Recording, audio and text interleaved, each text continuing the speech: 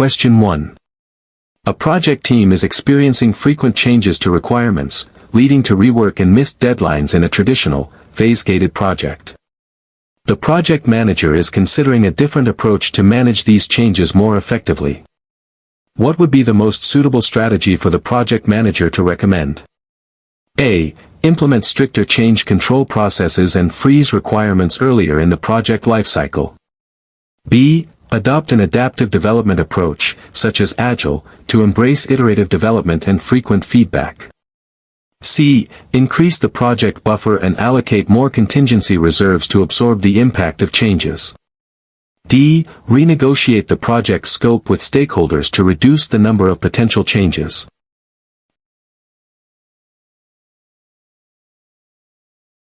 Answer: B. Adopt an adaptive development approach, such as Agile, to embrace iterative development and frequent feedback. When a project faces frequent changes and high uncertainty regarding requirements, an adaptive development approach like Agile is most suitable because it is designed to embrace change throughout the project lifecycle. Instead of trying to freeze requirements, Agile frameworks focus on delivering value incrementally and gathering feedback frequently, allowing the team to adapt and incorporate new insights. For example, using short sprints and regular reviews enables a team to respond quickly to evolving needs, reducing the impact of rework and ensuring the delivered product remains relevant. Always remember that adaptive approaches thrive on change, turning it into an opportunity rather than a disruption. Question 2. A project team is working on a complex software development project. The project manager notices that communication between team members, especially across different functional areas, is becoming a bottleneck, leading to misunderstandings and delays. What is the most effective action the project manager should take? A. Introduce more formal documentation and communication plans to standardize information flow. B. Implement a centralized communication platform and enforce daily status reports from all team members. C. Encourage face-to-face interactions, co-location, and foster an environment of open communication. D. Schedule weekly, mandatory team meetings to ensure everyone is updated on project progress.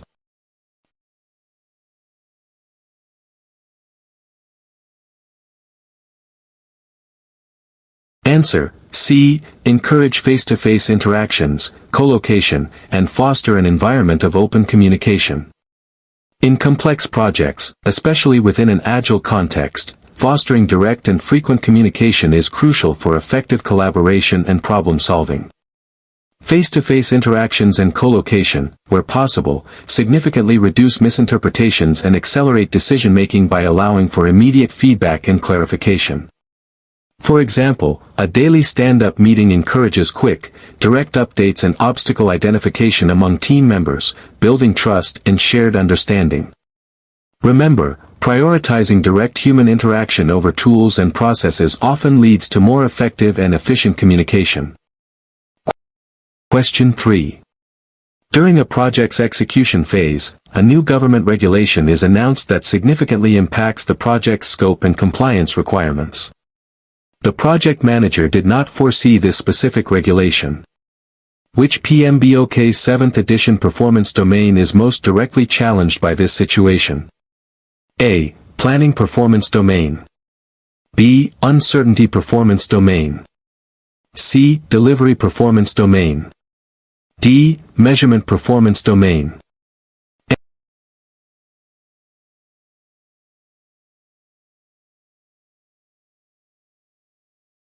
Answer: B. Uncertainty performance domain.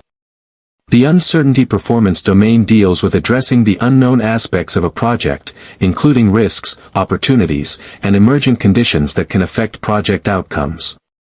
A new, unforeseen government regulation directly relates to managing such external, uncertain factors that were not initially identified as risks, thus challenging the project's ability to navigate unknowns. For instance, a project to build a new factory might suddenly face new environmental regulations that require a redesign, illustrating how emergent uncertainty demands adaptation. Always remember that effectively managing uncertainty involves proactively identifying, assessing, and responding to all types of project unknowns.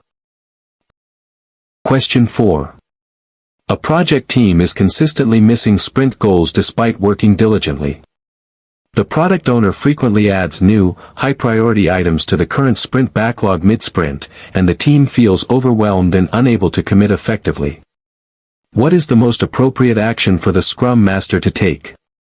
A. Facilitate a discussion with the product owner and the team to reinforce the importance of a stable sprint backlog. B. Coach the team on better time management and estimation techniques to improve their commitment reliability. C. Escalate the issue to senior management to gain support for stricter adherence to Scrum rules. D. Advise the product owner to prioritize all new requests for future sprints only, without exception.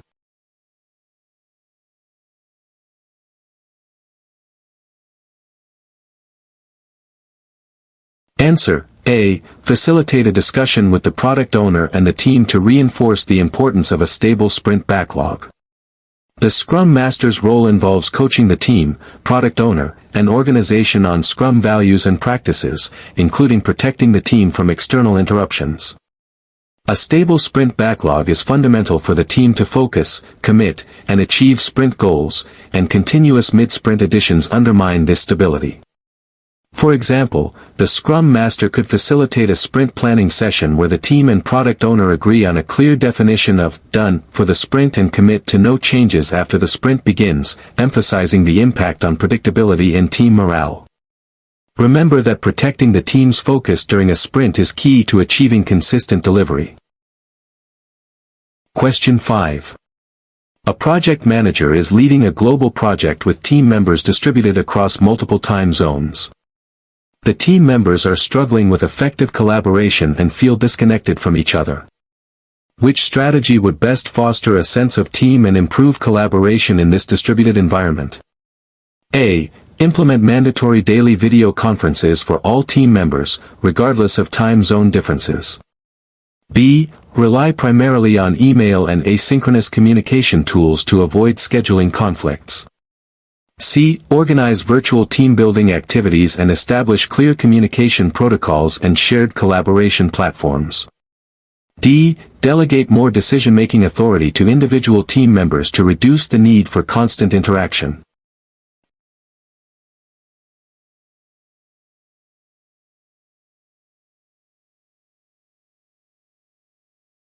Answer: C. Organize virtual team-building activities and establish clear communication protocols and shared collaboration platforms. For distributed teams, fostering a strong sense of team and improving collaboration requires intentional effort beyond just work-related tasks. Virtual team-building activities help bridge geographical gaps by promoting informal interactions and strengthening interpersonal bonds, while clear communication protocols and shared platforms ensure everyone knows how and where to access information and engage. For instance, holding a virtual coffee break or a short non-work-related chat session can help team members connect personally, improving their willingness to collaborate and share information during project work. Remember to focus on both the social and technical aspects of collaboration for distributed teams. Question 6. A project team has just completed a major deliverable, and during the review, several minor defects are discovered. The project manager wants to ensure these types of defects are prevented in future deliverables and also wants to improve the overall quality process. What is the most appropriate next step? A. Implement a more rigorous inspection process for all future deliverables to catch defects earlier. B. Conduct a root cause analysis to identify why the defects occurred and implement corrective actions in the process. C. Assign a dedicated quality assurance team member to review all project outputs before delivery. D. Require all team members to undergo additional quality management training to improve their individual output.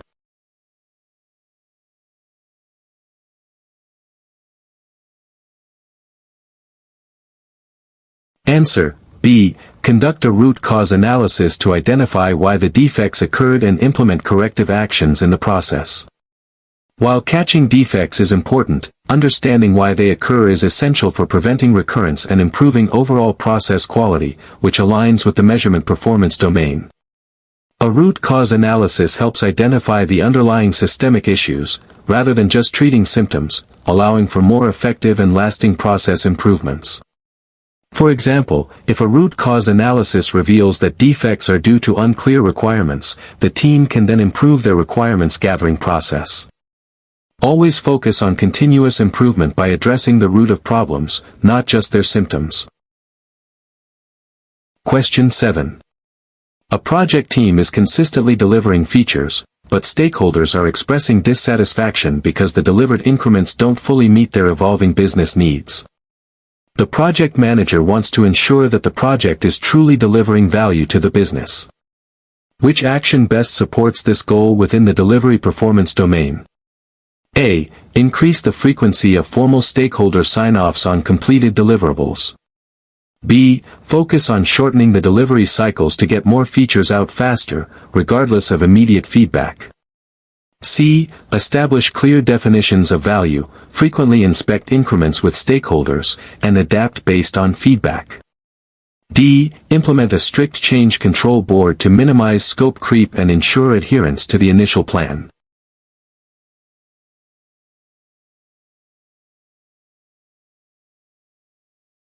Answer: C. Establish clear definitions of value, frequently inspect increments with stakeholders, and adapt based on feedback. The delivery performance domain emphasizes achieving the desired outcomes and benefits for stakeholders, which means ensuring that what is delivered truly provides value. In an adaptive environment, this involves continuous engagement with stakeholders, frequently demonstrating progress, gathering their feedback, and being flexible enough to adapt the direction to maximize value. For instance, conducting regular sprint reviews where stakeholders provide direct feedback on working software ensures that the product evolves in a way that truly addresses their most current business needs. Always remember that true value delivery is about achieving desired outcomes, not just output. Question 8. A project manager is leading a highly innovative project with a significant amount of research and development. The requirements are expected to evolve significantly throughout the project, and the final solution is not yet fully defined. Which project life cycle approach would be most appropriate for this scenario? A. Predictive life cycle. B. Iterative life cycle. C. Incremental life cycle. D. Hybrid life cycle.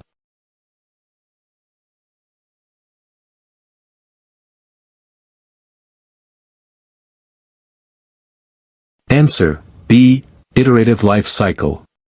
An iterative life cycle is ideal for projects where the requirements are not fully known at the outset or where the solution needs to be explored and refined through repeated cycles. In this approach, successive versions of the product are developed, each building upon the previous one, allowing for continuous refinement and adaptation based on learning. For example, a new drug development project might use an iterative approach to test and refine different formulations until the optimal one is found. Remember that iterative approaches prioritize learning and adaptation over upfront detailed planning, making them suitable for high uncertainty environments.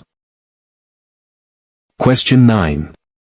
During a daily stand-up, a development team member expresses frustration about another team member consistently committing to too many tasks and then failing to complete them, causing delays. This is creating tension within the self-organizing team. What is the most appropriate action for the Scrum Master? A. Assign specific tasks and responsibilities to each team member to ensure equitable workload distribution. B. Coach the team on conflict resolution techniques and facilitate a conversation between the team members involved. C. Report the underperforming team member to the product owner for disciplinary action. D. Take over task assignment for the sprint to prevent overcommitment from any single team member.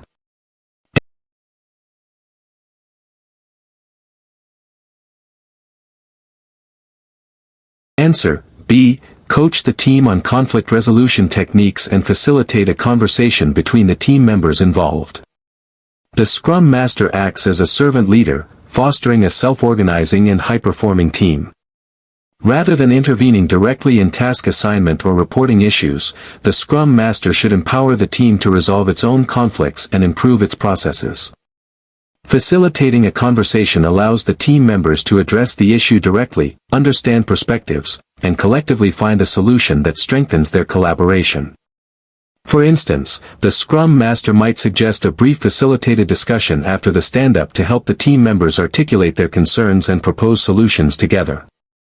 Encourage teams to find their own solutions, as this builds their self-management capabilities. Question 10. A project manager is developing the project schedule for a new product launch. Several critical activities depend on the completion of others, and some activities have very little flexibility in their start or end dates. Which scheduling technique would be most beneficial for identifying the longest path of planned activities and potential schedule compression opportunities? A. Critical Path Method, CPM. B. Agile Release Planning. C. Kanban Flow Management. D. Resource Leveling.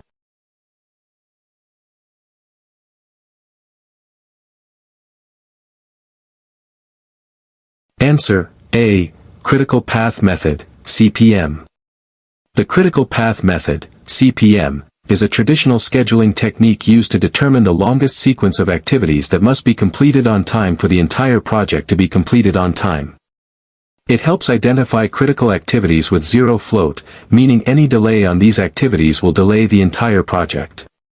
For example, in building a house, laying the foundation is often on the critical path because walls cannot be built until it's complete, and CPM helps visualize this dependency and potential for speeding up only critical tasks.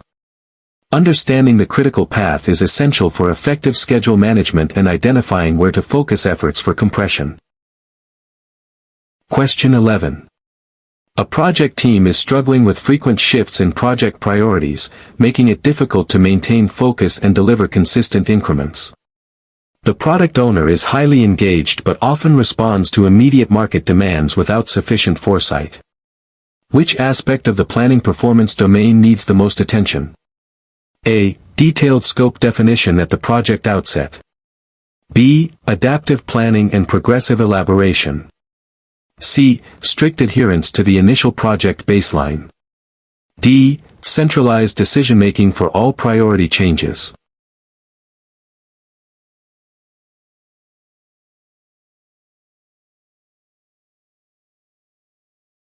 Answer: B. Adaptive planning and progressive elaboration.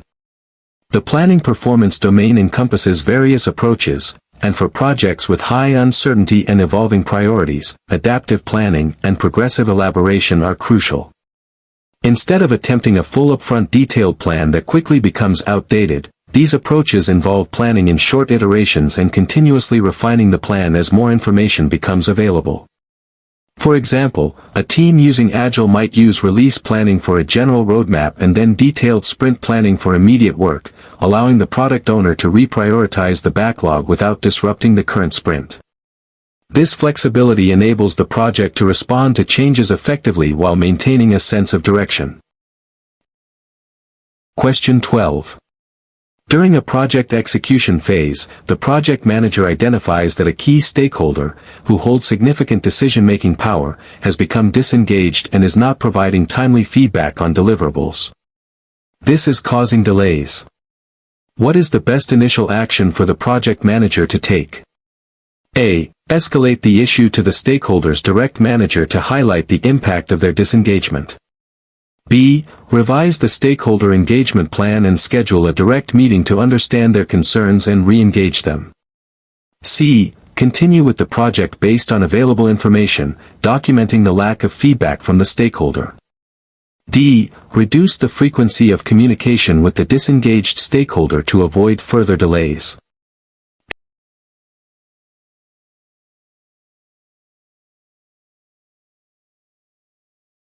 Answer: B. Revise the stakeholder engagement plan and schedule a direct meeting to understand their concerns and re-engage them. The stakeholder performance domain emphasizes continuous engagement and understanding the needs and concerns of all stakeholders. When a key stakeholder becomes disengaged, the most effective approach is proactive re-engagement rather than escalation or avoidance. Revising the engagement plan and initiating a direct conversation allows the project manager to understand the root cause of disengagement and collaboratively find a solution to re-establish their involvement. For instance, the stakeholder might be overwhelmed with other responsibilities, and a simple adjustment to communication frequency or format could resolve the issue. Always strive to understand and address stakeholder concerns directly to maintain their support. Question 13. A project team is performing regular retrospectives at the end of each sprint. While many process improvements are identified, few are actually implemented or tracked to completion, leading to recurring issues. Which aspect of the measurement performance domain is being overlooked here? A. Establishing baseline metrics for team performance. B. Ensuring that improvements identified are acted upon and their effectiveness measured. C. Focusing solely on financial metrics to gauge project success. D. Limiting the number of metrics collected to avoid analysis paralysis.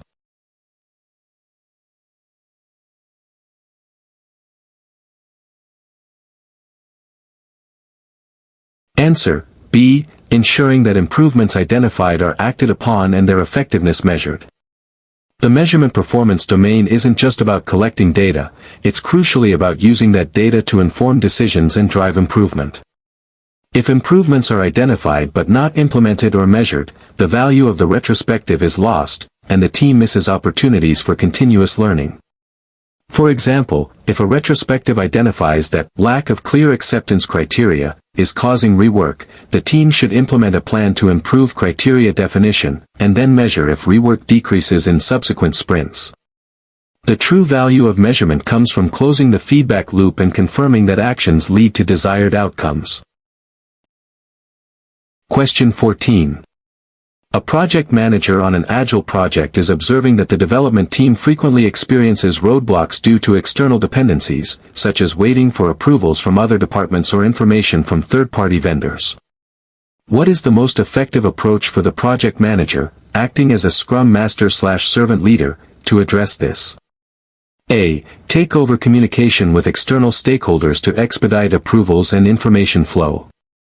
B. Coach the team on identifying and proactively communicating potential external dependencies during planning. C. Inform senior management about the external delays and request their intervention to clear the roadblocks. D. Advise the team to work on less dependent tasks until the external blockers are resolved.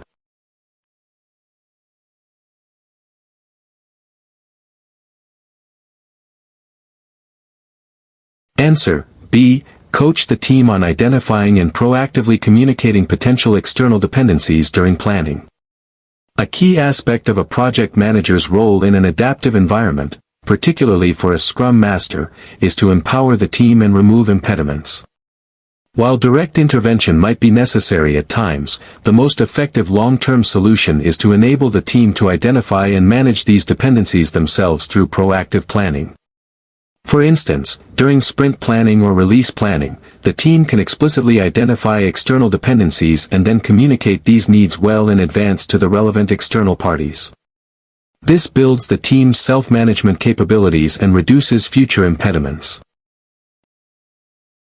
Question 15. The project team has developed an initial prototype of a new product feature. The project manager wants to quickly gather early feedback from potential users to validate assumptions and refine the product direction before significant investment. Which technique best aligns with this goal? A. Conduct a formal market research study with a large sample size. B. Release a minimum viable product (MVP) to a small group of early adopters. C. Present the prototype at a project steering committee meeting for internal review. D. Develop a comprehensive user manual and training program for the prototype.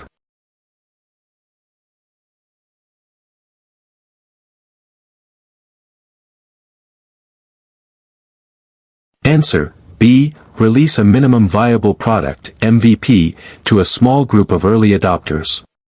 A minimum viable product (MVP) is a version of a new product that allows a team to collect the maximum amount of validated learning about customers with the least effort.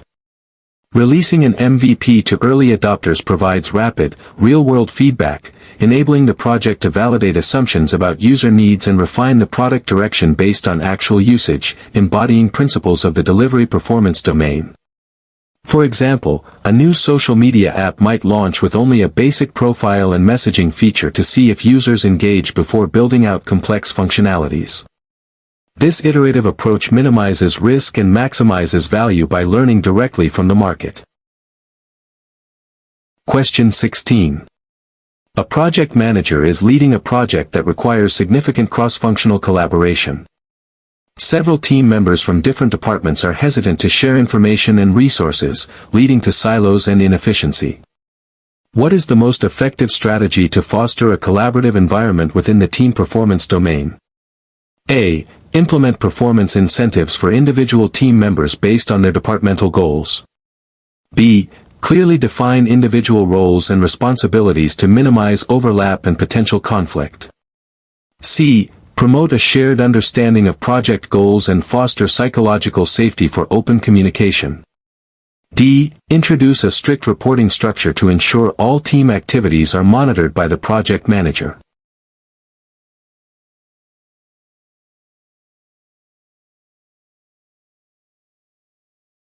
Answer: C. Promote a shared understanding of project goals and foster psychological safety for open communication. Fostering collaboration within the team performance domain involves more than just assigning tasks. It requires creating an environment where team members feel safe to share ideas, admit mistakes, and engage openly. A shared understanding of project goals unites the team around a common purpose, while psychological safety ensures that individuals feel comfortable contributing without fear of negative repercussions.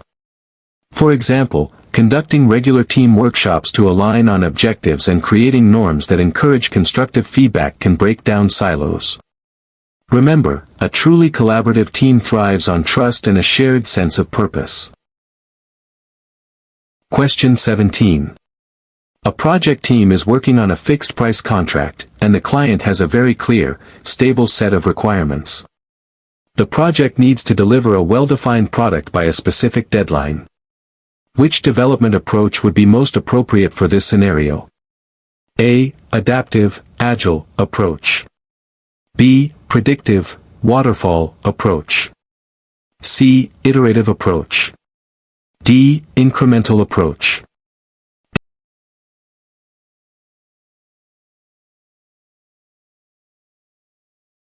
Answer: B. Predictive, Waterfall, approach. A predictive, or waterfall, life cycle is most suitable for projects with well-defined, stable requirements and a clear scope at the outset.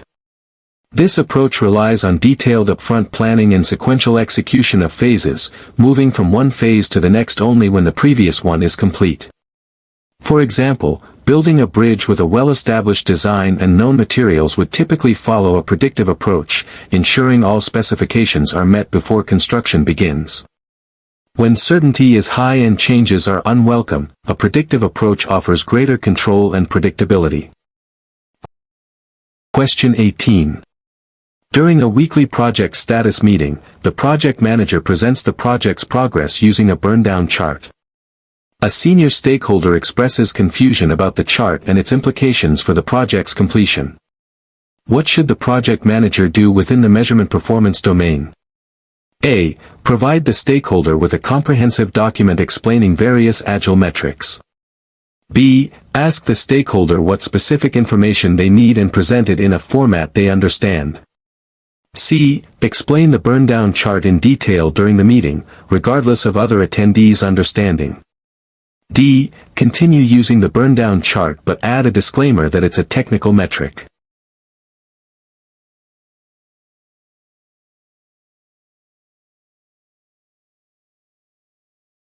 Answer: B. Ask the stakeholder what specific information they need and present it in a format they understand. The measurement performance domain emphasizes providing relevant and timely information to stakeholders in a way that is clear and consumable for them. If a stakeholder is confused by a specific metric, the project manager should adapt the communication to meet their needs rather than force a standard format. For example, instead of a burn-down chart, the project manager could present a simple percentage complete for key features or a forecast of delivery dates, tailored to the stakeholder's preferred level of detail. Always prioritize clarity and understanding over adherence to a specific reporting tool, ensuring information leads to informed decisions. Question 19. A project manager discovers that a newly hired team member is struggling with a critical technical task, potentially jeopardizing a sprint goal. The team member is hesitant to ask for help, fearing it will reflect poorly on their performance. What is the most helpful action for the project manager to take within the team performance domain? A. Reassign the task to a more experienced team member to ensure timely completion. B. Provide direct technical guidance to the new team member to help them complete the task. C. Foster an environment where asking for help is encouraged and seen as a strength, not a weakness. D. Document the team member's performance issue for future performance reviews.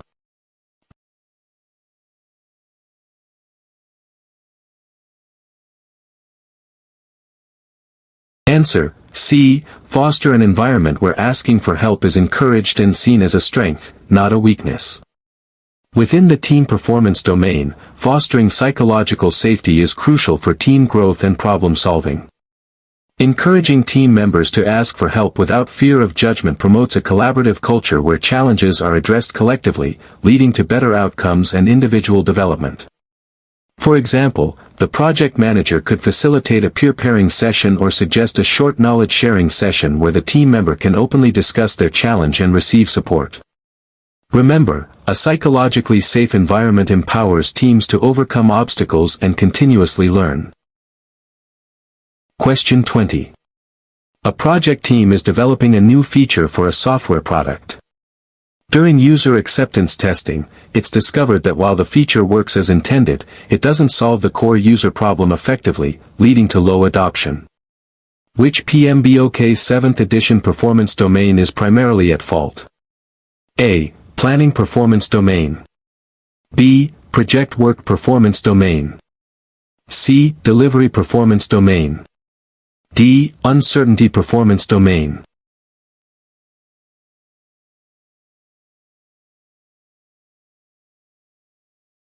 Answer: C. Delivery performance domain.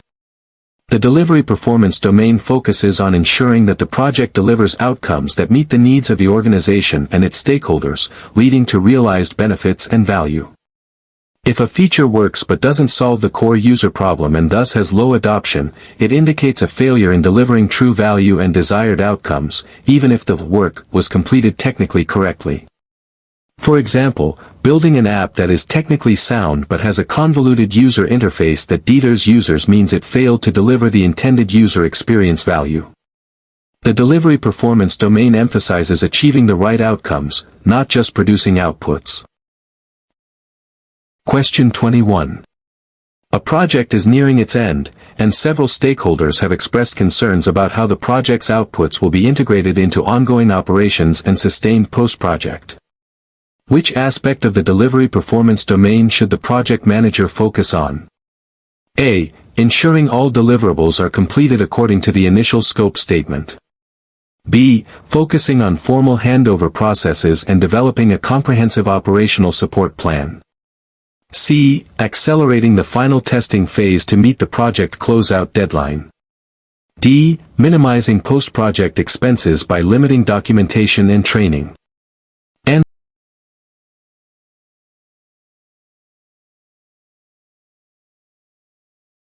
Answer: B. Focusing on formal handover processes and developing a comprehensive operational support plan. The delivery performance domain extends beyond just producing outputs. It encompasses ensuring that the project's outputs translate into desired outcomes and benefits for the organization, which often requires effective integration into ongoing operations. A formal handover process, along with a comprehensive operational support plan, ensures that the value created by the project is sustained long after the project team disbands. For example, for a new IT system, this would involve training the operations team and establishing clear support channels.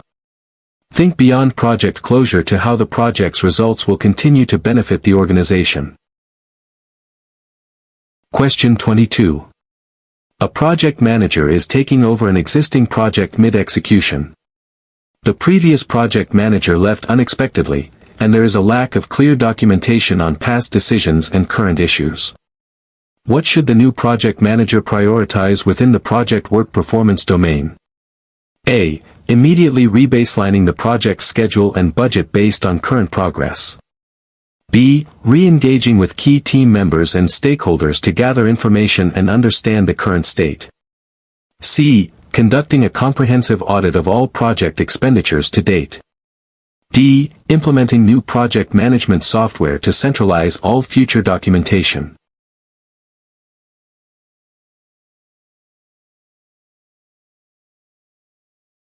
Answer: B. Re-engaging with key team members and stakeholders to gather information and understand the current state.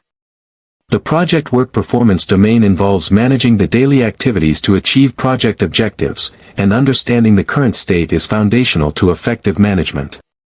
When inheriting a project with a lack of documentation, direct engagement with team members and stakeholders is the most efficient way to gain context, identify current issues, and understand previous decisions.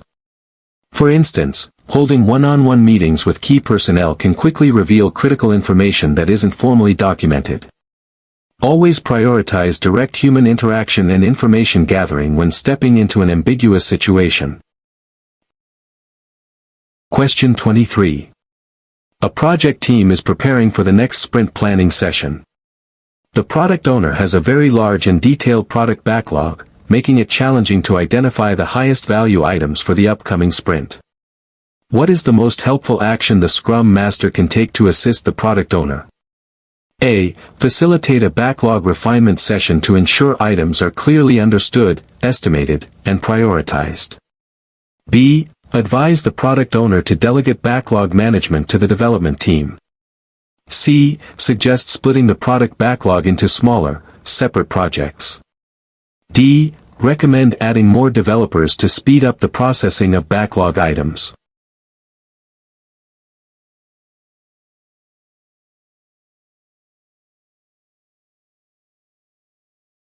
Answer: A. Facilitate a backlog refinement session to ensure items are clearly understood, estimated, and prioritized. The planning performance domain, particularly in Agile, emphasizes continuous refinement and prioritization. The Scrum Master's role includes coaching the product owner on effective backlog management. Facilitating backlog refinement helps ensure the product backlog is organized, detailed appropriately, and prioritized, making sprint planning more efficient and effective. For example, during a refinement session, the team and product owner can discuss upcoming items, break down large ones, and add acceptance criteria, ensuring clarity for future sprints. Refining the backlog collaboratively ensures the most valuable work is always at the top. Question 24. A project manager is leading a small, co-located project team using a Kanban board. The team observes that tasks are frequently getting stuck in the "in progress" column, leading to long lead times despite a healthy number of completed tasks. What is the most likely cause of this issue? A. The team is not accurately estimating the effort required for tasks.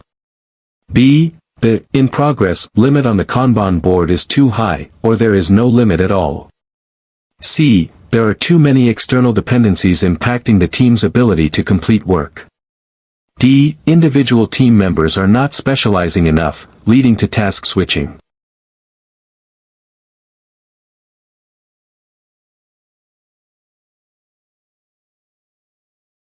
Answer: B. The "in progress" limit on the Kanban board is too high, or there is no limit at all. Kanban's core principle for managing flow and improving efficiency is limiting work in progress, WIP.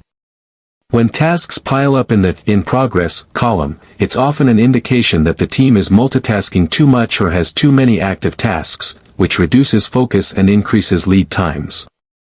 For example, if a team has a WIP limit of 3 tasks per person, but a team member has 5 tasks in progress, it suggests they are not finishing one task before starting another. Setting and adhering to appropriate WIP limits helps focus the team on finishing existing work before starting new work, improving flow. Question 25. A project is nearing its conclusion, and the project manager needs to ensure that lessons learned from this project are captured and made available for future projects within the organization.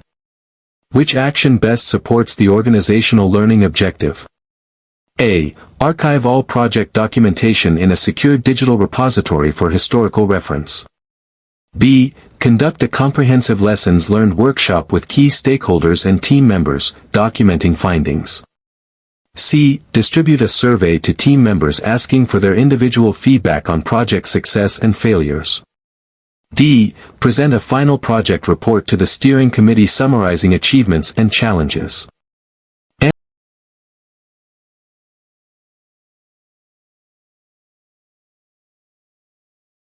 Answer. B. Conduct a comprehensive lessons learned workshop with key stakeholders and team members, documenting findings.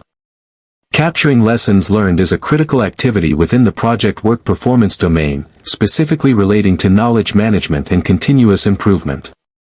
A dedicated workshop involving key contributors and stakeholders provides a structured environment for sharing insights, identifying what went well, what could be improved, and documenting these findings for future projects. For example, discussing a specific challenge like stakeholder communication and identifying improved strategies can directly benefit the next project facing similar issues. This proactive approach ensures organizational knowledge grows and common pitfalls are avoided. Question 26. A project manager on a large, complex predictive project is struggling to manage numerous change requests. Stakeholders are frequently submitting requests that impact scope, budget, and schedule. What is the most effective approach to manage these changes while maintaining project control? A. Reject all change requests to ensure the project stays within its original baseline. B. Implement a robust integrated change control process involving analysis, approval, and communication. C. Approve all change requests immediately to maintain stakeholder satisfaction. D. Defer all change requests until the project is near completion to minimize disruption.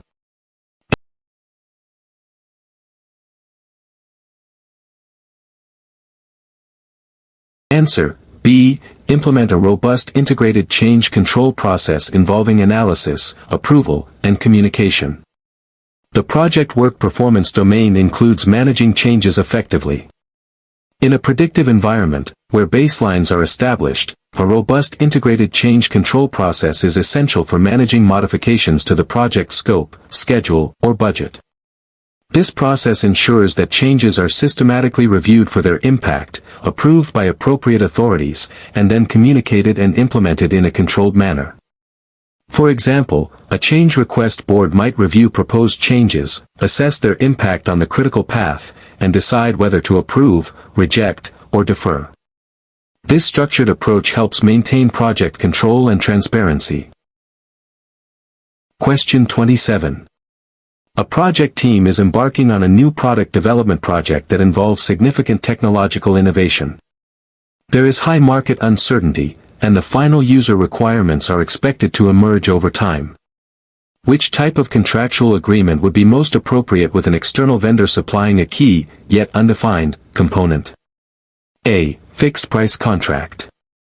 B. Time and materials, T&M, contract. C. Cost plus fixed fee contract. D. Firm fixed price, FFP, contract.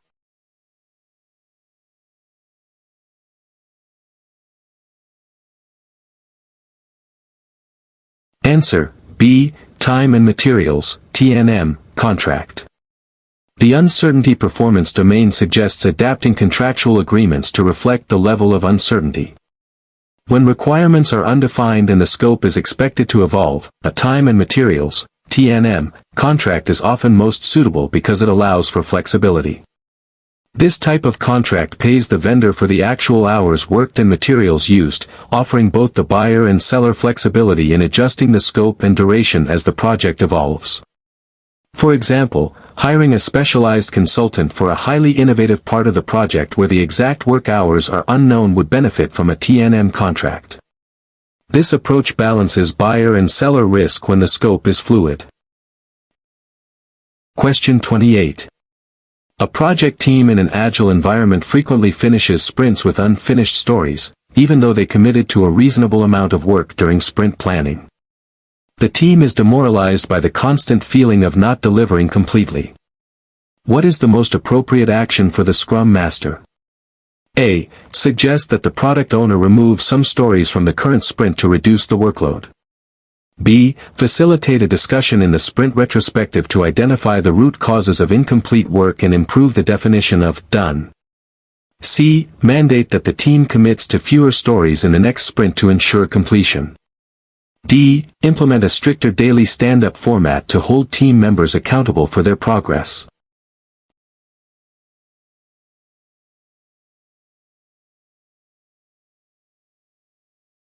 Answer. B. Facilitate a discussion in the sprint retrospective to identify the root causes of incomplete work and improve the definition of done.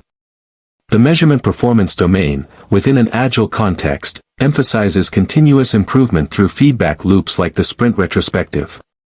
If stories are consistently unfinished, it indicates an issue with predictability or the team's definition of done.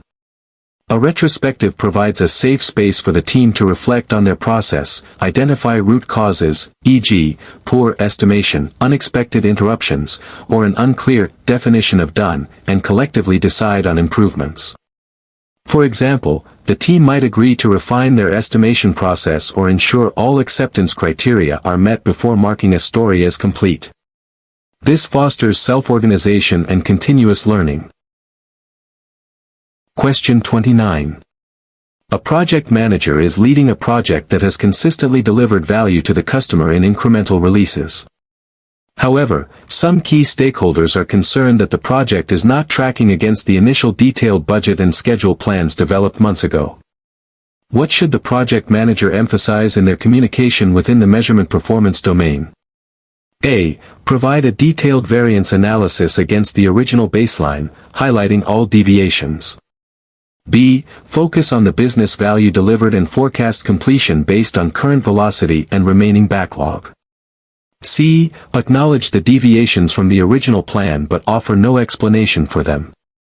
D. Propose a rebaselining of the project to align with the current state of progress.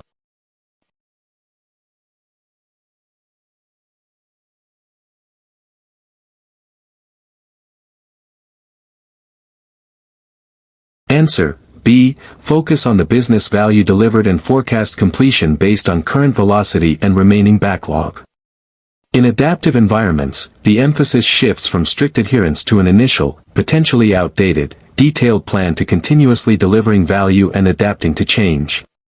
The measurement performance domain requires communicating performance in a way that is relevant to the project's chosen approach. For Agile projects, demonstrating tangible business value through completed increments and forecasting based on actual velocity, a measure of team output, provides a more meaningful and accurate picture of progress than comparing against a static, potentially irrelevant, initial baseline. For example, rather than saying, "We are 10% behind schedule," say, "We have delivered 2 high-priority features and are projected to complete the remaining critical features by next quarter based on our current pace." This keeps stakeholders focused on value and realistic progress. Question 30. A project manager observes that team members are frequently waiting for decisions from the product owner, leading to delays and reduced efficiency. The product owner is overwhelmed with external stakeholder demands. What is the most effective way for the project manager, acting as a Scrum Master, to address this within the team performance domain? A. Encourage the team to make decisions independently, even if it means some rework later. B. Coach the product owner on backlog prioritization techniques and delegating decision-making where appropriate. C. Take over some of the product owner's external communication responsibilities to free up their time. D. Implement a strict rule that all decisions must be made by the product owner within 24 hours.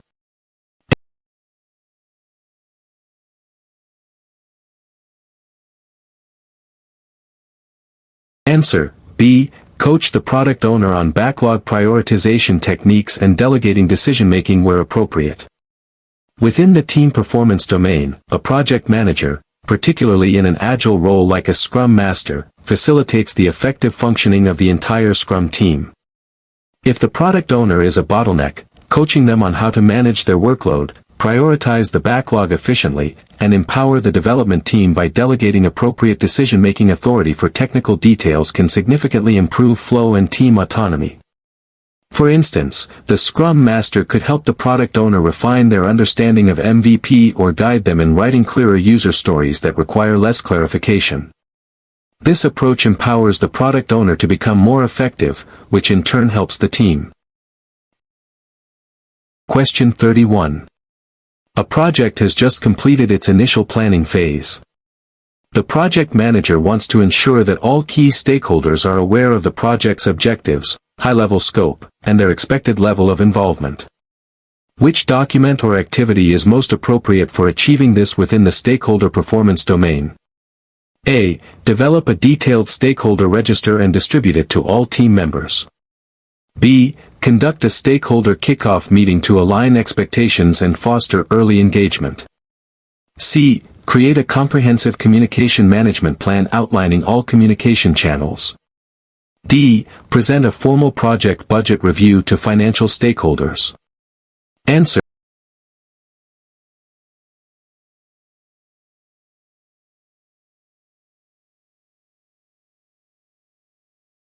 B. Conduct a stakeholder kickoff meeting to align expectations and foster early engagement. The stakeholder performance domain emphasizes proactively engaging stakeholders from the earliest stages to build shared understanding and commitment. A project kickoff meeting is an excellent opportunity to formally introduce the project, discuss its objectives and high-level scope, and clarify roles and expectations for all key stakeholders, setting the stage for effective collaboration. For example, bringing together representatives from all impacted departments to discuss the new system's vision helps foster buy-in and clarify their involvement from day one. This initial alignment is crucial for managing expectations and securing support throughout the project lifecycle. Question 32. A project manager is leading a project where the requirements are initially well-defined, but there is a new, untested technology component that introduces significant technical risk and uncertainty. How should the project manager choose the overall development approach and life cycle? A. Use a purely predictive, waterfall, approach due to the clear initial requirements. B. Adopt a purely adaptive, agile, approach due to the high technological uncertainty. C. Implement a hybrid approach, using predictive for known parts and iterative/adaptive for the uncertain component. D. Delay the project until the new technology component is fully proven and stable.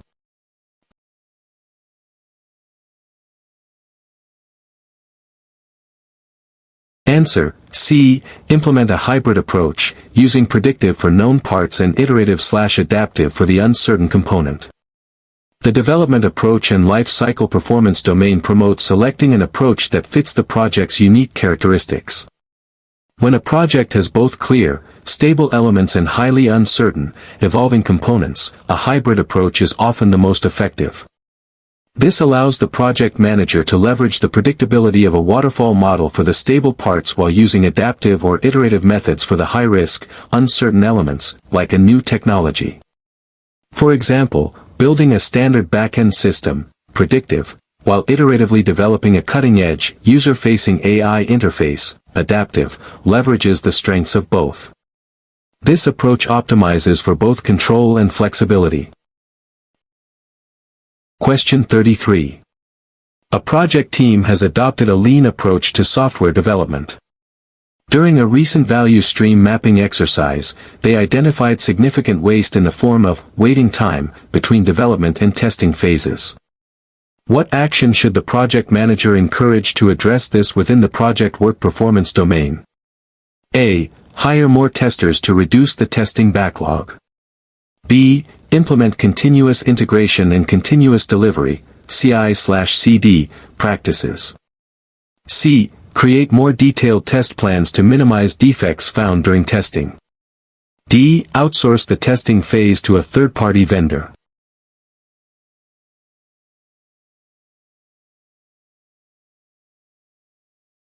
Answer. B. implement continuous integration and continuous delivery, CI/CD, practices.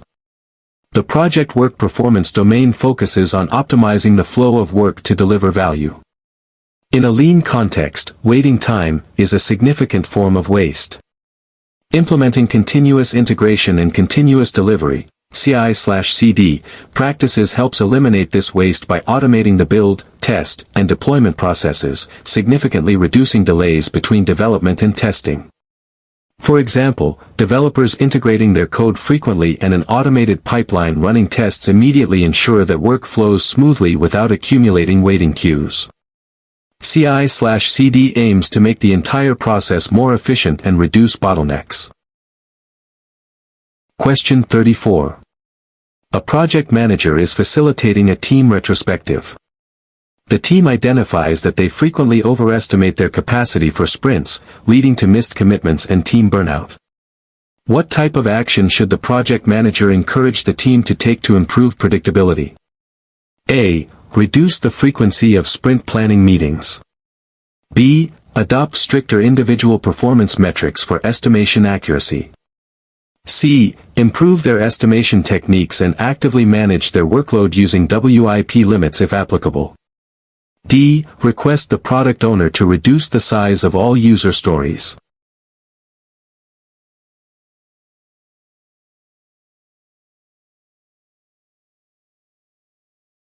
Answer: C. Improve their estimation techniques and actively manage their workload using WIP limits if applicable.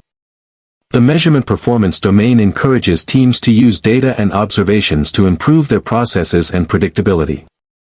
If a team consistently overestimates, they need to refine their understanding of their true capacity. This involves improving estimation techniques, e.g., using relative sizing, planning poker, and actively managing their work in progress, WIP, to prevent overcommitment and improve flow, leading to more realistic commitments.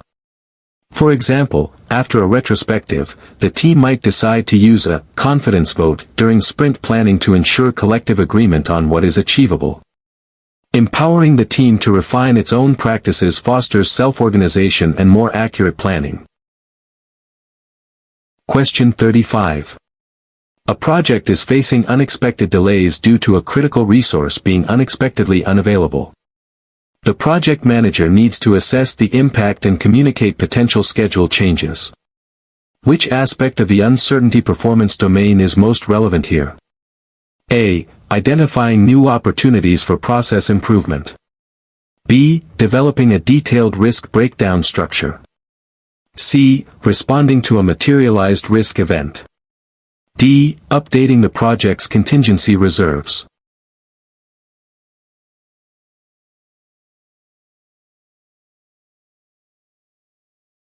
Answer: C. Responding to a materialized risk event. The uncertainty performance domain involves proactively managing potential issues, risks, and opportunities, but also reacting effectively when those risks materialize. An unexpected resource unavailability is a classic example of a materialized risk that requires immediate assessment of its impact and implementation of a planned or ad hoc response. For example, if a key developer falls ill, the project manager needs to assess the impact on the schedule and potentially reallocate tasks or find a temporary replacement. Effectively responding to materialized risks is crucial for minimizing their negative impact on project objectives. Question 36. A project team is highly experienced and self-organizing.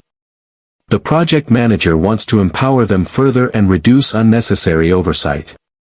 Which leadership style is most appropriate for the project manager to adopt in this scenario within the team performance domain?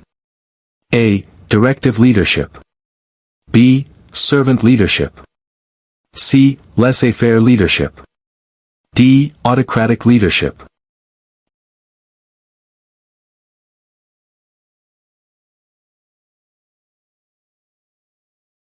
Answer: B. Servant leadership.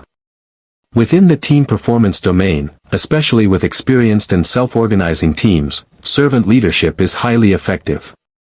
A servant leader focuses on serving the team's needs, removing impediments, coaching, and fostering their growth, rather than dictating tasks.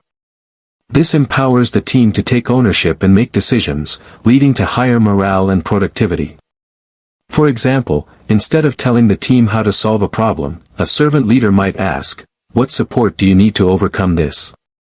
This approach emphasizes enabling the team to succeed independently.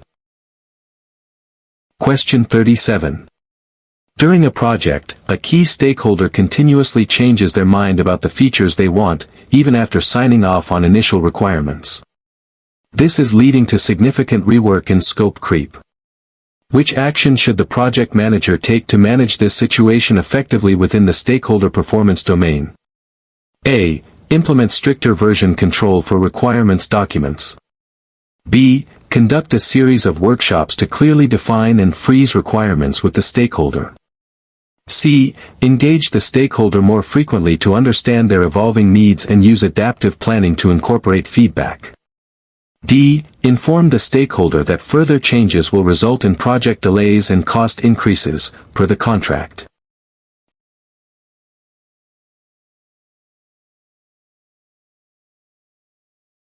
Answer: C. Engage the stakeholder more frequently to understand their evolving needs and use adaptive planning to incorporate feedback.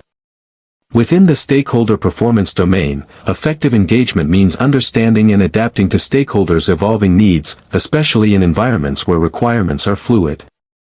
Instead of resisting changes, a project manager should foster continuous engagement to understand the underlying reasons for evolving needs and integrate feedback through adaptive planning. For example, if a stakeholder keeps changing their mind, setting up weekly demos and feedback sessions for small increments allows them to see progress and adjust their vision iteratively, minimizing late-stage rework. This proactive and adaptive approach turns change into an opportunity for better outcomes. Question 38. A project manager is leading a complex, multi-phase project.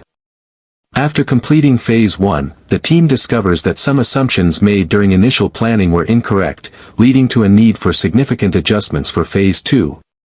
This situation highlights the importance of what concept within the planning performance domain.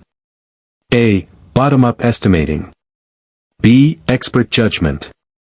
C. Progressive elaboration. D. Parametric estimating.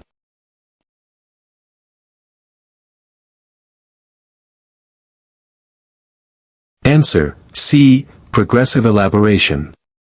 The planning performance domain emphasizes that planning is an iterative and ongoing process, especially for complex projects. Progressive elaboration is the process of continuously refining and detailing the project plan as more information becomes available and uncertainties are reduced. Discovering incorrect assumptions after Phase 1 directly demonstrates the need to progressively elaborate the plan for subsequent phases with newfound knowledge. For example, after an initial research phase of a new product, the design phase can be more accurately planned based on the learnings. This iterative refinement allows the project to adapt and remain relevant. Question 39. A team member reports to the Scrum Master that they are blocked because they need a specific piece of equipment to continue their work, and the procurement process is taking too long. What is the Scrum Master's primary role in this situation within the project work performance domain? A. Advise the team member to find an alternative solution or wait patiently.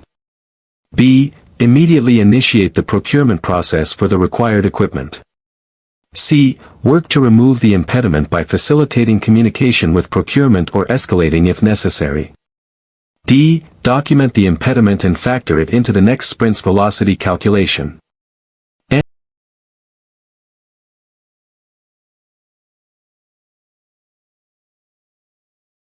Answer: C. Work to remove the impediment by facilitating communication with procurement or escalating if necessary.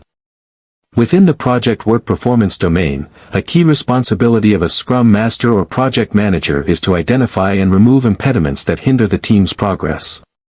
If a team member is blocked, the Scrum Master should actively work to resolve the issue, whether through direct communication, resource allocation, or escalating to the appropriate authority.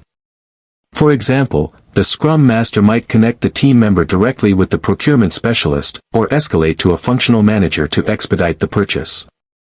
This proactive role ensures the team can maintain its flow and focus on delivering value. Question 40. A project manager is overseeing a large infrastructure project. A new technological advancement emerges that could significantly reduce construction time and cost, but it also introduces unknown risks. The project manager wants to evaluate this opportunity. Which area of the uncertainty performance domain is most relevant? A. Identifying and prioritizing threats. B. Exploiting positive risks, opportunities. C. Developing contingency plans. D. Performing quantitative risk analysis.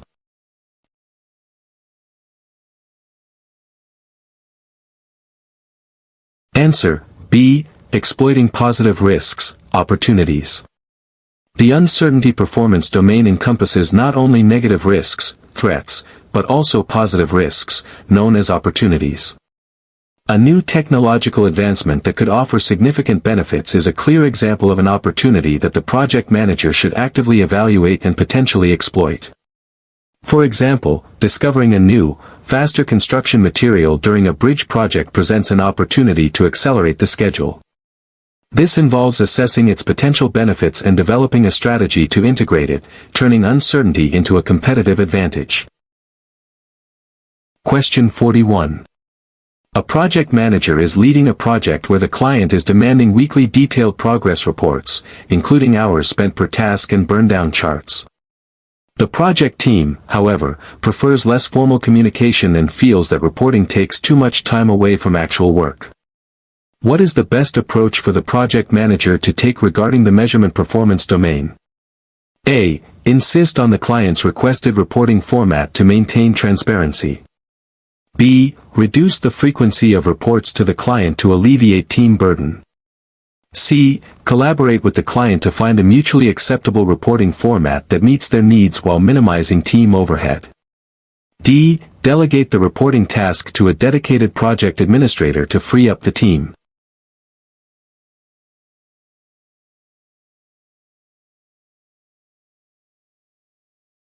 Answer: C. Collaborate with the client to find a mutually acceptable reporting format that meets their needs while minimizing team overhead.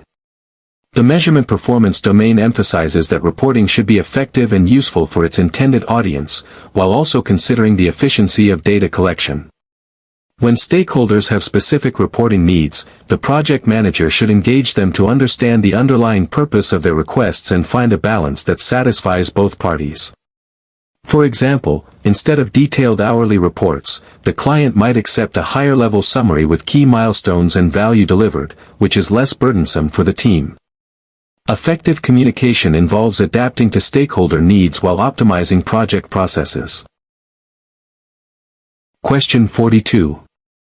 A Scrum team repeatedly encounters issues with user stories lacking sufficient detail and acceptance criteria during sprint planning, leading to ambiguity and rework during the sprint.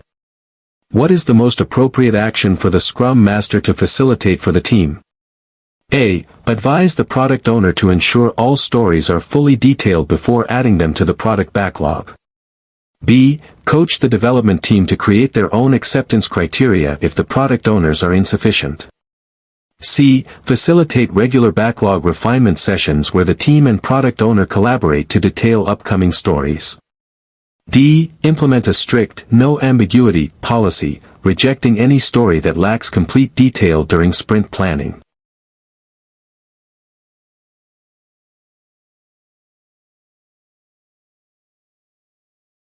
Answer: C. Facilitate regular backlog refinement sessions where the team and product owner collaborate to detail upcoming stories. Within the planning performance domain, specifically for Agile projects, continuous collaboration between the product owner and the development team is crucial for ensuring the backlog is ready for sprint planning. Backlog refinement, also known as backlog grooming, is a key activity where the team and product owner discuss, estimate, and add detail to upcoming stories, ensuring they are clear and actionable. For example, during a refinement session, the team can ask questions, break down large stories, and clarify acceptance criteria, making the stories much easier to pull into a sprint. This collaborative approach enhances clarity and reduces rework. Question 43. A project team is experiencing significant interpersonal conflicts, leading to low morale and decreased productivity. The conflicts are often due to misunderstandings about roles and responsibilities. What action should the project manager prioritize within the team performance domain? A. Arbitrate all disputes directly by assigning specific tasks to avoid conflict. B. Conduct a team-building workshop focused on conflict resolution and role clarification. C. Implement stricter disciplinary measures for team members involved in conflicts. D. Reassign team members to different projects to separate conflicting personalities.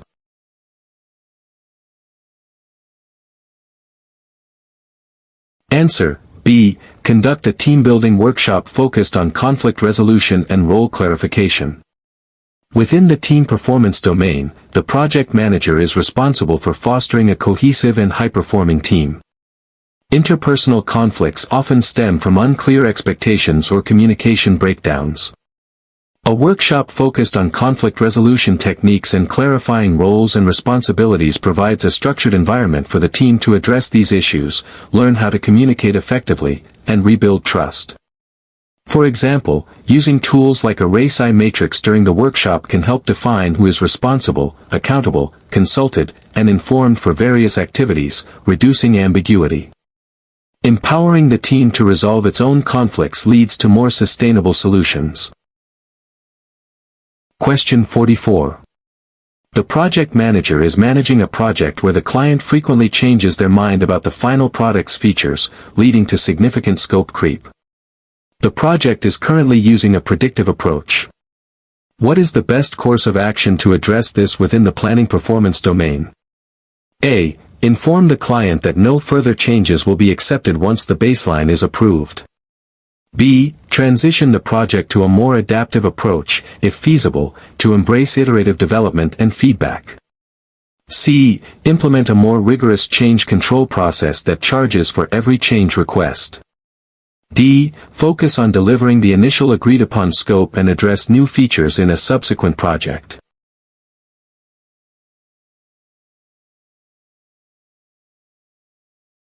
Answer: B. Transition the project to a more adaptive approach, if feasible, to embrace iterative development and feedback.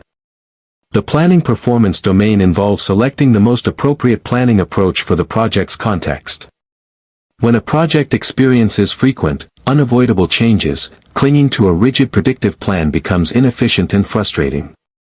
The most effective long-term solution is to pivot to a more adaptive approach, such as Agile, which is designed to embrace and integrate evolving requirements through iterative development and continuous feedback loops.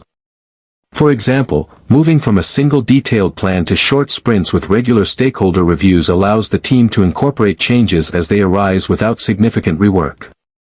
This strategic shift leverages flexibility to manage uncertainty. Question 45. A project is delivering a new internal software system. While the project is on track to deliver all features, user adoption is projected to be low due to lack of enthusiasm and perceived complexity. Which aspect of the delivery performance domain is being overlooked?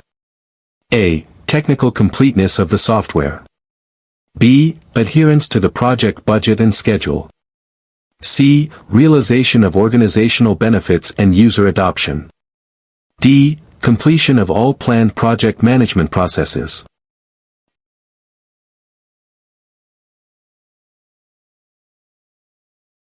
Answer: C. Realization of organizational benefits and user adoption. The delivery performance domain emphasizes achieving the desired outcomes and benefits for the organization, not just producing a technically complete output. If a system is built but not adopted or doesn't generate the intended benefits, then true value hasn't been delivered. For example, building a technically perfect but unused internal reporting system is a failure in value delivery. Project managers must focus on ensuring the solution solves a real problem and is embraced by users, often through proper change management, training, and continuous user engagement to ensure the project's outputs lead to realized benefits. Question 46. A project manager is assessing potential risks for a new, innovative product launch. One significant risk identified is that key intellectual property, IP, might be challenged by a competitor. What type of risk response strategy would be most appropriate for this specific threat? A. Accept the risk, as it's outside the project's control. B. Mitigate the risk by developing a strong legal defense strategy and patenting new inventions. C. Transfer the risk by purchasing IP infringement insurance. D. Exploit the risk by rushing the product to market before competitors.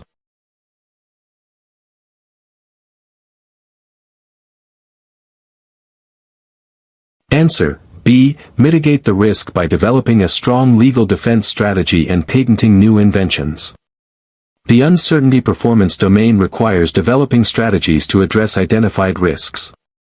Mitigation is a risk response strategy that aims to reduce the probability and/or impact of a negative risk, threat.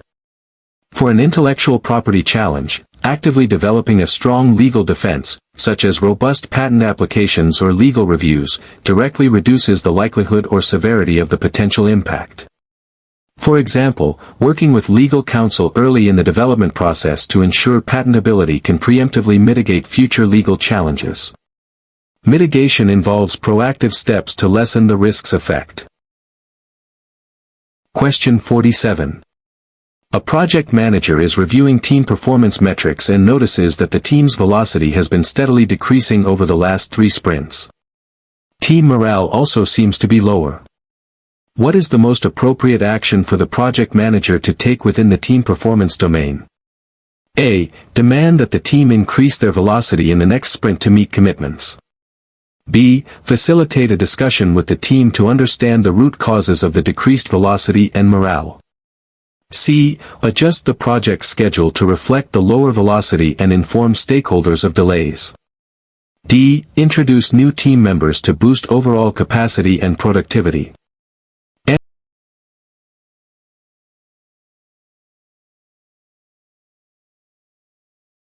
Answer: B. Facilitate a discussion with the team to understand the root causes of the decreased velocity and morale.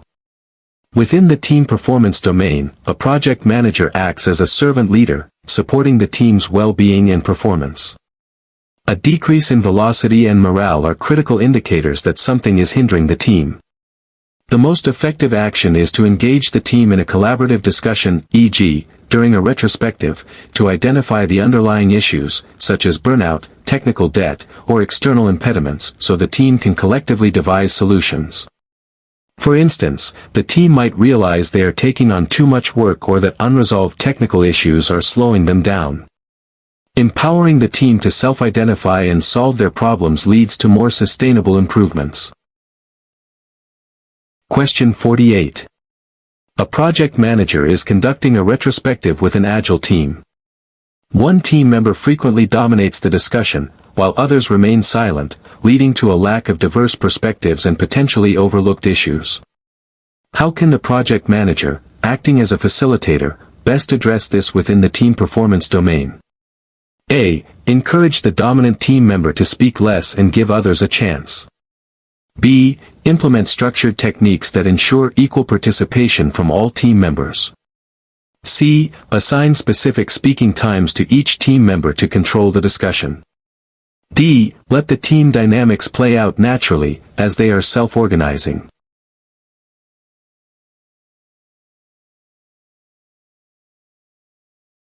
Answer: B. Implement structured techniques that ensure equal participation from all team members. The team performance domain emphasizes fostering a collaborative and inclusive environment where all voices are heard. A project manager, in a facilitator role, should use techniques that encourage active participation from everyone, preventing any single person from dominating. For example, using round-robin sharing, sticky notes for anonymous feedback, or liberating structures, can ensure that even quieter team members have an opportunity to contribute their thoughts and insights during a retrospective. Ensuring diverse input is crucial for effective problem-solving and improvement. Question 49. A product is being developed using an incremental life cycle. After 3 releases, the project manager realizes that while each increment delivered new functionality, the overall architecture is becoming complex and difficult to maintain. This issue indicates a potential problem within which PMBOK's 7th edition performance domain. A. Planning performance domain. B. Project work performance domain. C. Delivery performance domain. D. Measurement performance domain.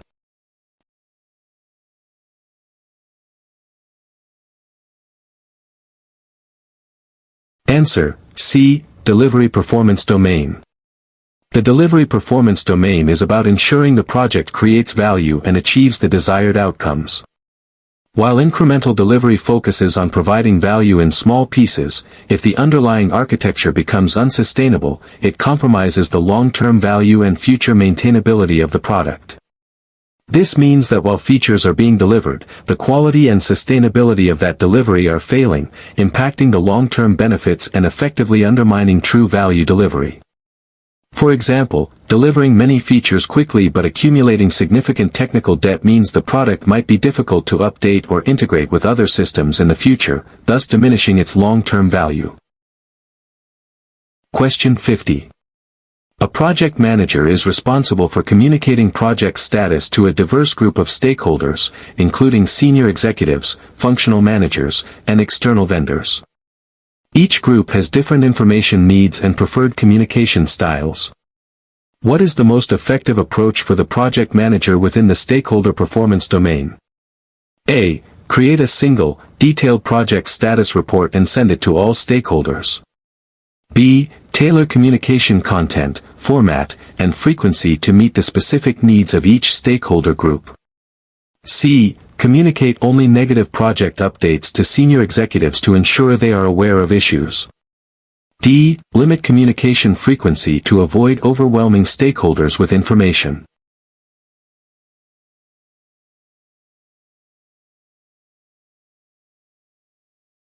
Answer: B. Tailor communication content, format, and frequency to meet the specific needs of each stakeholder group.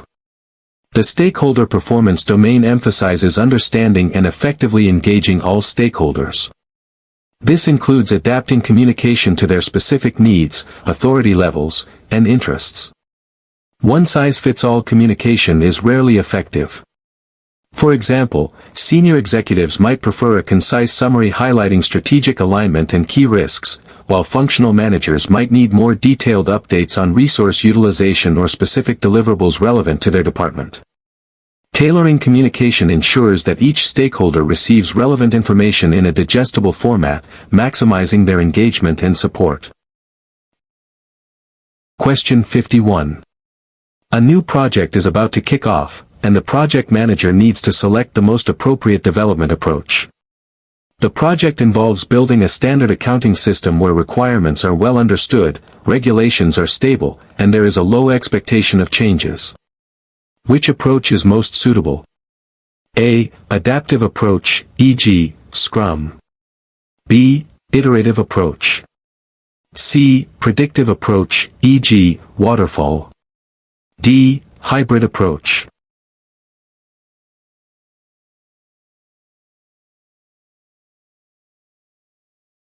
Answer: C. Predictive approach, e.g., Waterfall. The development approach and life cycle performance domain guides the selection of the most fitting project methodology. For projects with stable, well-understood requirements, a low likelihood of changes, and a clear end product, a predictive approach like Waterfall is highly suitable. It emphasizes thorough upfront planning and sequential execution, which provides strong control and predictability in low uncertainty environments. For example, developing a system that adheres strictly to established accounting standards would benefit from a structured, phase-gated approach to ensure compliance and completeness. Question 52. A project team is working on a critical system upgrade. During testing, an unexpected, severe defect is discovered that could halt the project if not immediately addressed.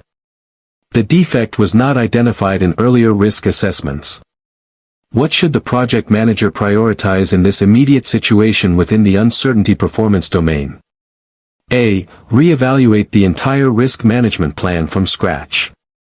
B. Convene an emergency meeting with the project sponsor to discuss project cancellation.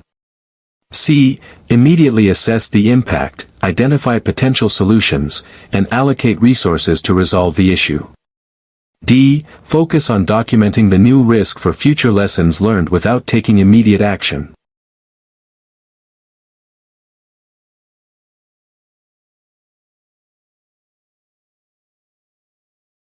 Answer: C.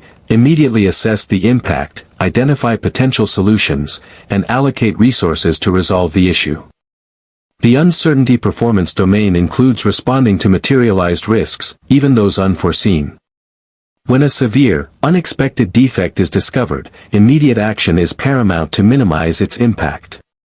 This involves quickly understanding the scope of the problem, brainstorming potential fixes, and mobilizing the necessary resources to implement a solution. For example, if a critical software bug is found, the team needs to diagnose it, develop a patch, and test it as quickly as possible. Proactive and swift problem solving is key when facing emergent, high-impact uncertainties. Question 53. A project manager is leading a project that has been experiencing budget overruns due to unforeseen expenses. The project manager needs to communicate the financial status clearly to the steering committee. Which reporting approach is most effective within the measurement performance domain? A. Provide a detailed breakdown of every single expense incurred so far. B. Present a concise summary of the current budget status, highlighting variances and their causes, and proposing corrective actions. C. Focus only on the remaining budget and avoid discussing past overruns. D. Delegate the financial reporting to the accounting department without further project manager input.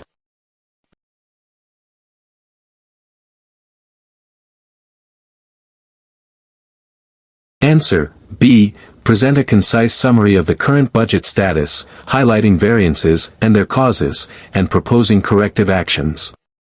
The measurement performance domain focuses on providing timely and relevant information to aid decision-making.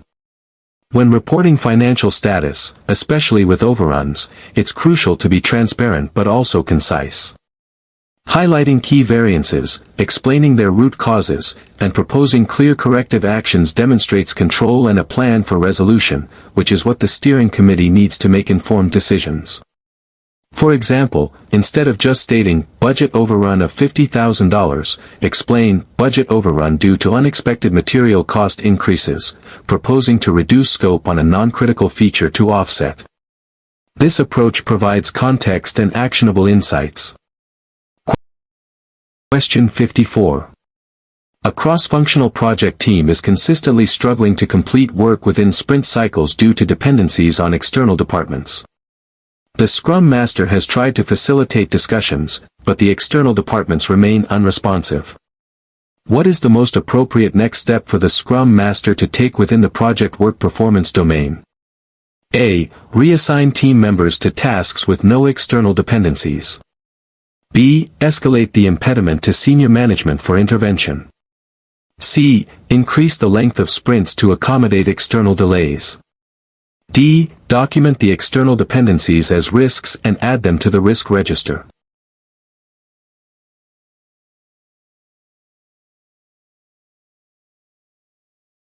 Answer: B. Escalate the impediment to senior management for intervention. The project work performance domain includes managing flow and removing impediments. While a Scrum Master initially tries to resolve issues within the team's control, when external dependencies become persistent blockers that the team cannot resolve on its own, it becomes an organizational impediment requiring higher-level intervention. Escalating the issue to senior management, who have the authority to influence external departments, is a necessary step to remove the impediment and enable the team to deliver. For example, if the legal department is consistently slow with contract reviews, the Scrum Master might escalate to their functional manager or a project sponsor who can apply pressure. Question 55. A project is using an Agile approach, and the project manager wants to ensure continuous improvement and adaptation based on past performance. Which core Agile practice supports this goal within the measurement performance domain? A. Daily Scrum. B. Sprint planning. C. Sprint review. D. Sprint retrospective.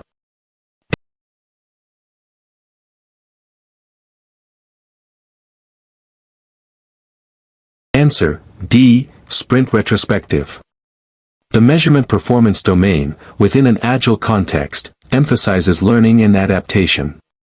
The sprint retrospective is a key Agile event specifically designed for the team to inspect itself, identify what went well, what could be improved, and create a plan for improvement to be enacted in the next sprint. For example, a team might use a retrospective to discuss why their velocity decreased and agree on actions like setting clearer, definition of done, criteria. It's a structured feedback loop for continuous process improvement, directly aligning with the measurement domain's goal of using information to refine performance. Question 56. A project manager is starting a new project and needs to identify all individuals and groups who will be impacted by or can impact the project. What is the primary purpose of this activity within the stakeholder performance domain? A. To create a list for formal communication distribution. B. To develop a strategy for engaging each stakeholder effectively and maximizing their positive influence. C. To determine which stakeholders can be ignored due to their limited power.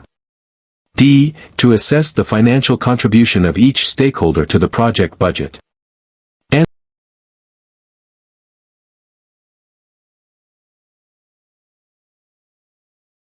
Answer: B. To develop a strategy for engaging each stakeholder effectively and maximizing their positive influence. The stakeholder performance domain focuses on proactive identification and engagement of all relevant stakeholders throughout the project lifecycle. The primary purpose of identifying stakeholders is to then develop tailored strategies to effectively engage them, manage their expectations, and leverage their potential positive influence while mitigating potential negative impacts. For example, identifying an influential but potentially resistant stakeholder early allows the project manager to proactively involve them in decision-making, turning a potential blocker into a supporter. Effective stakeholder engagement is about building relationships and securing support. Question 57. A project team is constantly dealing with scope changes, leading to confusion about what "done" truly means for each deliverable. The project manager wants to establish clarity and consistency. Which aspect of the planning performance domain should be addressed? A. Developing a detailed work breakdown structure, WBS, for the entire project upfront. B. Establishing clear definitions of "done" and acceptance criteria for all deliverables or increments. C. Implementing a rigorous change control process that rejects most change requests. D. Relying on informal agreements with stakeholders regarding scope.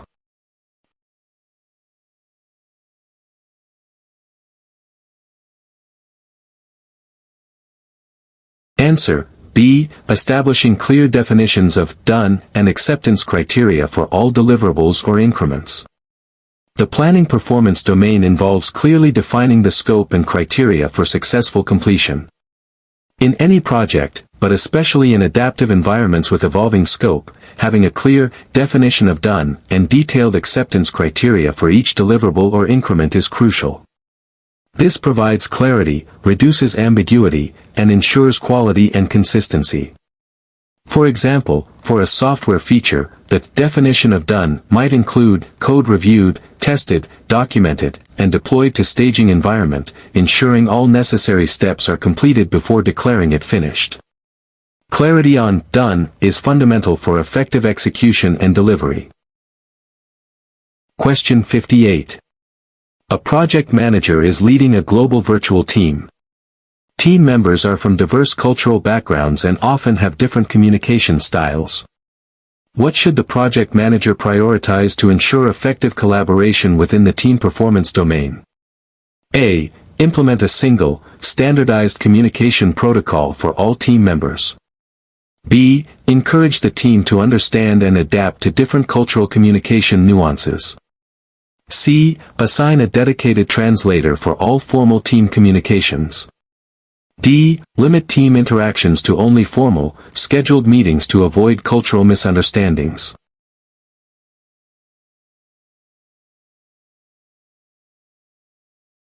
Answer: B. Encourage the team to understand and adapt to different cultural communication nuances. Within the team performance domain, successful collaboration in diverse teams requires cultural intelligence and adaptability. Instead of imposing a single style, encouraging team members to learn about and adapt to different cultural communication nuances fosters understanding and reduces misunderstandings. For example, some cultures prefer direct communication, while others prefer indirect. Understanding these differences can prevent misinterpretations and build trust. The project manager's role is to facilitate this mutual understanding and adaptation, creating an inclusive and effective working environment. Question 59. A project manager is leading a project where the success metric is defined as achieving a 15% increase in customer satisfaction. This focus on outcomes rather than just outputs aligns with which PMBOK's 7th edition performance domain? A. Planning performance domain. B. Project work performance domain. C. Delivery performance domain. D. Uncertainty performance domain.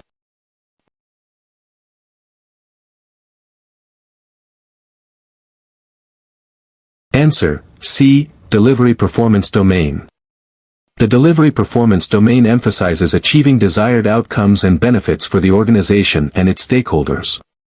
Defining success by customer satisfaction, an outcome, rather than simply completing features, an output, directly aligns with this domain's focus on realizing value. For example, building a new online service might deliver features, but the true success, and therefore value, is measured by how much it improves customer satisfaction or reduces support calls. This domain ensures the project is not just building things right, but building the right things that deliver actual value. Question 60. During the execution of a project, a severe technical issue arises that was completely unforeseen and is not covered by any existing risk response plans. The project manager needs to address this immediately. What is this type of event commonly referred to in risk management, within the uncertainty performance domain? A. Known unknown. B. Residual risk. C. Secondary risk. D. Black swan event, unknown unknown.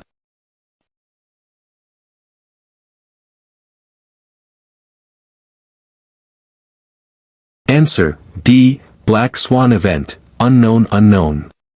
The uncertainty performance domain differentiates between various types of uncertainties. A black swan event or unknown unknown refers to a rare, unpredictable, high-impact event that was completely outside the scope of prior knowledge or risk identification. While projects aim to identify known unknowns, risks, these are the truly unexpected. For example, an unprecedented global pandemic impacting supply chains would be a black swan event for many projects. While impossible to plan for, projects still need to develop resilience and adaptive capabilities to respond when they occur. Question 61. A project team is consistently exceeding its planned budget. The project manager needs to implement measures to bring spending back in line. What is the most appropriate action within the measurement performance domain? A. Request additional funds from the project sponsor to cover the overruns. B. Implement stricter control measures, track actual expenses against the budget baseline, and analyze variances regularly. C. Reduce the quality standards of deliverables to cut costs. D. Stop all non-essential project activities until the budget issue is resolved.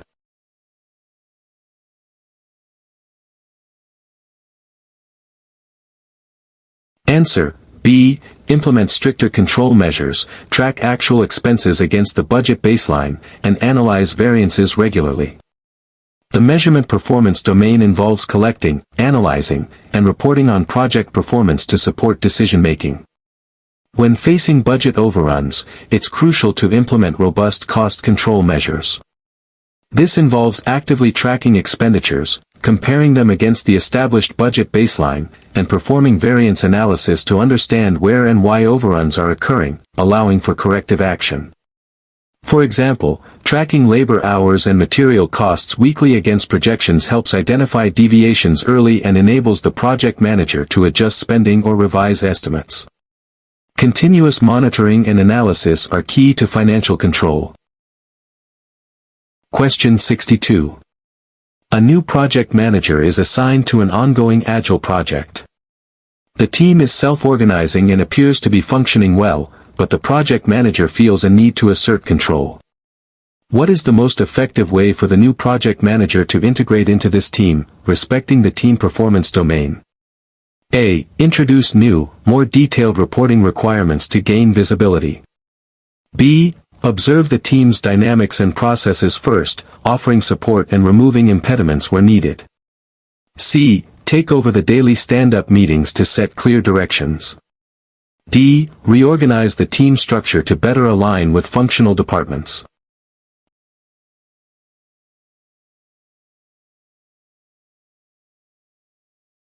Answer: B.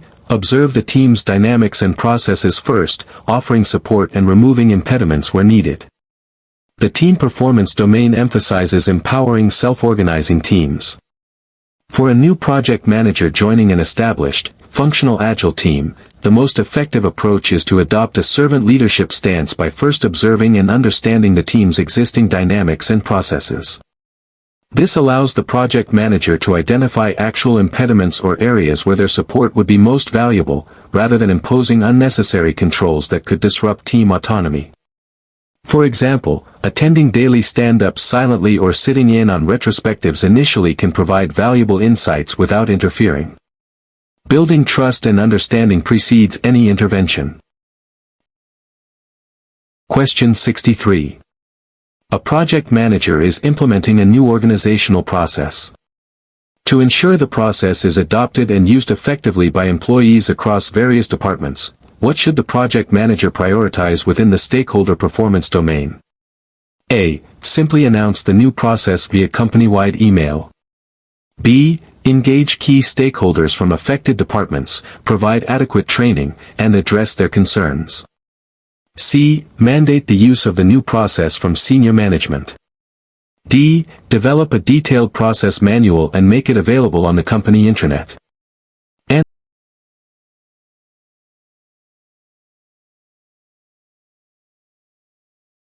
Answer: B. Engage key stakeholders from affected departments, provide adequate training, and address their concerns.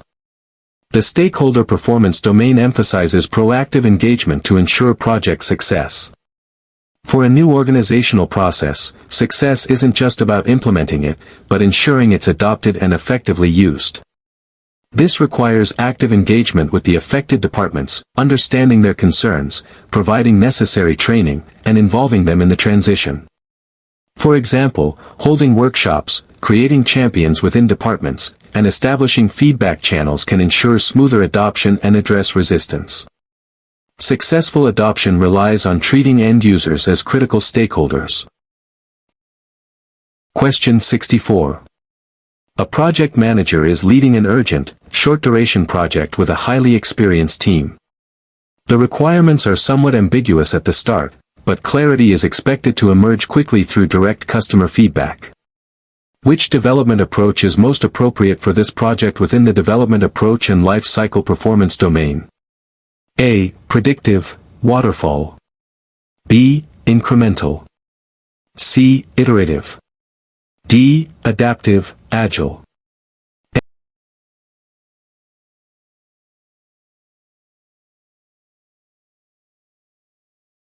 Answer: D. Adaptive, agile.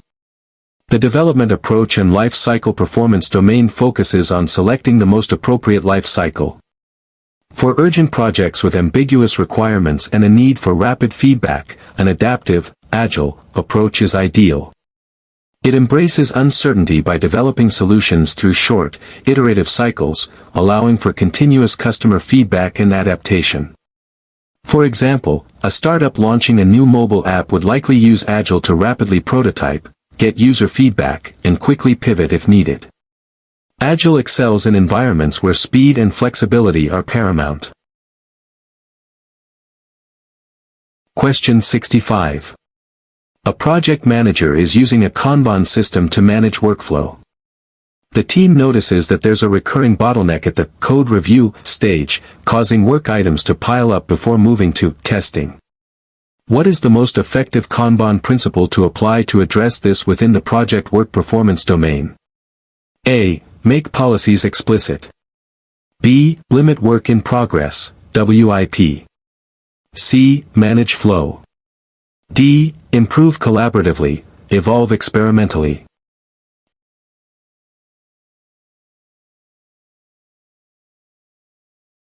Answer: B. Limit work in progress, WIP.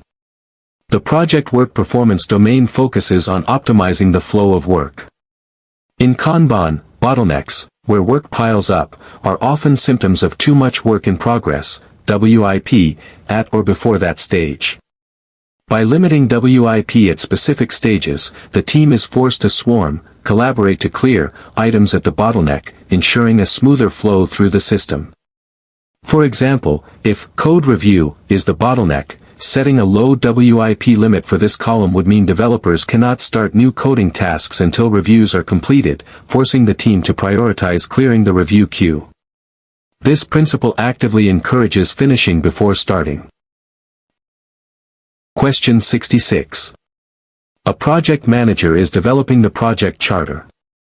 The project sponsor wants to ensure that key success criteria are clearly defined, not just in terms of scope and schedule, but also in terms of business value delivered. Which PMBOK 7th edition performance domain is this primarily concerned with? A. Planning performance domain. B. Team performance domain. C. Delivery performance domain. D. Measurement performance domain.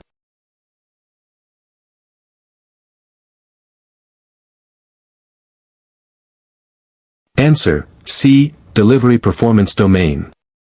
The delivery performance domain emphasizes achieving the desired outcomes and benefits for the organization, aligning the project's work with the business value it aims to create.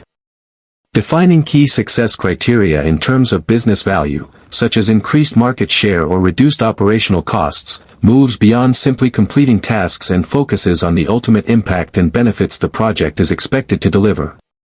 For example, a project's success might be defined by reducing customer service call volume by 20% rather than just launching a new FAQ section. This ensures the project remains focused on delivering meaningful results. Question 67. During a project retrospective, the team identifies that a lack of shared understanding of roles and responsibilities has led to duplicated efforts and missed tasks. What action should the project manager prioritize to improve team collaboration within the team performance domain?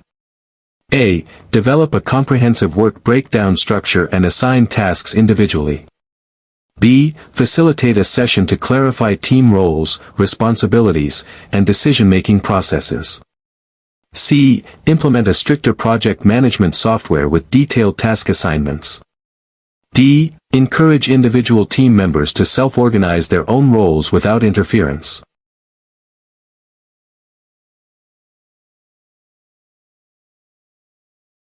Answer: B. Facilitate a session to clarify team roles, responsibilities, and decision-making processes. Within the team performance domain, clear roles and responsibilities are fundamental for effective collaboration and avoiding redundancy or gaps. When confusion arises, a facilitated session allows the team to collectively define, understand, and agree upon who is responsible for what, leading to improved coordination and efficiency. For example, creating a RACI chart, responsible, accountable, consulted, informed, together for key activities can provide a visual aid and a clear reference for the team. Empowering the team to define its own working agreements fosters a stronger sense of ownership and accountability. Question 68. A project team is using an adaptive approach and releases a new feature every 2 weeks. To gather feedback quickly and ensure the feature meets user needs, what is the most effective approach within the delivery performance domain? A. Conduct a comprehensive user survey after 3 months of the feature's release. B. Implement internal quality assurance checks to ensure technical soundness before release. C. Facilitate frequent demonstrations and feedback sessions with end users and stakeholders. D. Focus on delivering as many features as possible to satisfy customer demand.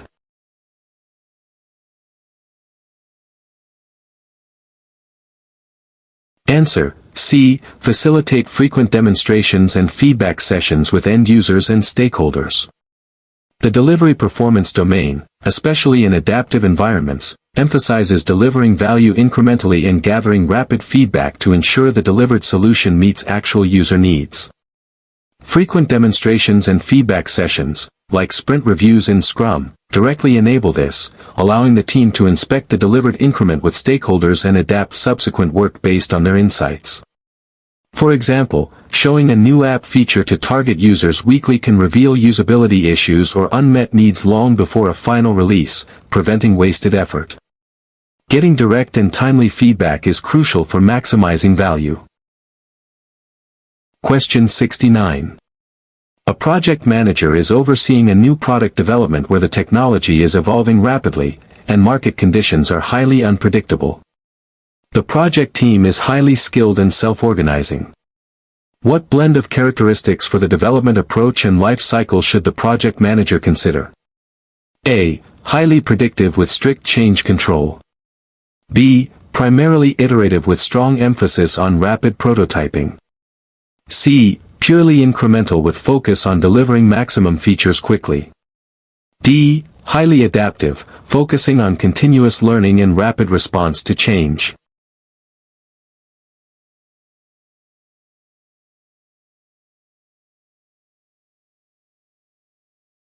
Answer: D. Highly adaptive, focusing on continuous learning and rapid response to change.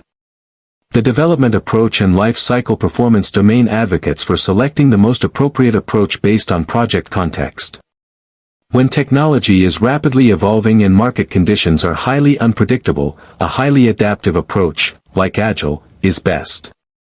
This approach prioritizes continuous learning, embraces change, and emphasizes rapid response through iterative development and frequent feedback loops. For example, developing a new AI-driven service would benefit from an adaptive approach, allowing the team to pivot quickly as new technologies emerge or user needs become clearer. Adaptability is key in highly uncertain environments. Question 70. A project team has identified several high-impact risks that, if they occur, could significantly derail the project. The project manager wants to ensure these risks are effectively managed. Which aspect of the uncertainty performance domain is most crucial to implement proactively? A. Focusing on finding new opportunities to balance the threats. B. Developing detailed contingency plans and allocating response owners for each identified risk. C. Informing stakeholders that some risks are unavoidable and they should be prepared for potential impacts. D. Minimizing the number of identified risks to avoid analysis paralysis.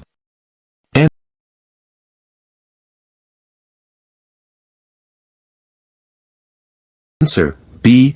Developing detailed contingency plans and allocating response owners for each identified risk. The uncertainty performance domain emphasizes proactively managing risks. For high-impact threats, developing detailed contingency plans and assigning clear owners for each response is crucial. This ensures that if a risk materializes, there is a predefined course of action and a responsible party to execute it, minimizing chaos and impact. For example, if a critical supplier risk is identified, the contingency plan might involve identifying a backup supplier and establishing a preliminary agreement. Proactive planning for responses significantly improves the project's resilience. Question 71. A project manager is reviewing the current sprint's progress. The burn-down chart shows that the team is significantly behind schedule, and there's a risk of not completing the committed work. What is the most effective action for the project manager, Scrum Master, to take regarding the measurement performance domain? A. Extend the sprint duration to allow the team to complete the work. B. Meet with the product owner to discuss potential scope adjustments, de-scoping, for the current sprint. C. Pressure the team to work overtime to catch up on the committed tasks. D. Report the delay to stakeholders and prepare for a missed sprint goal without intervention.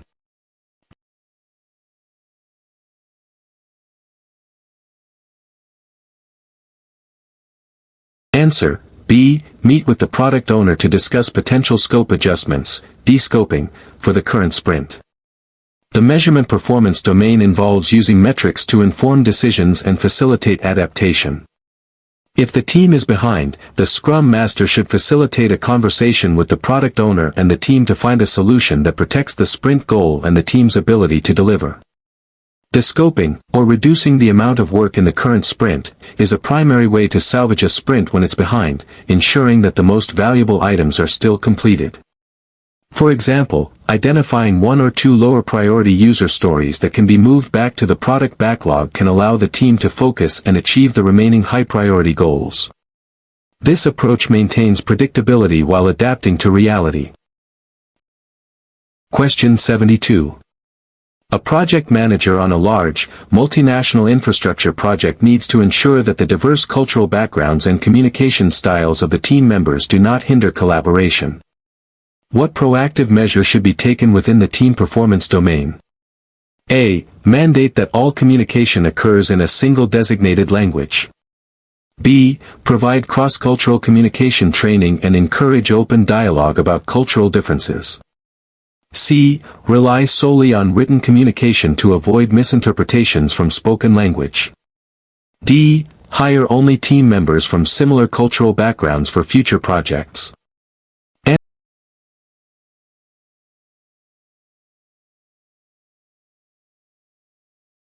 Answer: B. Provide cross-cultural communication training and encourage open dialogue about cultural differences. Within the team performance domain, fostering an inclusive and effective team requires addressing cultural diversity proactively. Providing cross-cultural communication training helps team members understand and adapt to different norms, while encouraging open dialogue creates a safe space to discuss and resolve misunderstandings. For example, the training could cover nonverbal cues or decision-making styles prevalent in different cultures, helping the team navigate potential communication pitfalls and build stronger relationships. Embracing and understanding cultural differences enhances team cohesion and effectiveness. Question 73. A project manager is leading a project to develop a new online learning platform. The client is a large educational institution with multiple departments, each having different requirements and expectations for the platform. What is the most critical initial step within the stakeholder performance domain? A. Develop a comprehensive list of all potential features for the platform. B. Conduct a detailed stakeholder analysis to identify key stakeholders, their interests, and influence. C. Prepare a detailed project schedule based on preliminary estimates. D. Begin negotiating contracts with potential vendors for platform development.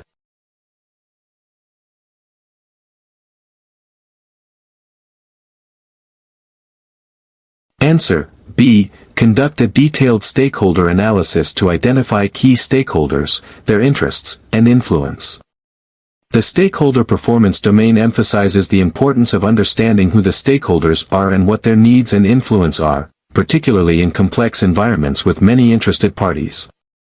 A detailed stakeholder analysis helps the project manager identify all relevant individuals and groups, assess their impact on the project, and determine the most effective engagement strategies. For example, identifying that the IT department, faculty, and student representatives each have unique needs for the platform allows the project manager to proactively tailor communication and involve them appropriately, preventing conflicts later. Knowing your stakeholders is the foundation for successful engagement. Question 74. A new project is being initiated to comply with an urgent, non-negotiable regulatory deadline. The project's requirements are clear, and the scope is fixed. What approach to the development approach and life cycle should the project manager choose? A. An adaptive approach to allow for continuous iteration. B. A predictive approach to ensure compliance by the deadline. C. An incremental approach to deliver features regularly. D. A hybrid approach combining flexibility and control.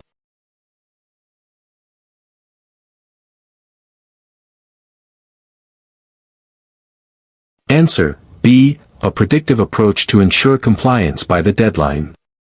The development approach and life cycle performance domain dictates choosing the most suitable life cycle. For projects with fixed deadlines, clear, stable requirements, and a high need for compliance, a predictive approach is often the most appropriate. It allows for detailed upfront planning and sequential execution, which provides maximum control to ensure all requirements are met by the specific deadline. For example, implementing a system to meet a new tax regulation would benefit from a predictive approach to ensure all compliance checks are completed before the deadline. Predictability is key when facing strict regulatory constraints. Question 75. A project is running significantly behind schedule.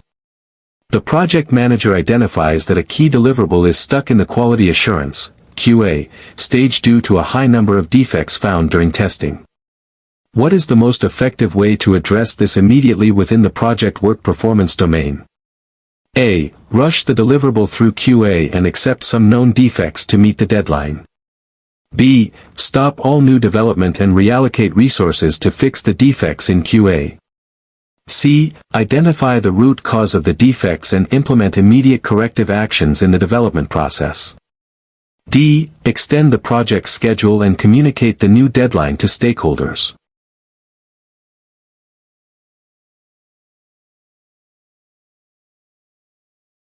Answer: C. Identify the root cause of the defects and implement immediate corrective actions in the development process. The project work performance domain focuses on optimizing the flow of work and managing quality. While simply fixing defects can address the immediate problem, identifying their root cause and implementing corrective actions in the development process is crucial for preventing recurrence and improving overall quality and efficiency. For example, if the root cause is unclear requirements or insufficient unit testing, addressing those issues prevents future defects from reaching QA, ultimately speeding up the overall flow and improving quality. Focus on preventing defects rather than just finding and fixing them. Question 76. A project is in its final stages, and the project manager is concerned about ensuring that the benefits expected from the project are actually realized after its completion. Which action aligns best with the delivery performance domain? A. Hand over all project documentation to the operations team for archival. B. Conduct a post-project benefit realization review with relevant stakeholders a few months after project closure. C. Focus solely on ensuring all contractual obligations are met before closing the project. D. Disband the project team immediately upon final deliverable acceptance.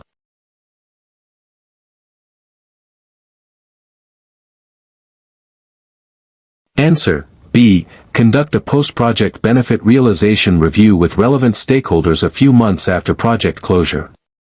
The delivery performance domain emphasizes that project success is ultimately measured by the realization of benefits and desired outcomes. This often extends beyond the formal project closure date. Conducting a post-project benefit realization review a few months after completion allows the organization to assess whether the project's outputs have actually led to the intended benefits, providing valuable feedback for future investments. For example, reviewing if a new customer service portal has indeed reduced call wait times and improved satisfaction aligns directly with benefit realization. True success is about sustained value. Question 77. A project manager notices that the team members are reluctant to raise concerns or openly discuss potential problems during team meetings, often leading to issues surfacing late in the project. Which aspect of the team performance domain needs improvement? A. Clearer individual performance metrics. B. Stronger directive leadership. C. Psychological safety. D. More formal communication channels.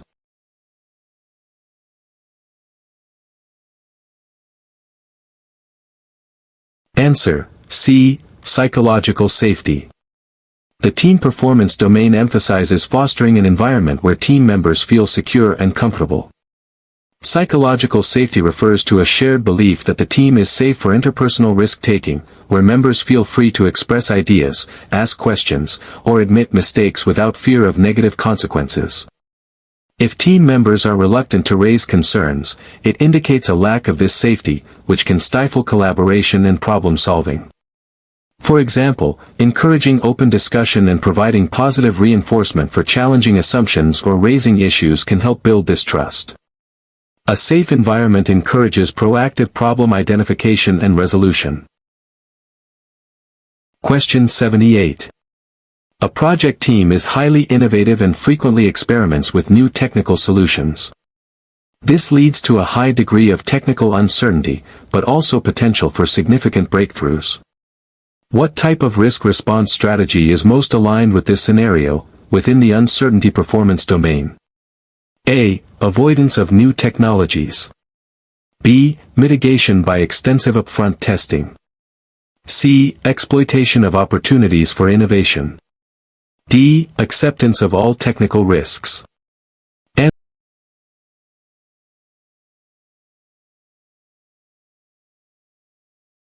Answer: C. Exploitation of opportunities for innovation. The uncertainty performance domain includes managing both threats and opportunities. In a highly innovative project, technical uncertainty often comes with the potential for breakthroughs, positive risks or opportunities. Exploitation is a strategy to ensure that an opportunity is realized by increasing the probability and/or impact of a positive risk. For example, if a team discovers a promising new algorithm, they might dedicate extra resources to fully develop and integrate it to achieve a significant competitive advantage. This strategy actively seeks to maximize positive outcomes from uncertainty. Question 7-9. A project manager is presenting the project's progress to a diverse group of stakeholders, some of whom are very focused on financial metrics, while others prioritize delivery of features and customer satisfaction. Which approach should the project manager take for reporting within the measurement performance domain? A. Provide a single report that includes all possible metrics to satisfy everyone. B. Tailor different reports or sections of a report to highlight metrics relevant to each stakeholder group's interests. C. Focus only on the metrics that make the project look most successful. D. Ask stakeholders to agree on a single set of metrics for all future reports.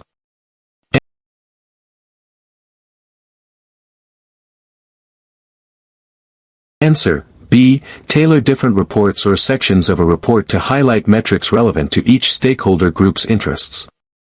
The measurement performance domain emphasizes delivering relevant and consumable information. Different stakeholder groups have different needs and interests, so a one-size-fits-all report is often ineffective. Tailoring reports or providing separate sections that highlight metrics relevant to each group ensures that stakeholders receive the information most important to them in a digestible format. For example, financial stakeholders might receive a cost variance report, while product stakeholders receive a feature burn-up chart and customer satisfaction metrics. This approach maximizes the utility of the reported information for decision-making. Question 80. A project team is in the process of defining the project scope. There are numerous functional and non-functional requirements to consider, and stakeholders are frequently adding new ideas. Which planning performance domain activity is essential to manage this situation and ensure a manageable scope?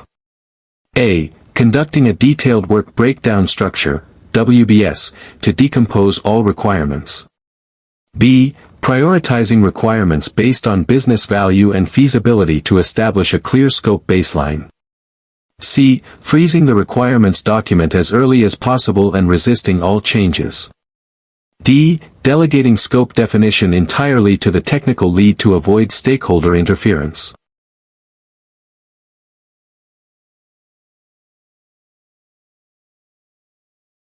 Answer: B. Prioritizing requirements based on business value and feasibility to establish a clear scope baseline.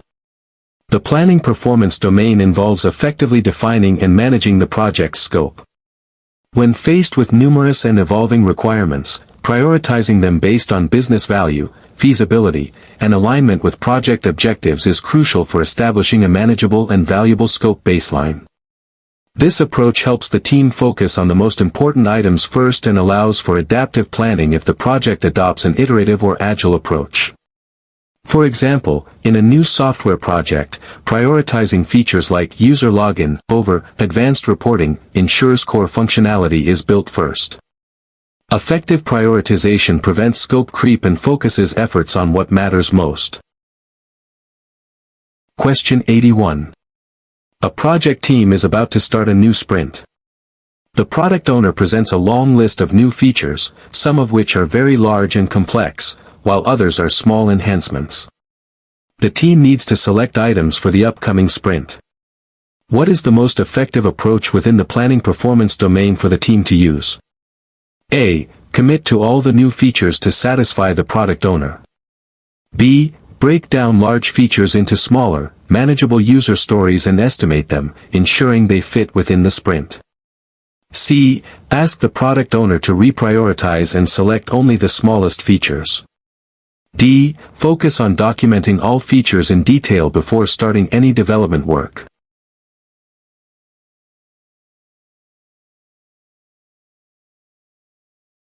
Answer: B. Break down large features into smaller, manageable user stories and estimate them, ensuring they fit within the sprint.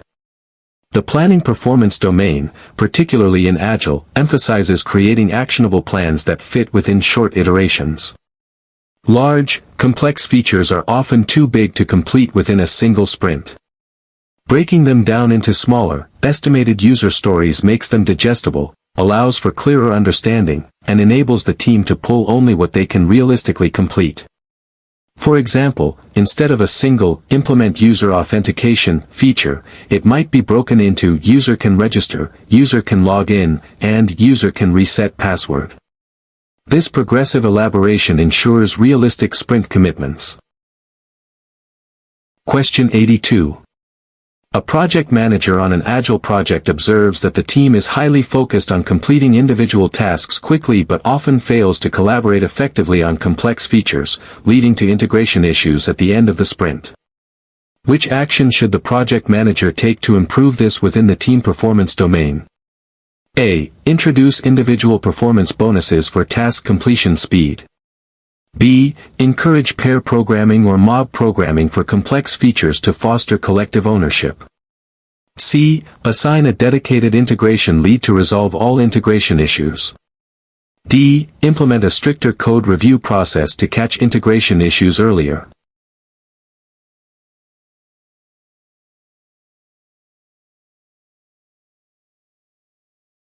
Answer: B. Encourage pair programming or mob programming for complex features to foster collective ownership.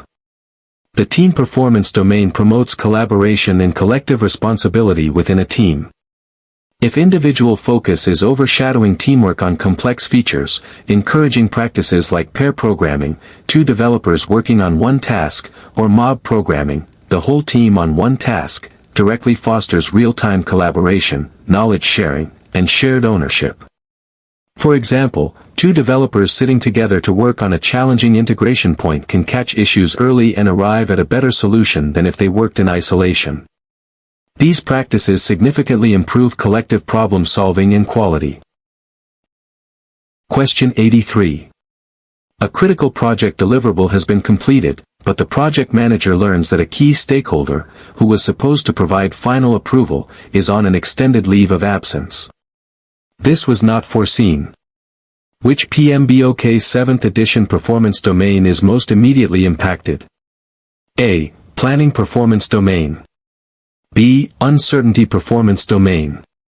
C. Delivery performance domain. D. Measurement performance domain.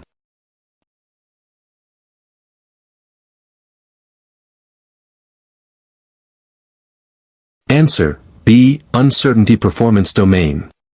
The uncertainty performance domain deals with managing unforeseen events and their impacts. An unexpected extended leave of absence by a critical stakeholder responsible for approval is a materialized risk, an unknown unknown, or at least an unmanaged known unknown. It directly introduces uncertainty regarding the project's ability to proceed or deliver. For example, if a compliance officer unexpectedly leaves, project sign-offs might be delayed or become invalid, creating significant uncertainty for project completion. This domain focuses on the project's resilience and adaptive capacity to such events. Question 84. A project manager is leading a project that involves implementing a new ERP system. The project's success is dependent on various departments adopting the new system, but some managers are resisting due to perceived workload increases. What should the project manager prioritize within the stakeholder performance domain? A. Inform the resistant managers that system adoption is mandatory. B. Engage with the resistant managers to understand their concerns and develop strategies to address their pain points. C. Bypass the resistant managers and work directly with their staff. D. Focus solely on the technical implementation of the ERP system.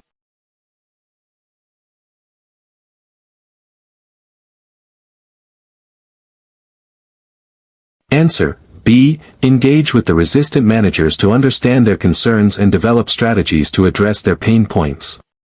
The stakeholder performance domain emphasizes proactive and effective engagement, especially when dealing with resistance.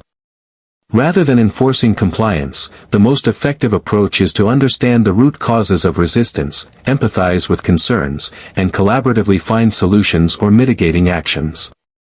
For example, a project manager might discover that managers are concerned about inadequate training or insufficient resources, which can then be addressed through revised plans or additional support. Addressing resistance through engagement builds trust and increases the likelihood of successful adoption. Question 85. A project manager is reviewing the project's current status and sees that while individual tasks are being completed, the overall project progress is slower than expected. This indicates a potential bottleneck or inefficiency in the overall workflow. Which PMBOK 7th edition performance domain is primarily concerned with optimizing this flow? A. Planning performance domain.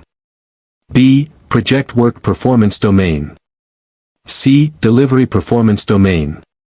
D. Team performance domain.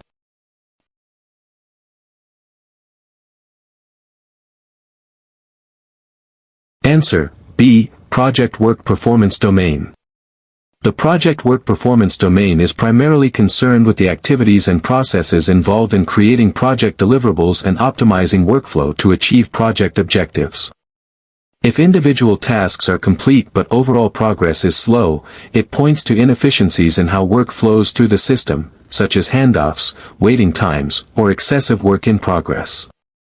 For example, a project might have individual tasks completed quickly, but if code is waiting days for review or testing, the overall flow is impeded. This domain focuses on the execution efficiency and management of the project's core activities. Question 86. A new project has been initiated to develop a groundbreaking AI solution. The project has an extremely tight deadline to capture market share, and the final solution is expected to evolve as user feedback comes in. Which development approach and life cycle is most suitable? A. Predictive, waterfall. B. Hybrid. C. Iterative and incremental. D. Phased gate.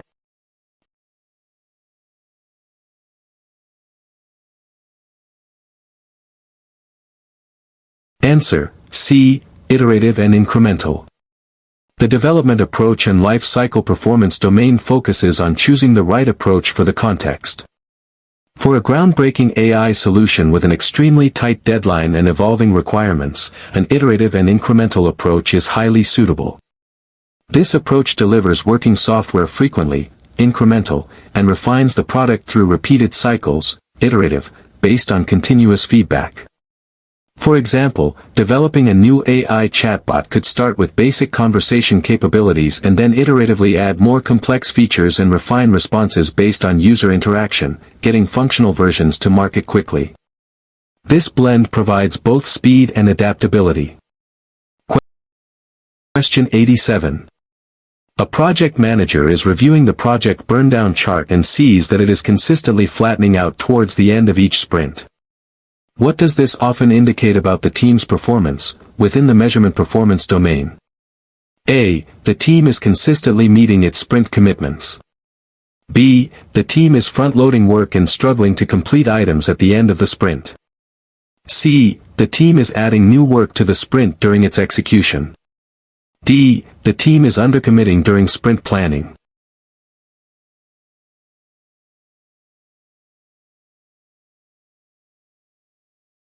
Answer: B. The team is front-loading work and struggling to complete items at the end of the sprint. The measurement performance domain uses metrics to provide insights into project performance. A burn-down chart that flattens out towards the end of a sprint often indicates that the team is starting many items early but then struggling to complete them, perhaps due to unfinished work piling up or issues emerging late. This suggests items are not truly done until the last minute, or work is not being broken down effectively. For example, if all testing is left until the very end, the burn-down will stall until all tests pass. This pattern points to potential issues with definition of done, swarming, or managing work in progress. Question 88. The project team is consistently over budget for travel expenses during the execution phase. The project manager needs to identify the root cause and implement controls. Which PMBOK 7th edition performance domain is primarily relevant to this financial oversight? A. Planning performance domain. B. Project work performance domain. C. Delivery performance domain. D. Uncertainty performance domain.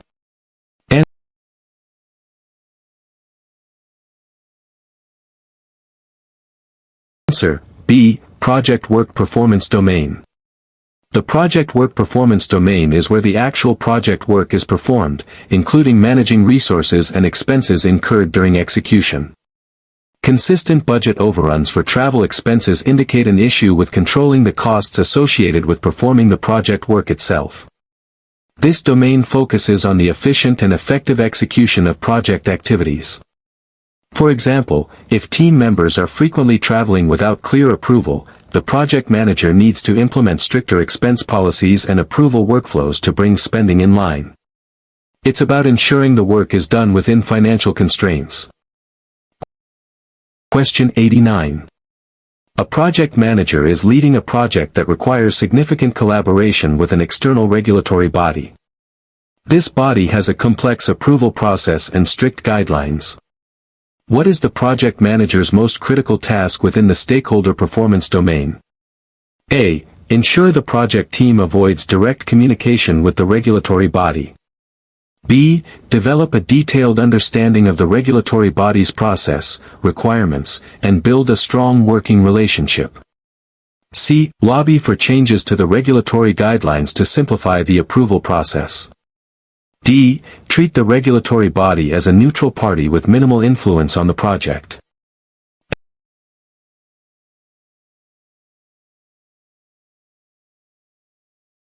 Answer: B. Develop a detailed understanding of the regulatory body's process, requirements, and build a strong working relationship. The stakeholder performance domain emphasizes proactive engagement and management of stakeholders, particularly those with significant influence or authority like regulatory bodies. Understanding their processes and building a strong, collaborative working relationship is crucial for navigating complex approvals and ensuring compliance. For example, setting up regular meetings with key contacts from the regulatory body to review progress and clarify guidelines can prevent delays and foster a cooperative environment. Proactive relationship building and process understanding are key to managing influential external stakeholders effectively. Question 90.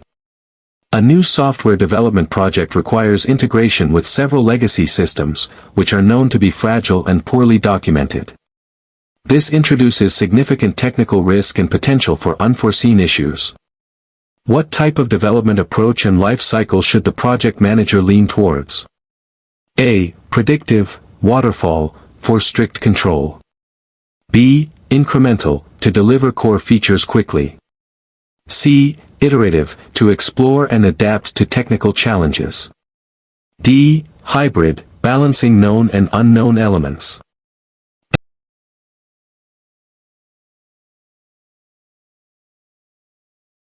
Answer: C. Iterative, to explore and adapt to technical challenges. The development approach and life cycle performance domain suggests choosing an approach based on the level of uncertainty. When dealing with fragile, poorly documented legacy systems, there is high technical uncertainty. An iterative approach is well suited for exploring, refining, and adapting to these technical challenges through successive cycles of design, build, and test, learning from each iteration. For example, building small integration prototypes and testing them rigorously in iterations would allow the team to uncover unforeseen issues and adapt their approach before full-scale development.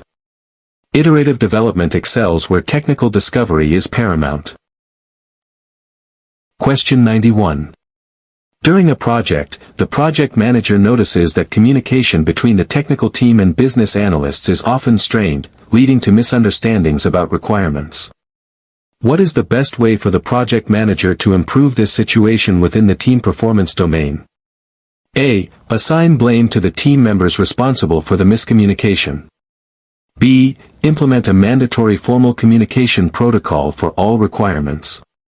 C. Facilitate workshops or regular direct dialogue sessions to bridge the gap and encourage empathy. D. Act as a sole intermediary for all communication between the two groups.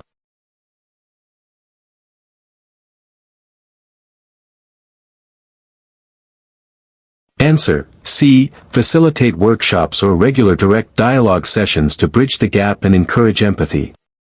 The team performance domain emphasizes fostering effective communication and collaboration. Strained communication between distinct groups often stems from different perspectives or jargon. Facilitating direct dialogue, such as workshops or joint working sessions, helps break down silos, builds empathy, and creates shared understanding by allowing both sides to explain their viewpoints and needs directly. For example, a joint requirements gathering session where business analysts explain user needs and technical team members explain feasibility can significantly reduce misunderstandings. Encouraging direct, open communication is key. Question 92. A project team consistently finishes sprints, but stakeholders often express that the delivered features don't fully align with their latest strategic priorities.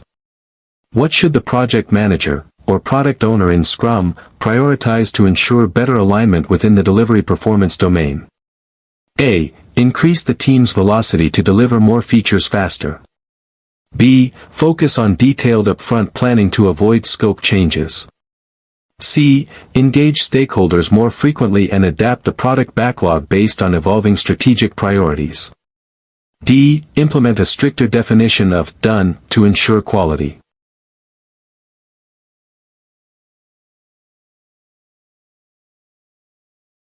Answer: C. Engage stakeholders more frequently and adapt the product backlog based on evolving strategic priorities.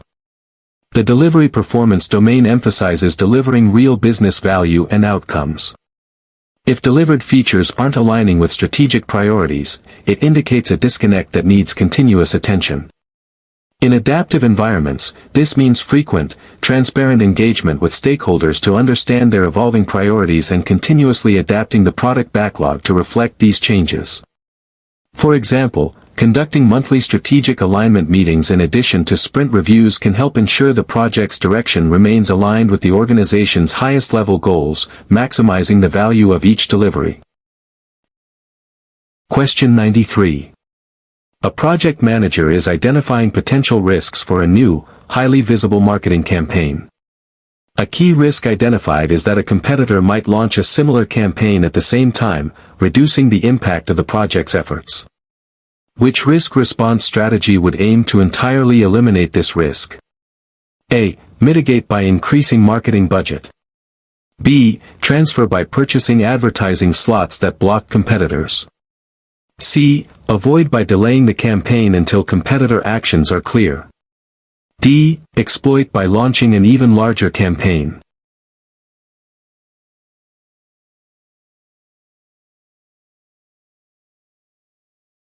Answer, C. Avoid by delaying the campaign until competitor actions are clear. The uncertainty performance domain includes various risk response strategies. Avoidance is a strategy that aims to eliminate the threat entirely by changing the project plan or objective. In this scenario, delaying the campaign until competitor actions are clear would remove the risk of a simultaneous launch altogether. For example, if a new product launch is at risk due to a pending regulatory decision, avoiding the risk might mean delaying the launch until the regulation is finalized. While not always feasible, avoidance is the most direct way to remove a threat. Question 94. A project manager wants to introduce a new tool to track project progress more effectively. However, the team expresses resistance, preferring their current, informal methods. How should the project manager approach this situation within the project work performance domain? A. Mandate the use of the new tool, emphasizing its benefits and the project manager's authority. B. Allow the team to continue with their informal methods, as long as work gets done. C. Involve the team in selecting and customizing the tool, highlighting how it will benefit their workflow. D. Implement the new tool gradually for a small portion of the team first.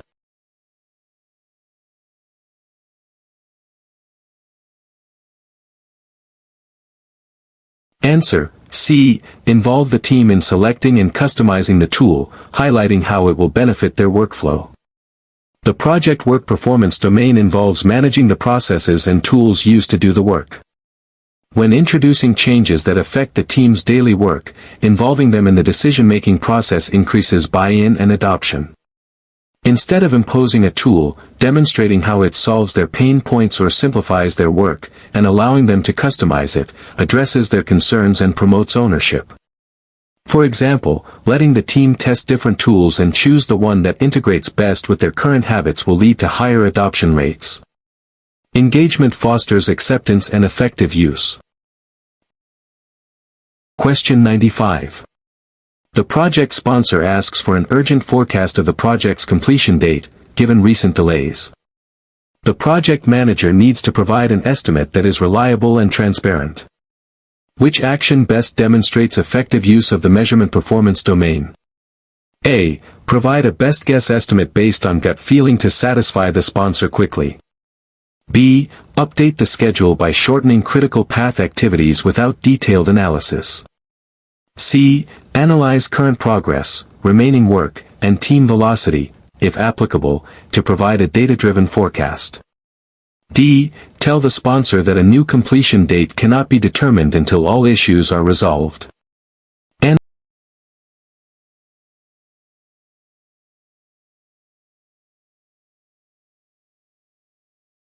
Answer, C. Analyze current progress, remaining work, and team velocity, if applicable, to provide a data-driven forecast.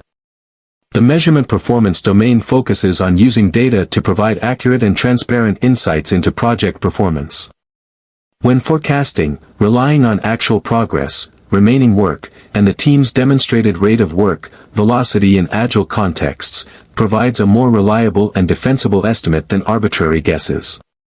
For example, if an Agile team has a consistent velocity of 20 story points per sprint and 100 story points remain, the project manager can reliably forecast 5 more sprints.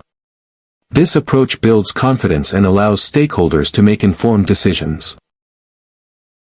Question 96. A project team consistently identifies impediments during daily stand-ups, but these impediments often persist for several days, slowing down progress.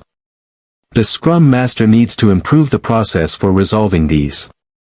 What is the most effective approach within the project work performance domain?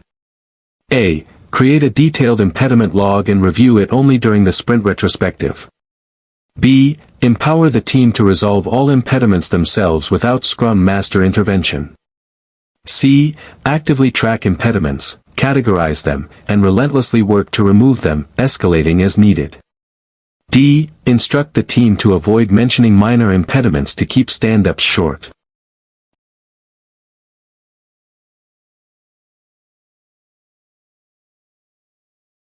Answer, C. Actively track impediments, categorize them, and relentlessly work to remove them, escalating as needed.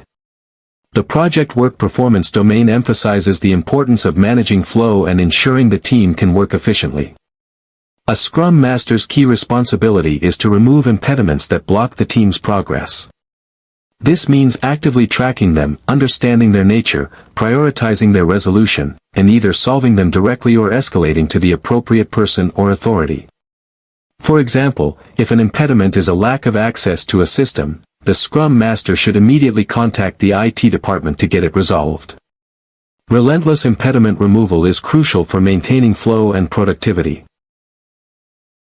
Question 97.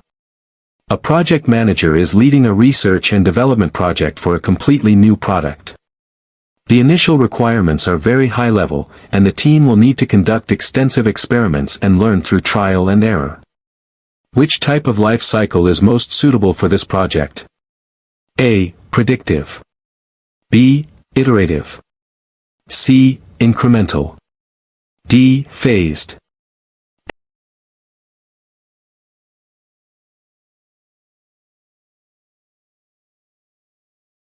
Answer: B. Iterative. The development approach and life cycle performance domain suggests choosing the best fit. For research and development projects where requirements are high level and learning through experimentation is essential, an iterative life cycle is highly suitable. It focuses on developing and refining the solution through repeated cycles of prototyping, testing, and feedback, allowing the team to discover and adapt as knowledge emerges. For example, designing a new type of battery would involve multiple iterations of chemistry formulation and testing until optimal performance is achieved. Iterative approaches are ideal for discovery and refinement. Question 98. A project manager is onboarding a new senior stakeholder who has expressed skepticism about the project's ability to deliver value. What is the most effective approach for the project manager to engage this stakeholder within the stakeholder performance domain? A. Provide the stakeholder with a copy of the detailed project plan and budget. B. Schedule a one-on-one meeting to understand their concerns and present a clear value proposition aligned with their interests. C. Request the project sponsor to directly address the stakeholder's skepticism. D. Limit communication with this stakeholder to avoid further negative influence.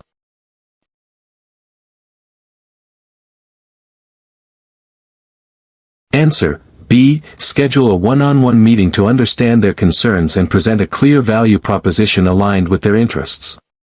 The stakeholder performance domain emphasizes understanding and managing stakeholder expectations and concerns.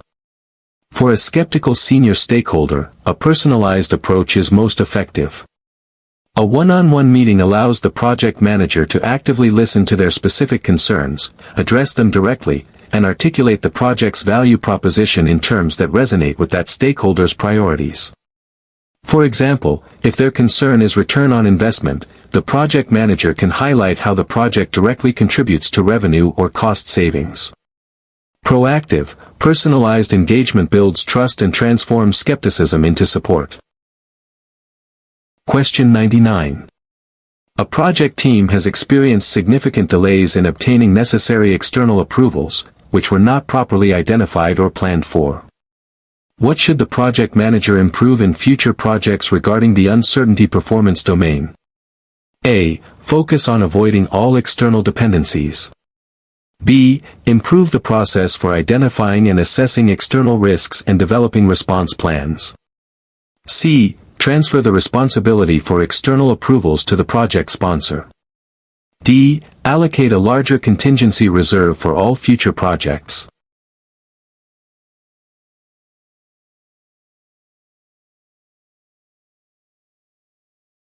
Answer: B. Improve the process for identifying and assessing external risks and developing response plans. The uncertainty performance domain focuses on proactive risk management. If delays occur due to unmanaged external approvals, it indicates a gap in the project's ability to identify, assess, and plan responses for external risks. Improving this process in future projects means more thorough upfront identification of such dependencies, a deeper assessment of their potential impact, and developing specific response strategies. For example, engaging regulatory experts early or building buffer time specifically for external approvals in the schedule can prevent future delays. Continuous learning from past uncertainties enhances future project resilience. Question 100. A project team is highly self-organizing and cross-functional.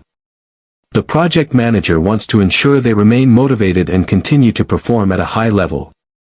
Which aspect of the team performance domain should the project manager prioritize?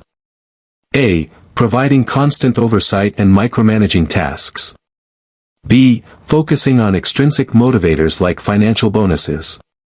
C. Fostering an environment of psychological safety, autonomy, and mastery opportunities.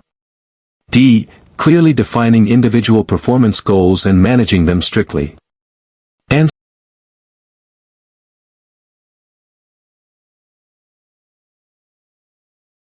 C. Fostering an environment of psychological safety, autonomy, and mastery opportunities.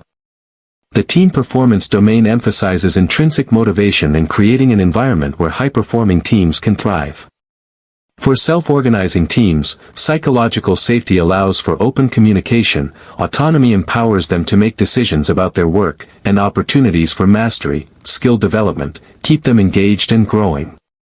For example, allowing a team to choose their tools or methodologies within certain boundaries fosters autonomy, while providing access to new training courses supports mastery.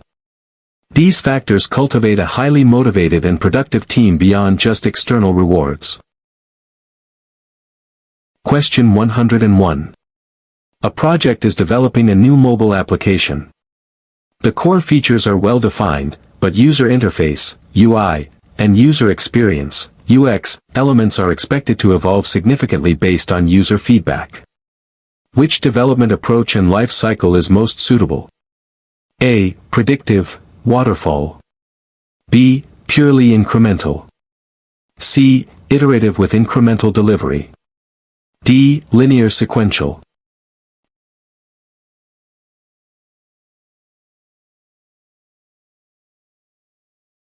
Answer: C. Iterative with incremental delivery. The development approach and life cycle performance domain guides the selection of the most fitting approach. When core features are defined but aspects like UI/UX will evolve with user feedback, a combined iterative and incremental approach is highly effective. It allows for delivering functional pieces, incremental, while continuously refining and improving the user-facing aspects through repeated cycles of feedback and redesign, iterative. For example, releasing a basic app, incremental, and then refining its look and feel based on A/B testing and user comments in subsequent cycles, iterative. This approach balances early delivery with design flexibility. Question 102. A project is experiencing significant delays and budget overruns. The project manager needs to communicate the overall performance status to the steering committee, but wants to avoid overwhelming them with technical jargon. What is the best communication strategy within the measurement performance domain? A. Provide raw data and detailed charts for full transparency. B. Present a high-level summary using business language, focusing on trends, impacts, and proposed actions. C. Only report on positive aspects of the project to maintain confidence. D. Schedule individual meetings with each committee member to explain the issues in detail.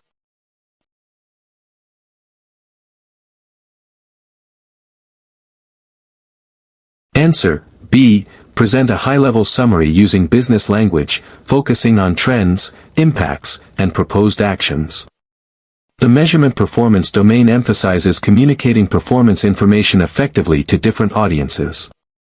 For a steering committee, who are typically high-level decision-makers, a concise summary in business language is far more effective than technical jargon or raw data. Focusing on trends, the business impact of deviations, and proposed corrective actions enables them to make strategic decisions.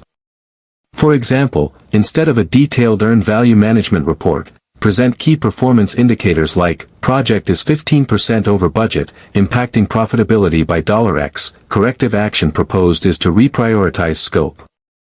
Clarity and focus on business implications are key. Question 103. A project team is about to begin its first sprint. The product owner has a very extensive list of potential features, but not all of them are fully detailed or prioritized. What is the most important activity for the product owner and team to engage in, supported by the Scrum Master, within the planning performance domain?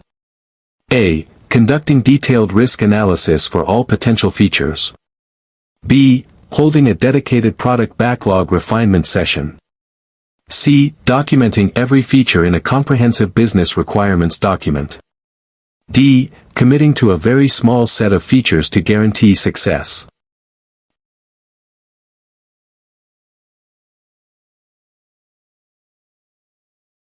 Answer: B. Holding a dedicated product backlog refinement session. The planning performance domain in Agile relies heavily on a well-managed product backlog. When the backlog is extensive and not fully detailed or prioritized, a product backlog refinement session is crucial. This collaborative activity, facilitated by the Scrum Master, allows the product owner and development team to discuss, estimate, and break down items, ensuring they are ready for upcoming sprints. For example, the team might add acceptance criteria, clarify dependencies, or re-estimate items, making the next sprint planning more efficient and effective. This continuous activity ensures the team always works on the most valuable, well-understood items. Question 104. A project manager discovers that a key regulatory approval, critical for project completion, is at high risk of being delayed due to political changes. This was not initially identified. What immediate action is most appropriate within the uncertainty performance domain? A. Ignore the risk, hoping the political situation resolves itself. B. Inform the project sponsor about the new risk and collaboratively develop a response strategy. C. Immediately stop all project work until the political situation stabilizes. D. Transfer all responsibility for regulatory approval to the legal department.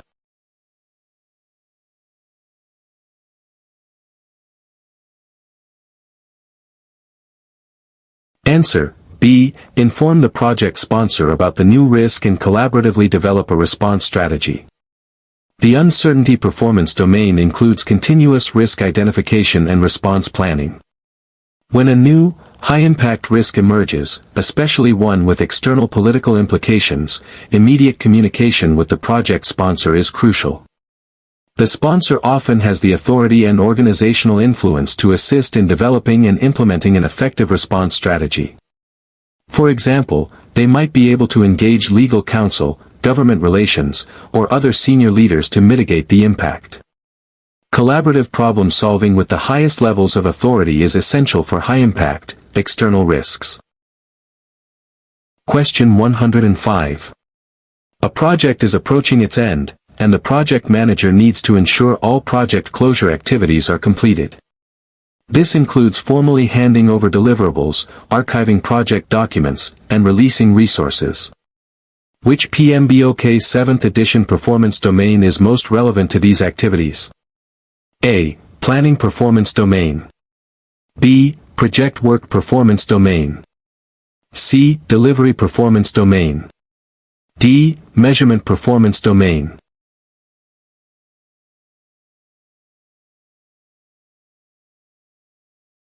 Answer: B. Project work performance domain. The project work performance domain encompasses all the activities related to performing the project work, from initiation to closure. Project closure activities, such as handing over final deliverables, archiving documentation, lessons learned, agreements, plans, and formally releasing team members, are integral parts of completing the project work efficiently and effectively. For example, ensuring all contracts are closed out and that final payments are made is a key aspect of completing the overall project work. This domain covers the operational aspects of managing the project lifecycle. Question 106. The project manager is working with a new client who is accustomed to highly detailed, upfront contractual agreements and a clear, fixed scope. However, the project involves some innovative components that are difficult to define precisely. What type of contract should the project manager propose to balance these conflicting needs within the uncertainty performance domain? A. A single, firm fixed-price contract for the entire project. B. A time and materials contract for the entire project. C. A hybrid contract with fixed price for stable parts and time and materials for innovative parts. D. An agile contract with no fixed scope or price.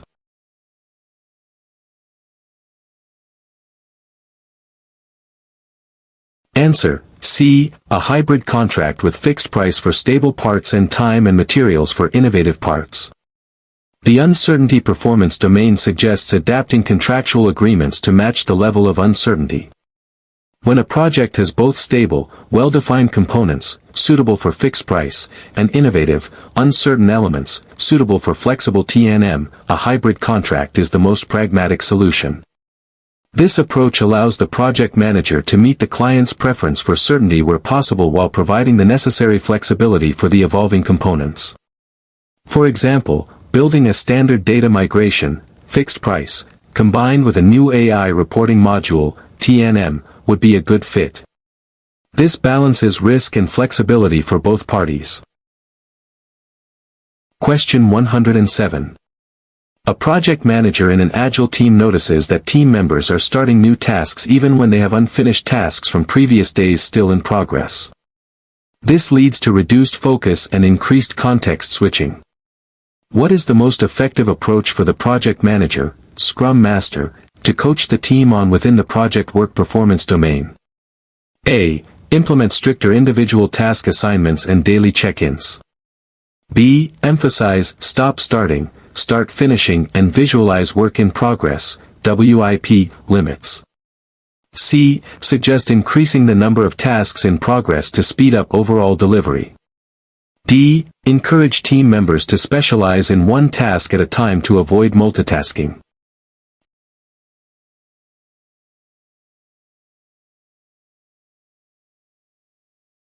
Answer: B. Emphasize stop starting, start finishing and visualize work in progress, WIP, limits. The project work performance domain, particularly in agile and lean contexts, focuses on optimizing the flow of work. When team members multitask or start too many things without finishing, it increases lead times and reduces efficiency. The principle of stop starting, start finishing, coupled with visual work in progress, WIP, limits on a Kanban board or within a sprint encourages the team to focus on completing existing work before pulling new tasks. For example, if a team has a WIP limit of 3, a team member cannot start a fourth task until one of the existing 3 is moved to a done state. This improves focus and throughput.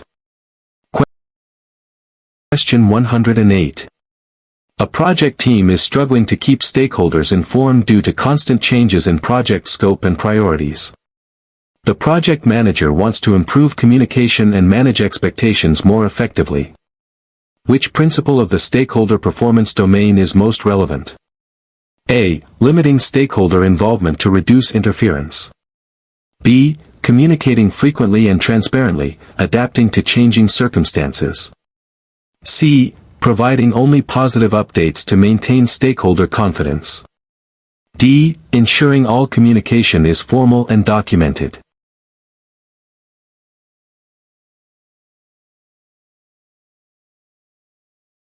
Answer: B. Communicating frequently and transparently, adapting to changing circumstances.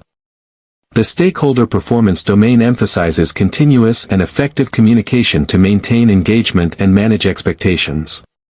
When the project environment is dynamic with constant changes, it's crucial to communicate frequently and transparently about these changes, their impact, and how the project is adapting. For example, holding bi-weekly stakeholder briefings to discuss recent changes, their implications, and the revised plan helps keep everyone aligned and reduces surprises. Transparency and adaptability in communication build trust even amidst uncertainty. Question 109. A project manager is reviewing team performance data for an agile project. They notice that the team's burn-down rate is inconsistent, and there are often large amounts of work spiking to done only at the very end of the sprint. What could this indicate about the team's process, concerning the measurement performance domain? A. The team is effectively managing its sprint backlog. B. The team might have an inadequate definition of done, or is deferring integration and testing. C. The product owner is consistently prioritizing correctly. D. The team is undercommitting to sprint goals.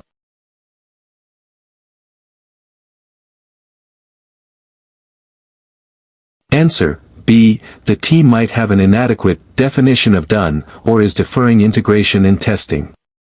The measurement performance domain uses visual tools like burn-down charts to provide insight into team progress. When work spikes to done only at the end of a sprint, it often indicates that items are not truly complete throughout the sprint. This suggests an inadequate definition of done, e.g., testing or integration is left until the last minute, or a lack of continuous integration. For example, if a team marks a task done when coding is finished but not tested, the burn-down won't reflect true progress. Improving the definition of done to include all necessary steps for a truly releasable increment helps ensure continuous, verifiable progress. Question 110. A large-scale government project has very stringent compliance requirements, a fixed budget, and a long timeline. The project involves multiple contractors and complex legal frameworks. Which development approach and life cycle is most suitable for this project? A. Purely adaptive, agile. B. Iterative and incremental. C. Predictive, waterfall. D. A highly flexible hybrid approach.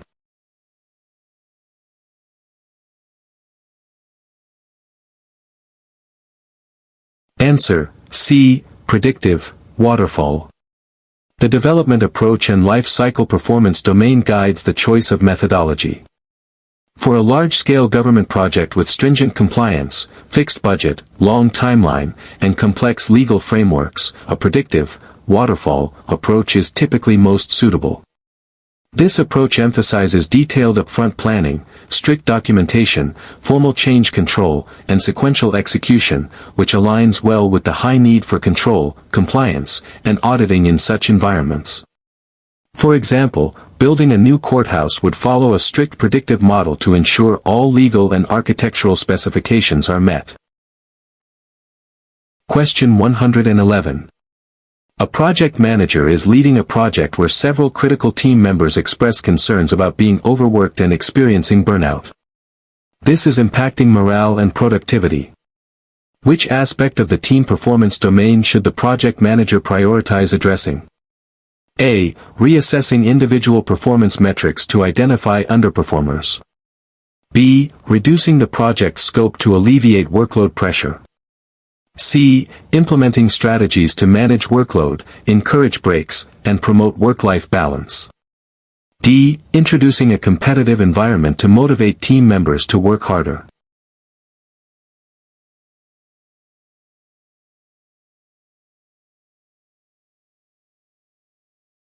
Answer: C. Implementing strategies to manage workload, encourage breaks, and promote work-life balance. The team performance domain emphasizes fostering a healthy and sustainable work environment for the team. Burnout significantly impacts morale, productivity, and retention. A project manager should prioritize addressing workload issues proactively, encouraging breaks, and promoting work-life balance to ensure the team's long-term well-being and performance. For example, facilitating a discussion on workload capacity during sprint planning or encouraging team members to take mandatory breaks can help prevent burnout. A sustainable pace is crucial for long-term team effectiveness. Question 112. A project manager is preparing to close out a project. As part of this, they need to ensure that the project's outputs are successfully integrated into the receiving organization's ongoing operations and that the expected benefits begin to materialize. Which PMBOK 7th edition performance domain is primarily focused on these aspects? A. Planning performance domain. B. Project work performance domain. C. Delivery performance domain. D. Measurement performance domain.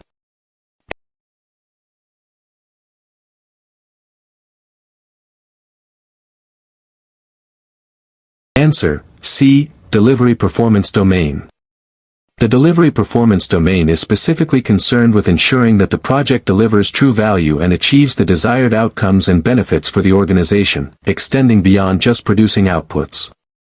The successful integration of outputs into operations and the materialization of benefits are the ultimate goals of value delivery.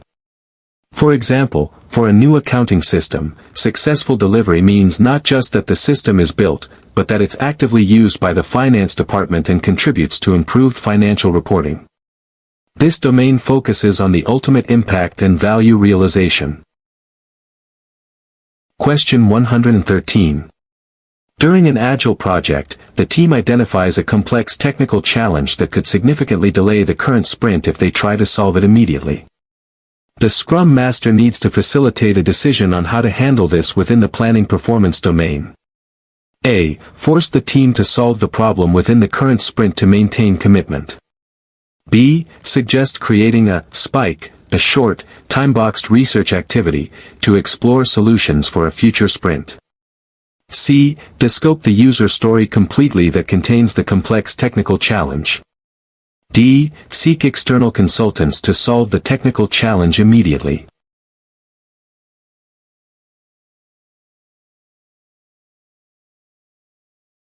Answer: B. Suggest creating a spike, a short, time-boxed research activity, to explore solutions for a future sprint. The planning performance domain in Agile encourages adaptive planning and managing uncertainty. When a complex technical challenge is identified that can't be solved within the current sprint without impacting commitments, a spike is a valuable technique. A spike is a time-boxed research or exploration activity to gain the knowledge needed to estimate or solve a future problem, allowing the current sprint to proceed without disruption. For example, dedicating half a day to research a new API integration allows the team to understand its complexities before committing to developing the feature. This allows for informed future planning without disrupting current delivery. Question 114. A project manager is faced with significant external market volatility and a rapidly changing competitive landscape. The project's initial scope and objectives might need frequent adjustments to remain relevant. Which aspect of the uncertainty performance domain is most critical to manage? A. Focusing solely on avoiding negative risks. B. Embracing complexity and ambiguity through adaptive planning and continuous sensing. C. Relying on historical data to predict future market trends accurately. D. Transferring all market-related risks to external partners.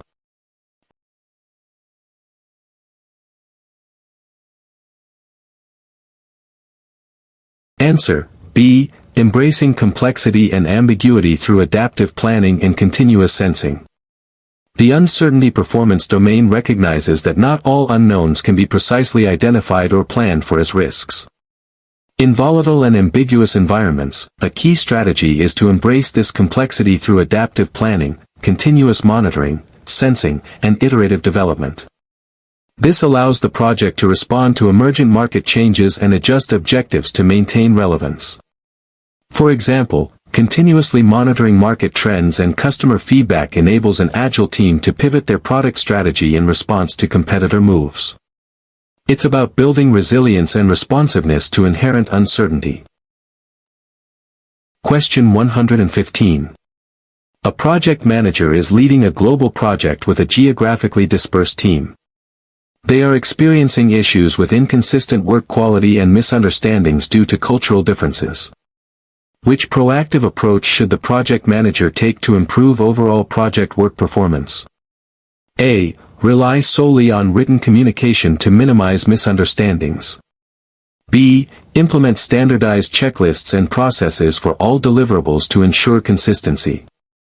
C. Provide cross-cultural communication training and encourage virtual team-building activities. D. Focus on individual performance metrics to identify and correct quality issues.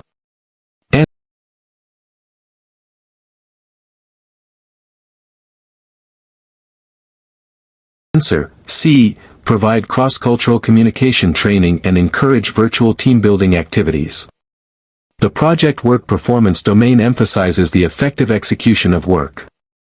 While standardization, B, can help with consistency, addressing the root causes of misunderstandings in a diverse, dispersed team requires focusing on communication and team cohesion. Cross-cultural training helps team members understand different communication styles and work norms, while virtual team building fosters trust and strengthens relationships, ultimately leading to better collaboration and consistent work quality. For example, regular informal virtual coffee breaks can help build rapport among team members from different regions, reducing communication barriers. A cohesive team performs better. Question 116. A project manager has identified several key stakeholders who are highly influential but currently have a low level of support for the project. What is the most effective initial strategy for engaging them within the stakeholder performance domain? A. Ignore them, as their low support makes them less valuable. B. Force their support by escalating the issue to higher authority. C. Understand their interests and concerns, then develop a strategy to increase their support. D. Provide them with only minimal information to avoid increasing their opposition.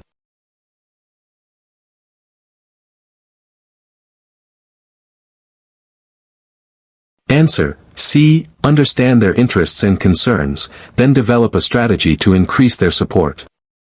The stakeholder performance domain emphasizes the importance of proactively engaging all stakeholders, especially those with high influence. When influential stakeholders have low support, the most effective strategy is to understand the root causes of their opposition, their interests, concerns, and potential benefits or impacts. This understanding then enables the project manager to develop tailored strategies to address their concerns, demonstrate value, and ultimately convert them into supporters. For example, discovering that a powerful department head fears the project will disrupt their operations allows the project manager to propose specific mitigation or integration plans. Knowledge and tailored engagement are key. Question 117. A project manager uses a project dashboard that visually displays key performance indicators, KPIs, such as burn-down charts, earned value, and defect rates. This aligns directly with which PMBOK 7th edition performance domain? A. Planning performance domain. B. Team performance domain. C. Delivery performance domain. D. Measurement performance domain.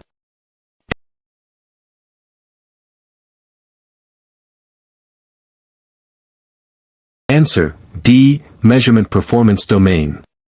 The measurement performance domain is centrally concerned with evaluating the effectiveness of project performance and achieving project objectives. Using dashboards with KPIs like burn-down charts, earned value, and defect rates are direct methods for collecting, analyzing, and communicating project performance data. For example, a burn-down chart shows progress against planned work, while earned value provides financial and schedule performance insights, all serving to provide actionable information for decision-making. This domain is all about providing insights to understand current performance and inform future actions. Question 118. A project team is consistently finding it difficult to get timely feedback on their prototypes from key business stakeholders, causing delays in the iterative development cycle. What is the most appropriate action for the project manager to take within the project work performance domain? A. Proceed with development based on existing feedback, even if it's outdated. B. Schedule more frequent and mandatory feedback sessions with stakeholders. C. Redesign the feedback mechanism to be more convenient and integrated into stakeholders' existing workflows. D. Ask the project sponsor to pressure the stakeholders to provide feedback faster.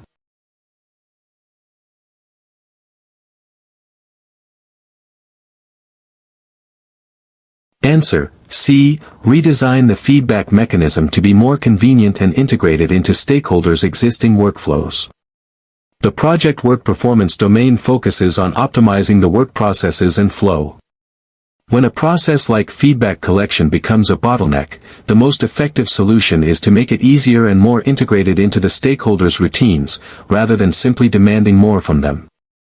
For example, instead of large, formal meetings, the project manager could implement a simple online feedback form, embed quick surveys directly into prototypes, or integrate feedback channels into tools stakeholders already use daily. Making the process effortless for stakeholders is key to getting timely input. Question 119. A project has been initiated to develop a new internal policy.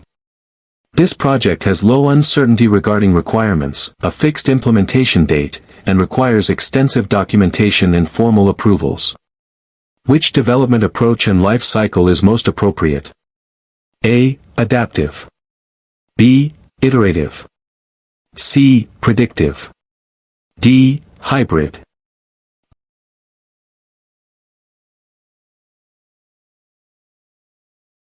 Answer: C. Predictive. The development approach and life cycle performance domain guides the selection of the most suitable methodology. For projects with low uncertainty, clear requirements, a fixed implementation date, and a strong need for formal documentation and approvals, like a new internal policy, a predictive approach is most appropriate. It excels in environments where upfront planning and sequential execution provide the necessary control and auditability. For example, developing a new HR policy would typically follow a linear, phased approach to ensure all legal and departmental reviews are completed before rollout. Question 120. A Scrum team constantly feels pressure to deliver more features than they can realistically complete in a sprint, leading to high stress and technical debt. The product owner is primarily focused on maximizing output. What is the most appropriate action for the Scrum Master within the team performance domain? A. Protect the team from overcommitment by coaching the product owner on sustainable pace and backlog refinement. B. Encourage the team to work overtime to meet the product owner's demands. C. Reallocate some product owner responsibilities to the development team. D. Implement a strict sprint goal that the team must always meet, regardless of challenges.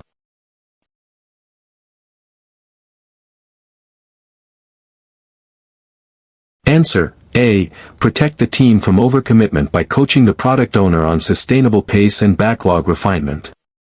The team performance domain includes fostering a healthy and sustainable working environment for the team. A Scrum Master acts as a servant leader, protecting the team from external pressures that lead to overcommitment and burnout. This involves coaching the product owner on the importance of a sustainable pace, proper backlog prioritization, and understanding the team's true capacity. For example, helping the product owner understand that consistently overcommitting leads to technical debt and lower long-term velocity can shift their focus.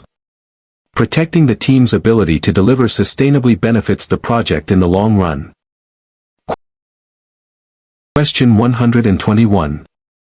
A project has just completed a major milestone. The project manager wants to ensure that the project's performance is accurately assessed against its objectives and that any deviations are identified. Which PMBOK 7th edition performance domain is most relevant to this activity? A. Planning performance domain. B. Project work performance domain. C. Delivery performance domain. D. Measurement performance domain.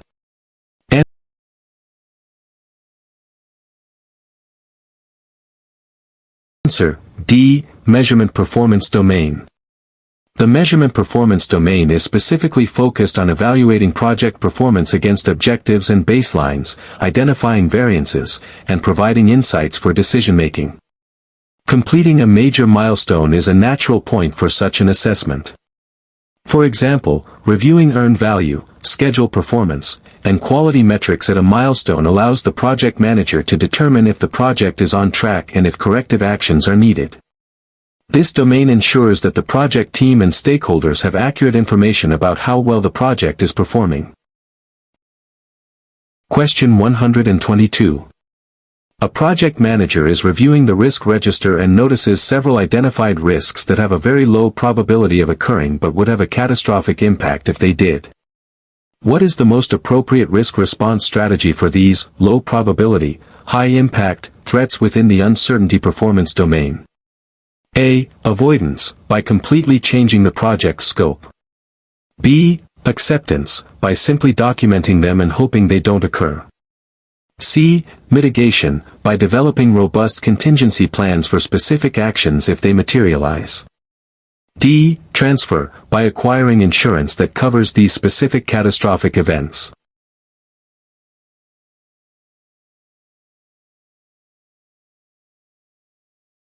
Answer: C. Mitigation, by developing robust contingency plans for specific actions if they materialize. The uncertainty performance domain suggests tailored responses to risks.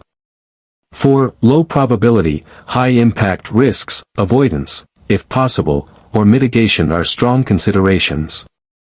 Mitigation, specifically developing robust contingency plans, is often chosen when avoidance isn't feasible and the impact is too high to simply accept or transfer. This ensures that even for rare events, a clear plan exists to reduce their impact if they materialize. For example, for a rare but catastrophic system failure, a detailed disaster recovery plan would be a form of mitigation, outlining specific steps to recover.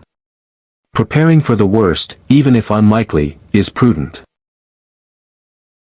Question 123. A project manager is leading a software development project. The quality assurance team reports that a significant number of bugs are being discovered late in the development cycle, leading to costly rework. What action should the project manager prioritize to improve quality within the project work performance domain?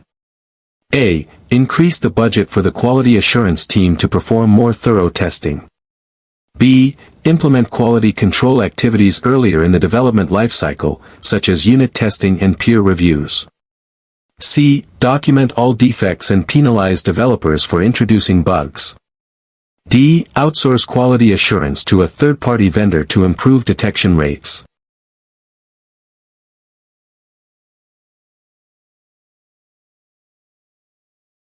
Answer: B. Implement quality control activities earlier in the development lifecycle, such as unit testing and peer reviews. The project work performance domain focuses on performing the work efficiently and effectively, including quality management. Discovering bugs late is costly. Proactive quality control activities, like rigorous unit testing by developers and peer reviews, e.g., code reviews, throughout the development lifecycle, catch defects much earlier when they are cheaper and easier to fix. For example, a developer writing unit tests before writing the actual code, test-driven development, ensures functionality correctness from the start. Shifting left on quality by finding defects earlier is far more efficient than finding them late in the process. Question 124. A project manager notices that while individual team members are technically proficient, there's a general lack of shared vision and cohesive effort towards common project goals. This impacts team synergy. Which aspect of the team performance domain should the project manager focus on? A. Providing more individual performance feedback. B. Reinforcing the project's overall purpose and shared objectives to foster collective ownership. C. Implementing a strict hierarchy to enforce conformity. D. Delegating more individual tasks to promote autonomy.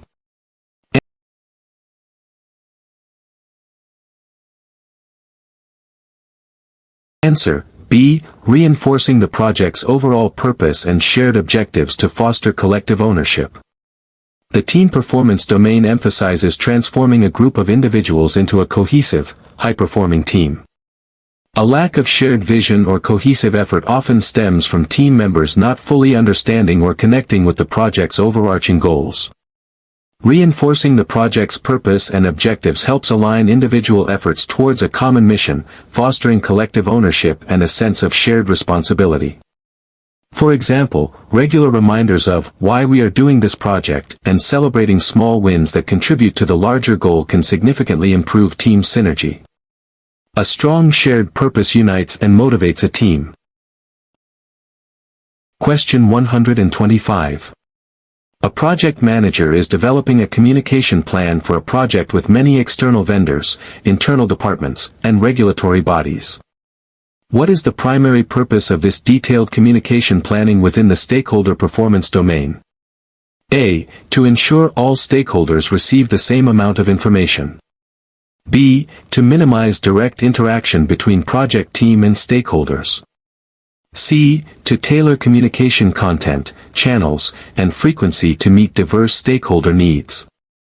D. To document all communication for legal compliance only.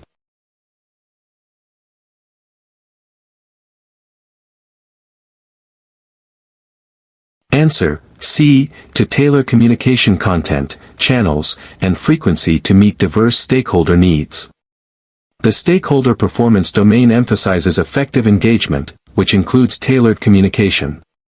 A detailed communication plan should outline how to customize communication content, choose appropriate channels, e.g., email, formal reports, informal meetings, and determine frequency to meet the unique needs and preferences of diverse stakeholder groups. For example, a regulatory body might require formal, quarterly reports, while a development team prefers daily stand-ups and a Kanban board. Tailored communication ensures relevance and maximizes understanding and engagement. Question 126. A project is developing a new, highly customizable product. The initial version will have a core set of features, and subsequent versions will add more customization options based on early customer feedback. Which development approach and life cycle is most suitable for this scenario? A. Predictive. B. Incremental. C. Iterative. D. Hybrid, predictive for core, adaptive for customization.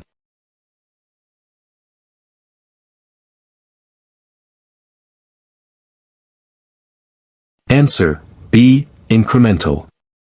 The development approach and life cycle performance domain focuses on selecting the most appropriate method. An incremental approach is well suited for projects that deliver a usable portion of the product early and then build upon it by adding more features or capabilities in successive releases. This allows the core product to be released quickly, providing early value, while future increments add customizability or other enhancements. For example, developing a car with a basic model first, and then adding luxury features in later models, follows an incremental approach. This strategy provides early market entry and continuous value addition. Question 127. A project manager in an Agile environment is conducting a sprint review. The stakeholders are satisfied with the delivered increment, but they also highlight a new, critical market trend that wasn't previously considered and requires a significant shift in product direction. How should the project manager address this within the planning performance domain? A. Reject the new trend, as it deviates from the sprint goal. B. Immediately incorporate the new trend into the current sprint. C. Collaborate with the product owner and stakeholders to update the product backlog and adjust future release plans. D. Document the new trend as a risk and monitor it for future projects.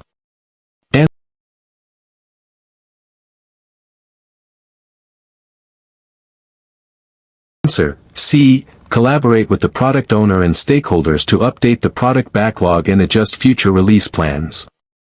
The planning performance domain in Agile is adaptive, embracing change and continuous refinement. When a significant new market trend emerges during a sprint review, it's an opportunity to ensure the project remains relevant and delivers maximum value. The appropriate response is to collaboratively adjust the product backlog and future release plans to incorporate this new strategic direction, ensuring the project aligns with evolving market needs. For example, if a new competitor launches a disruptive feature, the product owner might reprioritize the backlog to develop a competitive response in upcoming sprints. Agile planning thrives on incorporating new information to deliver the right product. Question 128. A project team is experiencing low morale and decreased motivation.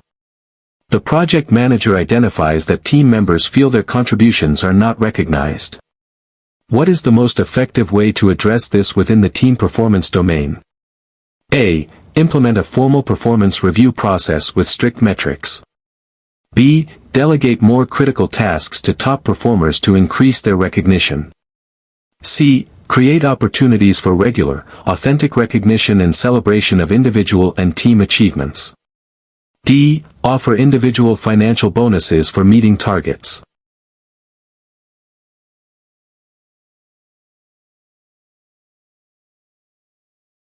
Answer, C. Create opportunities for regular, authentic recognition and celebration of individual and team achievements. The team performance domain emphasizes fostering a positive and motivating environment. Authentic recognition, both formal and informal, is a powerful intrinsic motivator that validates team members' efforts and contributions. Celebrating achievements, whether small daily wins or major milestones, builds morale, reinforces positive behaviors, and strengthens team cohesion. For example, a project manager could start daily stand-ups with a shout-out for good work or organize a small team celebration after a difficult sprint. Acknowledging contributions makes team members feel valued and encourages continued high performance. Question 129. A project manager is conducting an iteration review with stakeholders. The delivered functionality is technically complete, but a key stakeholder expresses that it doesn't quite meet the underlying business need. Which PMBOK 7th edition performance domain is this discrepancy most related to? A. Project work performance domain. B. Planning performance domain. C. Delivery performance domain. D. Measurement performance domain.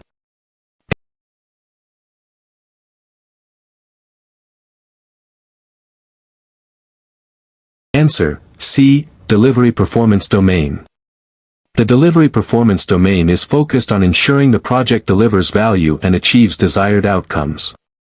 If functionality is technically complete but fails to meet the underlying business need, it indicates a gap in value delivery.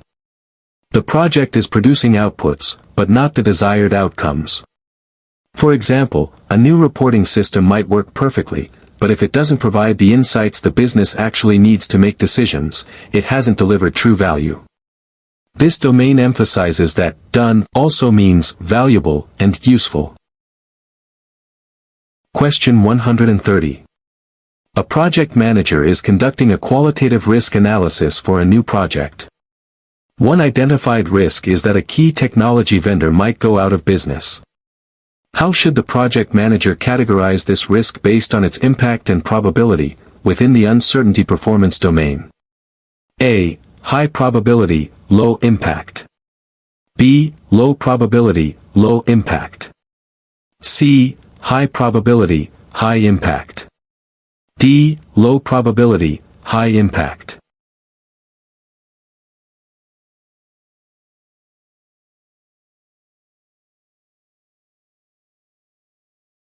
Answer, D. Low probability, high impact. The uncertainty performance domain involves analyzing risks based on their likelihood and potential impact. A key technology vendor going out of business is typically a low probability event.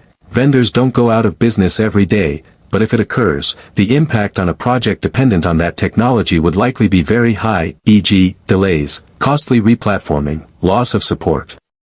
For example, if a small startup is building their entire product on a single, niche software library, and that company folds, the project could be severely jeopardized. Understanding this categorization helps prioritize response planning. Question 131. A project team is regularly delivering software increments to production. To ensure that these frequent releases do not introduce new defects into the live environment, what is the most important practice to implement within the project work performance domain? A. Reduce the frequency of releases to allow more time for manual testing. B. Implement comprehensive automated testing and continuous integration. C. Assign a dedicated quality assurance person to manually approve every release. D. Focus on delivering features quickly, and fix bugs after they are reported by users.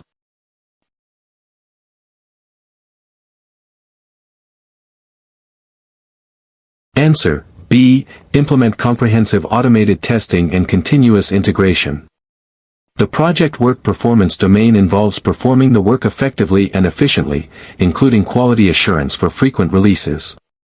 To ensure high quality with continuous delivery, automated testing, unit, integration, system, regression tests, and continuous integration, merging code frequently, are critical. This approach rapidly identifies and prevents defects from reaching production, enabling a high volume of safe deployments.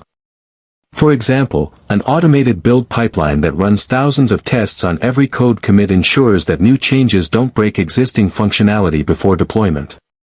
Automated quality checks are essential for high-frequency, high-quality delivery. Question 132. A project manager is reviewing stakeholder feedback and notices consistent resistance from a specific influential stakeholder regarding proposed changes, even when those changes are clearly beneficial to the project. What is the most effective approach to re-engage this stakeholder within the stakeholder performance domain? A. Exclude the stakeholder from future change discussions. B. Understand the underlying reasons for their resistance and address their specific concerns through targeted communication and involvement. C. Bypass them and seek approval from a higher authority. D. Provide them with more technical details to convince them of the benefits.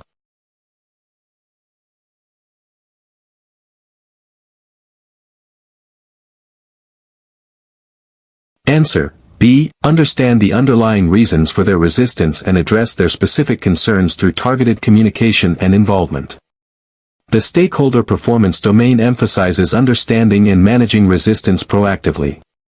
When an influential stakeholder shows consistent resistance, the most effective strategy is to delve deeper to understand the root cause of their opposition.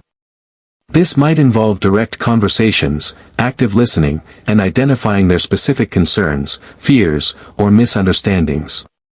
Once understood, the project manager can tailor communication, involve them in solutions, or adjust plans to mitigate their concerns. For example, they might be resistant due to fear of job loss, which can be addressed by demonstrating how the project enhances their role.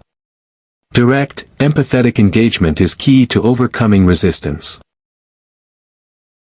Question 133. A project team is highly experienced and works best when given autonomy and minimal oversight. They are developing a complex system where the exact solution will emerge through learning and discovery. Which development approach and life cycle is most appropriate? A. Predictive, waterfall. B. Linear sequential. C. Adaptive, agile. D. Hybrid with strong predictive components.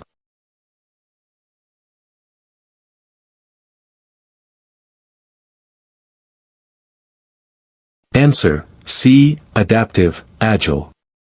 The development approach and life cycle performance domain focuses on selecting the most appropriate method. For highly experienced, autonomous teams working on complex systems where the solution needs to emerge through discovery and learning, an adaptive, agile approach is ideal. Agile empowers self-organizing teams, embraces emergent requirements, and prioritizes rapid feedback loops for continuous learning and adaptation. For example, a team developing a new machine learning model would use an agile approach, allowing them to experiment, learn from results, and continuously refine the model as understanding grows. Agile thrives on ambiguity and leverages team expertise. Question 134. During a daily scrum, a team member consistently reports that they are working on a lot of things, but doesn't explicitly state what they completed yesterday or what they plan to complete today. What should the Scrum Master coach the team member on within the project work performance domain? A. Providing a more detailed explanation of all tasks they are working on.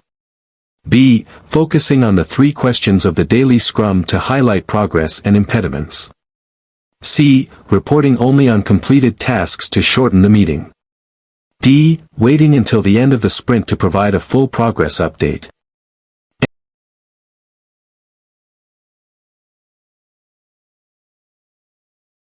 Answer. B. Focusing on the 3 questions of the daily Scrum to highlight progress and impediments. The project work performance domain, particularly for Scrum, emphasizes transparency and inspection during daily work. The daily Scrum's purpose is for the development team to synchronize their activities and plan for the next 24 hours. The 3 questions: what did I do yesterday that helped the development team meet the sprint goal? What will I do today to help the development team meet the sprint goal? Do I see any impediment that prevents me or the development team from meeting the sprint goal? Are designed to foster this focus and highlight progress and impediments to achieving the sprint goal. Coaching the team member on these questions ensures accountability and better coordination. Question 135. A project is developing a new service for customers. The project manager wants to ensure that the service not only works but also genuinely improves customer experience and satisfaction. Which PMBOK 7th edition performance domain is primarily focused on this aspect of success? A. Planning performance domain. B. Team performance domain. C. Delivery performance domain. D. Uncertainty performance domain.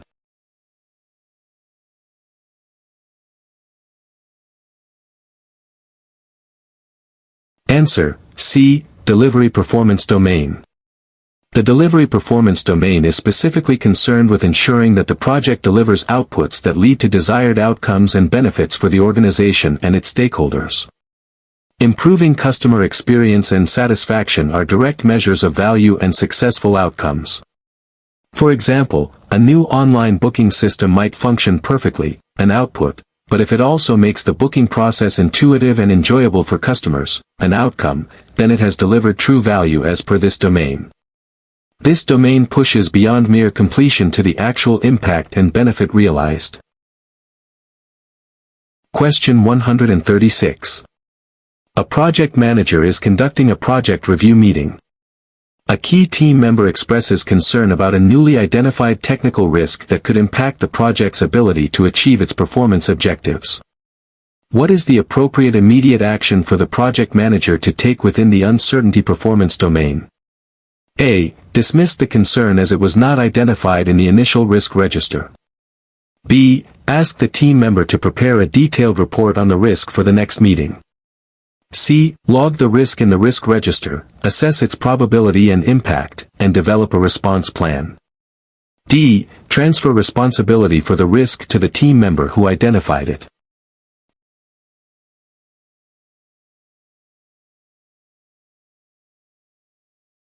Answer: C. Log the risk in the risk register, assess its probability and impact, and develop a response plan. The uncertainty performance domain requires continuous risk identification and proactive management. When a new risk is identified, the immediate appropriate action is to formally log it, assess its potential probability and impact, qualitative and possibly quantitative analysis, and then develop a suitable response plan to either mitigate, avoid, transfer, or accept it. For example, if a team member identifies a potential security vulnerability, it should be documented, analyzed for severity, and a plan developed to patch it or implement compensating controls. This ensures all risks are systematically managed. Question 137. A project manager is reviewing the quality metrics for the recently delivered increment. They notice a higher than average defect density in the latest release. What should the project manager prioritize to improve quality in future increments within the measurement performance domain? A. Increase the amount of manual retesting for all future releases. B. Conduct a root cause analysis to understand why the defects occurred and implement process improvements. C. Add more stringent quality gates before releasing future increments. D. Outsource testing to a third-party vendor to improve defect detection.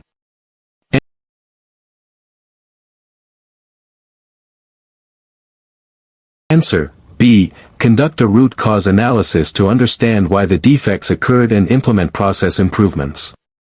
The measurement performance domain emphasizes using data to drive continuous improvement. A high defect density indicates a systemic issue in the development or quality process, not just a need for more testing. A root cause analysis helps identify the underlying problems, e.g., unclear requirements, inadequate unit testing, rush development, so that the team can implement targeted process improvements that prevent future defects from being introduced. For example, if the root cause is vague acceptance criteria, the team might refine their backlog refinement process. Addressing the cause rather than just the symptom is key to sustainable quality improvement. Question 138. A project team is struggling with decision-making due to a lack of empowerment from management. They often wait for external approval for minor issues, leading to delays. Which aspect of the team performance domain should the project manager focus on improving? A. Creating more detailed process documentation. B. Increasing individual accountability for tasks. C. Empowering the team with appropriate decision-making authority and fostering self-organization. D. Implementing a stricter change control board.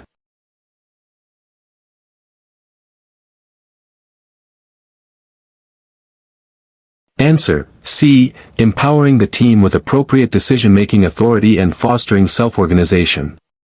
The team performance domain emphasizes enabling teams to be productive and effective. For high-performing teams, especially in adaptive environments, empowerment and self-organization are crucial.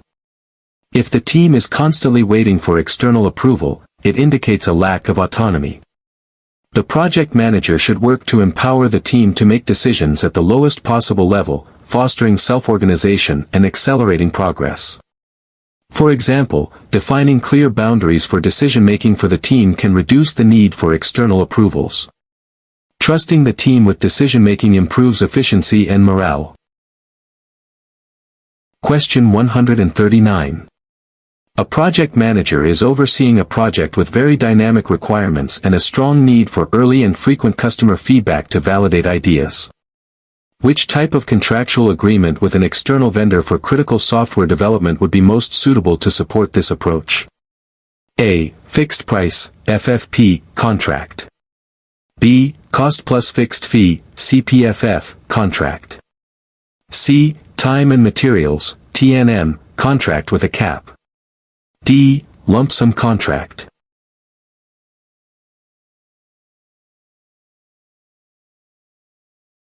Answer: C. Time and materials, TNM, contract with a cap. The planning performance domain involves selecting appropriate contracts based on project characteristics. When requirements are dynamic and frequent feedback is needed, a time and materials, TNM, contract with a cap is often most suitable. TNM provides flexibility for evolving scope, allowing the team to adapt based on feedback, while the cap provides a level of cost control for the client, mitigating some of the uncertainty risk. For example, hiring a design agency for a new app where the UI/UX will evolve would benefit from this type of contract, enabling iterative refinement within a budget boundary. This balances flexibility with cost predictability. Question 140. A project manager is leading a project that needs to deliver a minimum viable product, MVP, to market very quickly to capture a competitive advantage. The requirements for the MVP are clear, but future enhancements will be based on market feedback. Which development approach and life cycle is most appropriate? A. Predictive. B. Incremental. C. Iterative. D. Hybrid with mostly predictive phases.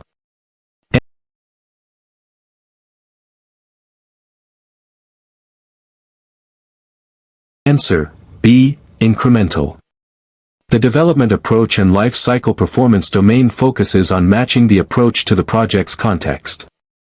An incremental approach is ideal for delivering a usable, core set of features, MVP, quickly to market, providing early value and allowing for subsequent additions based on feedback. This allows for rapid market entry and then continuous enhancement. For example, launching a basic version of an e-commerce website with core shopping functionality, and then adding features like wishlists and personalized recommendations in later releases, is an incremental approach. Question 141. A project manager discovers that a key regulatory change, which could significantly alter the project's scope, has been proposed but not yet enacted. This introduces ambiguity. What is the most appropriate action for the project manager within the uncertainty performance domain? A. Ignore the proposed change until it becomes a definite regulation. B. Add it to the risk register as a potential threat/opportunity and develop a contingency or exploitation plan. C. Immediately halt project work until the regulatory decision is finalized. D. Re-baseline the project scope to incorporate the potential change.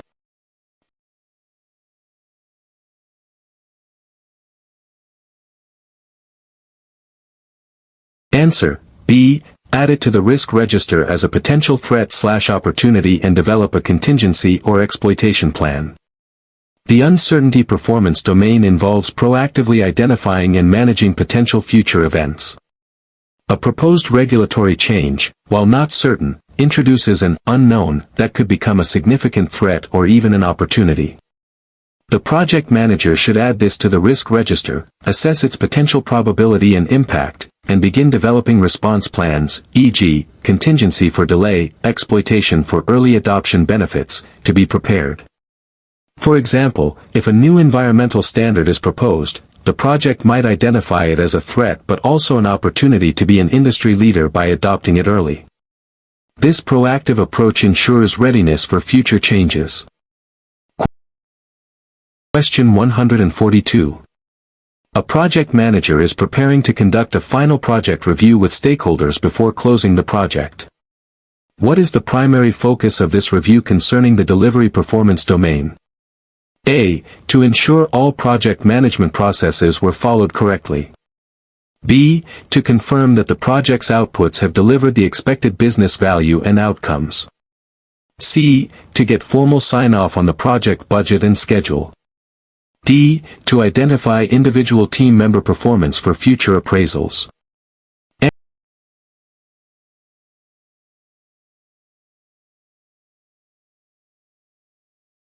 Answer: B. To confirm that the project's outputs have delivered the expected business value and outcomes. The delivery performance domain emphasizes the realization of value and desired outcomes. A final project review should primarily focus on confirming whether the project's outputs, what was built, have successfully translated into the intended business value and outcomes, the impact. For example, if the project delivered a new customer relationship management system, the review should assess if it has improved customer retention or sales conversion rates, demonstrating true value delivery, rather than just technical completion. This ensures the project's ultimate purpose has been fulfilled. Question 143. A project team member frequently works in isolation, delivering their part of the work without much collaboration or communication with others. This often leads to integration issues and misunderstandings downstream. What should the project manager prioritize to improve project work performance? A. Increase individual performance monitoring and reporting. B. Encourage cross-functional collaboration and knowledge-sharing activities.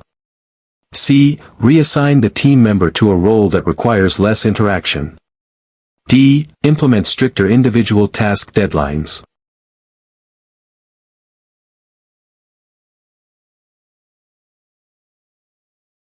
Answer: B. Encourage cross-functional collaboration and knowledge-sharing activities. The project work performance domain focuses on optimizing how the work is performed to achieve project objectives efficiently.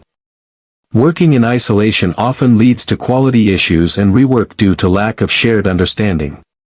Encouraging cross-functional collaboration and knowledge sharing, e.g., through pair programming, shared documentation, or regular sync-up meetings, improves communication, catches issues early, and ensures better integration of work. For example, a developer and a tester working closely together can resolve integration issues much faster than if they work separately and only meet at the end. Collaboration prevents costly rework and improves flow. Question 144. A project manager is leading a newly formed team that is still learning how to work together effectively. There are occasional personality clashes and difficulties in reaching consensus. Which aspect of the team performance domain should the project manager focus on nurturing? A. Individual accountability. B. Team decision-making authority. C. Team cohesion and psychological safety. D. Strict adherence to process.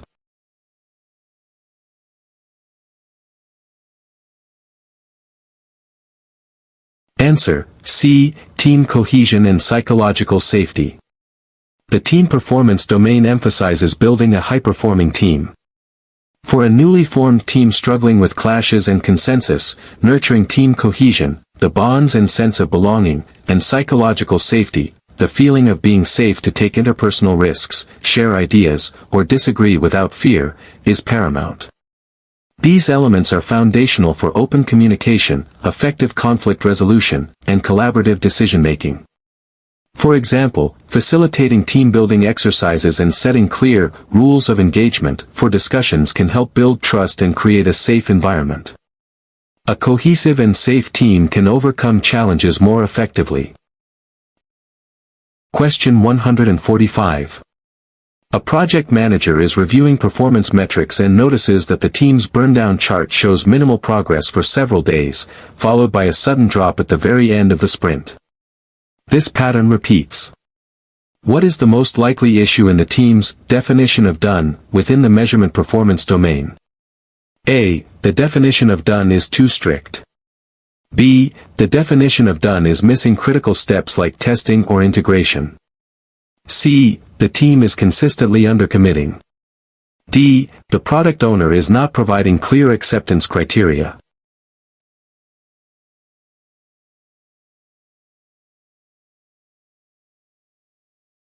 Answer: B. The definition of done is missing critical steps like testing or integration. The measurement performance domain uses metrics to provide insights into team processes.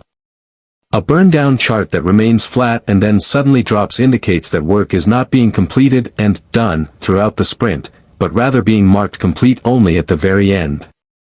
This often means that critical steps like thorough testing, integration, or deployment are being deferred and only completed at the last minute, or are not included in the team's definition of done. For example, if a user story is marked done when coding is complete but not integrated or tested, the true progress isn't reflected until those final steps are done. A robust definition of done ensures true progress is measured. Question 146. A project manager needs to estimate the duration of a complex design phase for a new product. There is high uncertainty, as the design will involve innovative solutions, but historical data for similar innovative projects is available. Which estimation technique would be most appropriate for the planning performance domain?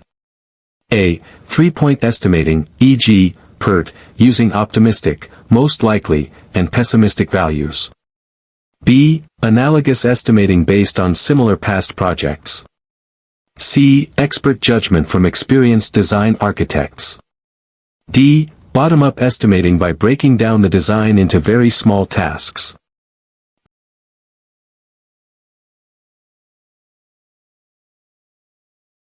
Answer: A. 3-point estimating, e.g., PERT, using optimistic, most likely, and pessimistic values. The planning performance domain uses various estimation techniques. For tasks with high uncertainty, but where some sense of range can be provided, 3-point estimating, e.g., PERT or triangular distribution, is highly effective. By considering optimistic, most likely, and pessimistic scenarios, it accounts for variability and provides a more realistic and statistically informed estimate than a single-point estimate. For example, for an innovative design, you might estimate a minimum of 4 weeks, optimistic, a most likely of 6 weeks, and a maximum of 12 weeks, pessimistic, which provides a realistic range for planning. This technique helps manage estimation uncertainty.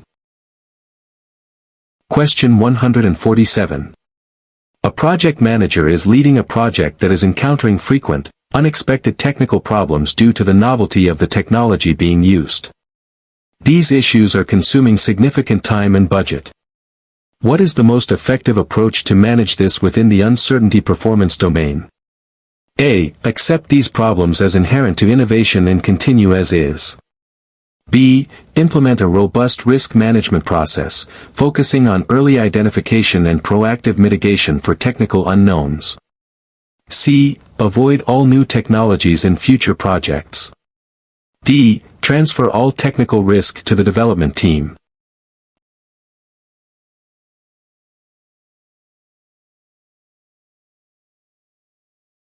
Answer: B. Implement a robust risk management process, focusing on early identification and proactive mitigation for technical unknowns. The uncertainty performance domain emphasizes proactively managing risks. When a project involves novel technology, technical problems are expected, known unknowns. A robust risk management process, including continuous identification, assessment, and proactive mitigation strategies for these technical uncertainties, is crucial. For example, conducting rapid prototyping, proof-of-concept experiments, or early integration testing can help identify and mitigate technical risks before they become major problems. This approach allows the project to innovate while managing the inherent uncertainties. Question 148. A project team has adopted a lean mindset. The project manager wants to optimize the flow of value to the customer by identifying and eliminating activities that do not add value. Which lean principle should the project manager emphasize within the project work performance domain? A. Maximize work in progress. B. Respect for people. C. Eliminate waste. D. Centralize decision-making.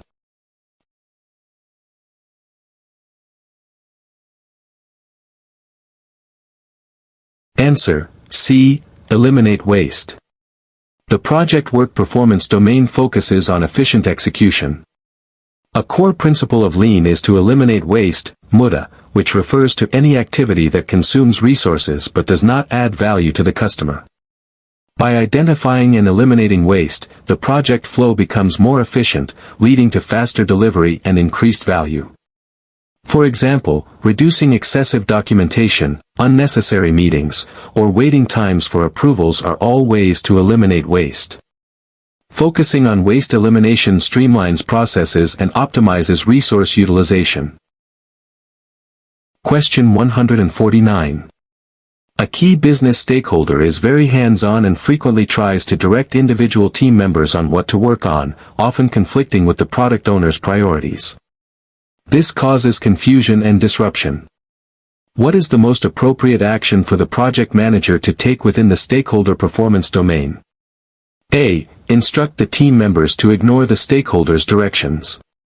B. Facilitate a meeting with the stakeholder and the product owner to clarify roles, responsibilities, and decision-making authority. C. Escalate the issue to the project sponsor to intervene. D. Remove the stakeholder from all direct project communication.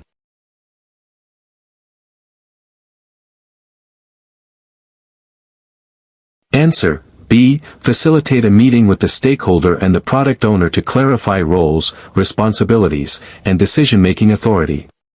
The stakeholder performance domain involves managing stakeholder engagement and expectations. When a stakeholder oversteps their role and creates confusion, the most effective approach is to proactively clarify roles, responsibilities, and the decision-making process. Facilitating a direct conversation between the involved parties, the stakeholder and product owner in this case, helps align expectations and establish clear boundaries without escalating unnecessarily. For example, explaining the product owner's authority over the backlog and the team's self-organization can help prevent future conflicts. Clear communication of roles is crucial for smooth project execution. Question 150. A project manager is setting up the project's performance measurement system. The organization's strategic goal is to increase market share by 5% within the next year. How should the project manager align the project's metrics with this strategic goal, primarily within the measurement performance domain? A. Focus on technical completion metrics, such as lines of code written. B. Track output-focused metrics, like number of features delivered per month. C. Establish outcome-focused metrics that contribute to market share, such as customer acquisition rates or user engagement. D. Only report on budget and schedule adherence, as these are the core project metrics.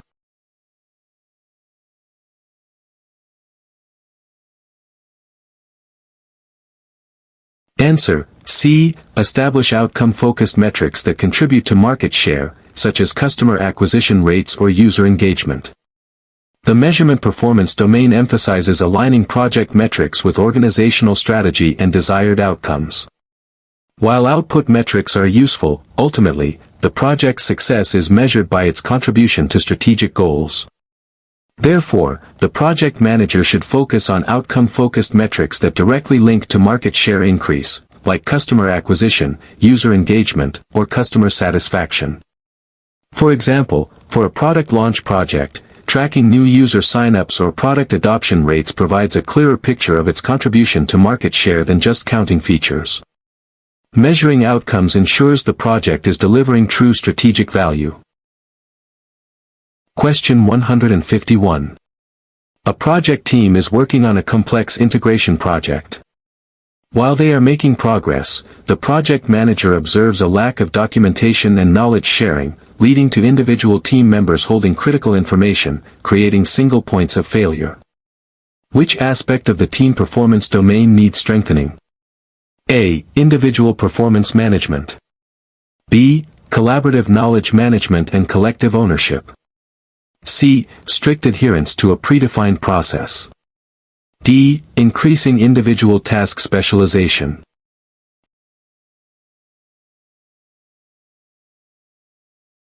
Answer: B. Collaborative knowledge management and collective ownership. The team performance domain emphasizes the collective capability and knowledge of the team. When critical information is held by individuals and not shared, it creates a single point of failure and hinders the team's overall effectiveness and resilience. Strengthening collaborative knowledge management and fostering collective ownership encourages team members to share information, document solutions, and cross-train, making the team more robust. For example, implementing practices like pair programming, shared wikis, or regular knowledge-sharing sessions can significantly improve collective knowledge and reduce dependencies on individuals. Shared knowledge is key to a resilient team. Question 152. A project manager is leading a critical software project that must comply with strict industry regulations. The project team is highly skilled but new to these specific regulations. Which aspect of the planning performance domain is most crucial to address? A. Developing a detailed work breakdown structure covering all technical tasks. B. Incorporating regulatory compliance activities and expert reviews throughout the planning and execution. C. Relying solely on the development team's experience to handle compliance. D. Minimizing documentation to speed up the planning process.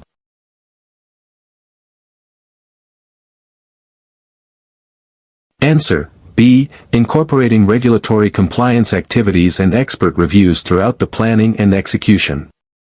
The planning performance domain involves integrating all necessary activities into the project plan. For projects with strict regulatory compliance, it's crucial to proactively incorporate compliance-related activities, such as legal reviews, adherence to standards, and expert sign-offs, throughout the project lifecycle. This ensures that compliance is built in, not just checked at the end, reducing the risk of costly rework or legal issues. For example, scheduling regular check-ins with a compliance officer or implementing automated checks for regulatory adherence during development. This proactive planning minimizes risks and ensures successful delivery. Question 153. During project execution, a change request comes in that significantly alters the project's scope, requiring substantial rework and resource reallocation. The project manager needs to assess this change. Which PMBOK 7th edition performance domain is most impacted by this kind of operational adjustment? A. Planning performance domain. B. Project work performance domain. C. Delivery performance domain. D. Measurement performance domain.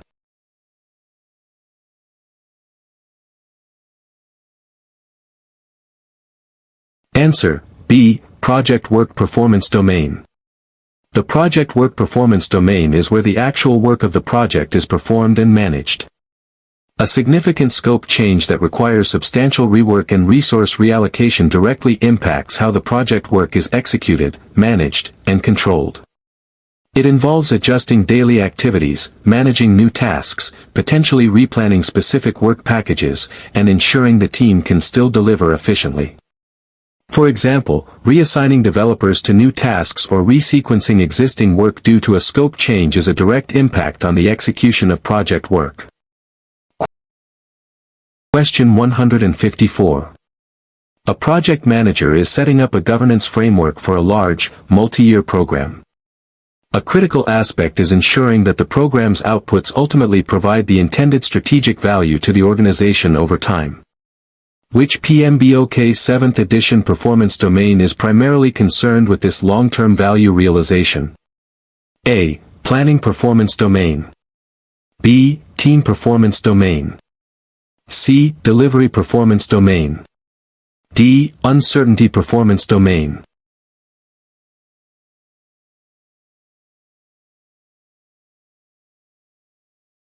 Answer: C. Delivery performance domain.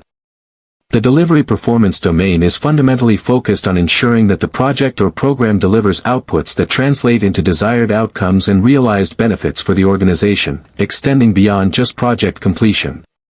For a multi-year program, ensuring long-term strategic value means continuously validating that the delivered components are contributing to the intended benefits.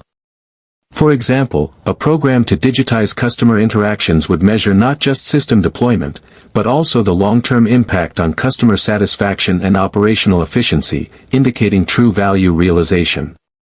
This domain emphasizes sustained value. Question 155. A project is using an agile development approach. The product owner is struggling to prioritize items in the product backlog because different stakeholders have conflicting demands and strong opinions. What is the most effective approach for the project manager to support the product owner within the stakeholder performance domain? A. Ask the product owner to make the final decision independently. B. Facilitate a stakeholder workshop to align on a shared product vision and prioritize items based on agreed-upon value criteria. C. Document all conflicting demands and present them to the project sponsor for resolution. D. Instruct the team to only work on the easiest items to avoid conflict.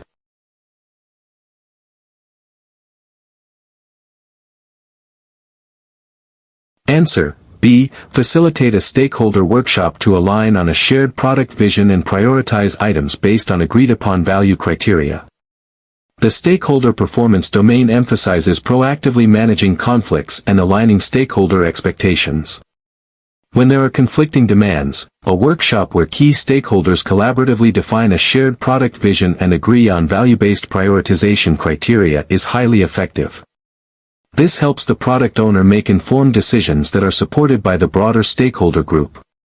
For example, if sales wants features X and marketing wants feature Y, a workshop can help them agree on which feature provides the most value to the customer first.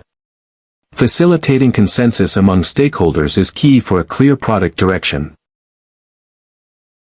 Question 156. A project team is highly skilled in their individual areas but has difficulty collaborating on cross-functional tasks. The project manager wants to build a more cohesive and efficient team. Which aspect of the team performance domain should be the focus? A. Implementing stricter individual performance metrics. B. Fostering a culture of shared responsibility and collective problem solving. C. Increasing individual training on technical skills. D. Assigning a lead for each functional area to manage their specific part of the work.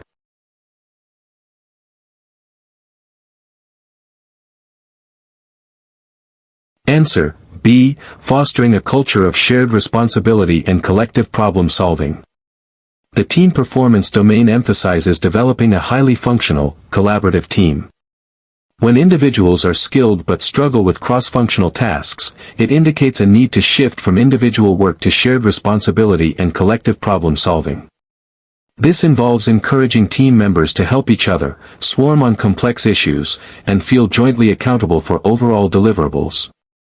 For example, encouraging pair programming for difficult integration points or having cross-functional members review each other's work can build this collaborative muscle. A culture of shared responsibility enhances overall team performance and quality. Question 157. A project manager is setting up the initial measurement system for a new project. To ensure the project's health is continuously monitored and future decisions are data-driven, what is the most fundamental step within the measurement performance domain? A. Define clear, measurable project objectives and key performance indicators, KPIs. B. Collect as much data as possible from every project activity. C. Rely on intuition and experience for performance assessment. D. Focus only on financial metrics for project success.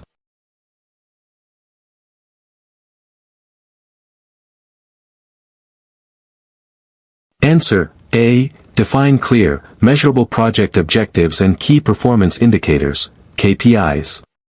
The measurement performance domain's foundation is having clear, measurable objectives and associated key performance indicators, KPIs. Without well-defined objectives, it's impossible to accurately measure whether the project is on track or achieving its goals. KPIs provide quantifiable metrics to track progress towards those objectives. For example, if a project's objective is, reduce customer support calls by 20%, a KPI would be, average daily call volume.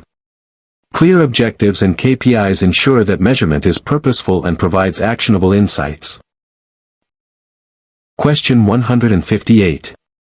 A project manager is leading a virtual team spanning several countries. They notice that the team sometimes misinterprets instructions or makes assumptions due to cultural differences and lack of nonverbal cues. Which aspect of the project work performance domain is directly affected? A. Resource management. B. Quality control. C. Communication effectiveness. D. Risk identification.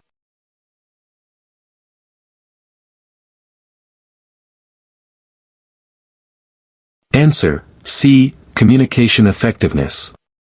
The project work performance domain encompasses the activities and processes for executing the project, and communication is central to this.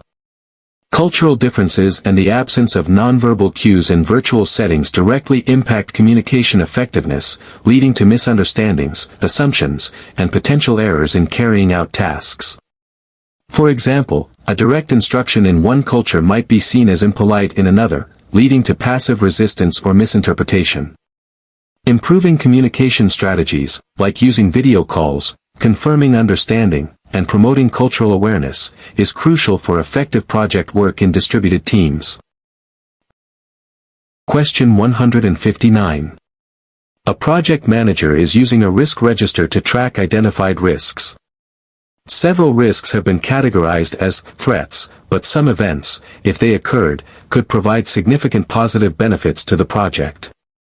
What term is used to describe these positive risks within the uncertainty performance domain? A. Contingencies. B. Opportunities. C. Residual risks. D. Known unknowns.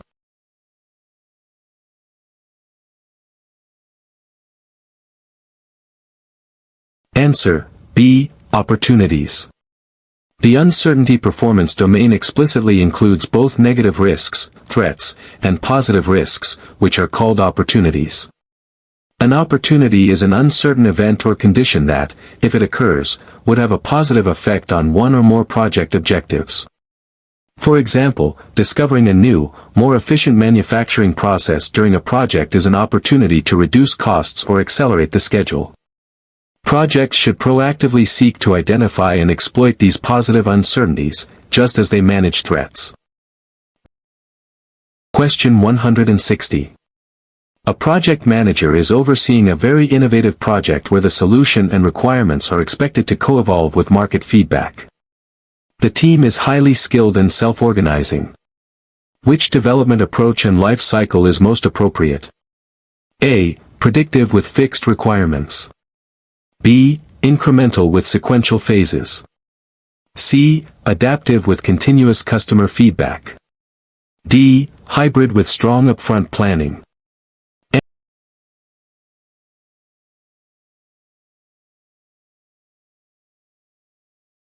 Answer: C. Adaptive with continuous customer feedback. The development approach and life cycle performance domain focuses on selecting the most appropriate methodology.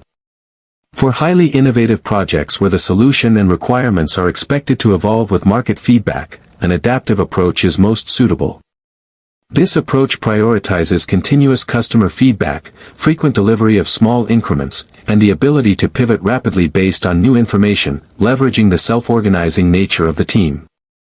For example, a startup developing a novel social media platform would benefit from quickly releasing small iterations and adapting based on early user behavior. Adaptability and feedback loops are key in such dynamic environments. Question 161. A project team is consistently overcommitted during sprint planning, leading to a high number of incomplete user stories at the end of each sprint. The project manager needs to help the team improve its ability to forecast and commit realistically. Which aspect of the planning performance domain is most relevant? A. Implementing stricter individual task assignments. B. Coaching the team on effective estimation techniques and capacity planning. C. Increasing the length of sprints to accommodate more work. D. Asking the product owner to provide fewer user stories.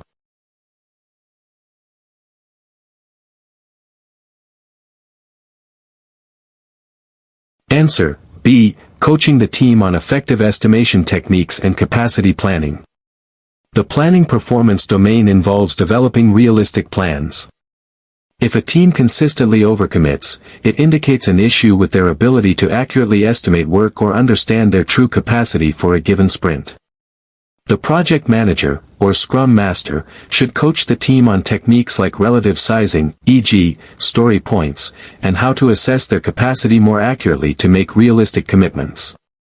For example, using historical velocity data to inform future sprint commitments can significantly improve predictability. Realistic planning is crucial for consistent delivery and team morale. Question 162. A project manager is dealing with a highly influential stakeholder who is demanding frequent and detailed updates, consuming a lot of the team's time. The stakeholder, however, rarely acts on the information provided. What is the most appropriate action for the project manager to take within the stakeholder performance domain? A. Stop providing detailed updates to this stakeholder. B. Explain the impact on team's time and negotiate a more efficient communication frequency or format. C. Delegate the detailed updates to a junior team member. D. Provide even more frequent updates to ensure their satisfaction.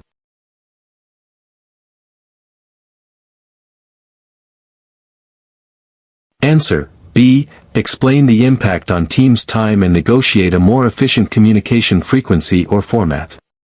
The stakeholder performance domain emphasizes balancing stakeholder needs with project efficiency. When a stakeholder's demands are excessive and don't lead to action, it's appropriate to address the issue professionally. The project manager should explain the impact on the team's capacity and proactively negotiate a more efficient communication plan that still meets the stakeholder's essential needs without overburdening the project.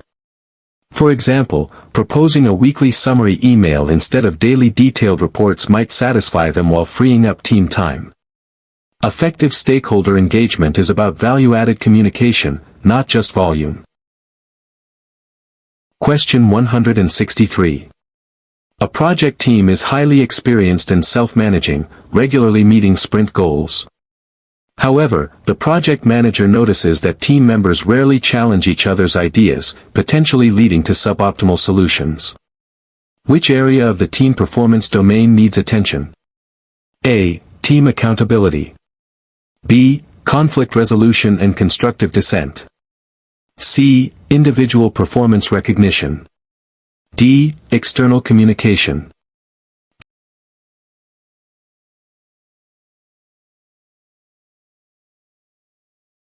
Answer: B. Conflict resolution and constructive dissent. The team performance domain includes fostering healthy team dynamics for optimal performance. While consensus is good, a lack of constructive dissent can lead to groupthink and missed opportunities for better solutions. An experienced, self-managing team needs to feel safe enough to challenge ideas respectfully and engage in healthy conflict to arrive at the best outcomes. For example, the project manager might facilitate discussions on how to give constructive feedback or encourage devil's advocate roles during problem-solving sessions. Encouraging respectful debate strengthens problem-solving and innovation. Question 164. A project manager needs to assess the progress of the project and forecast its completion, specifically focusing on whether the planned value of work completed aligns with the actual costs incurred and the work performed. Which technique is most appropriate within the measurement performance domain?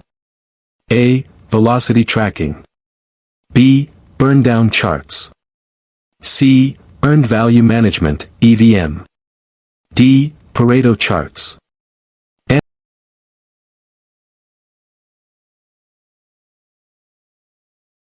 Answer, C. Earned value management, EVM. The measurement performance domain encompasses various tools for tracking project performance. Earned value management, EVM, is a highly effective technique for integrating scope, schedule, and cost performance. It allows the project manager to objectively assess project progress by comparing the planned value of work, planned value, PV, the actual cost of work performed, actual cost, AC, and the value of the work actually completed, earned value, EV. For example, if a project has completed $50,000 worth of work, EV, but spent $60,000, AC, against a plan that estimated $70,000 worth of work should be done by now, PV, EVM provides a clear, integrated picture of performance. EVM provides a holistic view of project health. Question 165. A project is developing a new prototype, and the project manager needs to ensure that the intellectual property generated is protected. Which aspect of the project work performance domain is most critical here? A. Accelerating the development cycle to reduce exposure. B. Implementing robust documentation and legal processes for IP protection. C. Delegating IP protection solely to the legal department. D. Keeping the project details confidential from all stakeholders.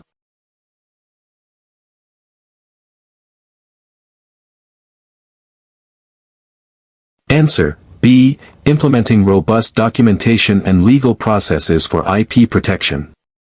The project work performance domain includes managing the knowledge and assets generated by the project, and intellectual property is a critical asset. Protecting IP requires proactive and robust processes, including proper documentation of inventions, securing patents or copyrights, and establishing confidentiality agreements.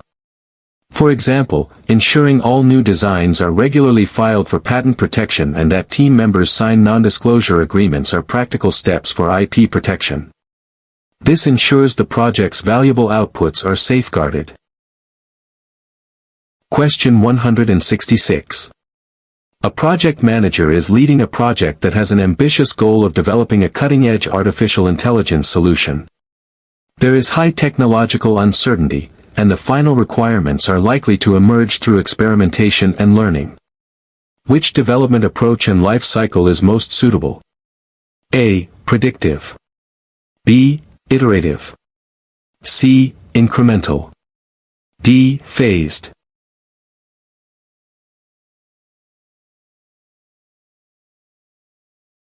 Answer, B. Iterative. The development approach and life cycle performance domain focuses on selecting the appropriate methodology. For highly innovative projects with significant technological uncertainty and emergent requirements, an iterative life cycle is ideal. This approach involves repeated cycles of design, build, test, and feedback, allowing the team to learn from each iteration, refine the solution, and adapt to new discoveries. For example, developing an AI solution might involve iterative training of models, testing their accuracy, and refining algorithms based on results until the desired performance is achieved. Iterative methods are well suited for discovery and continuous refinement. Question 167.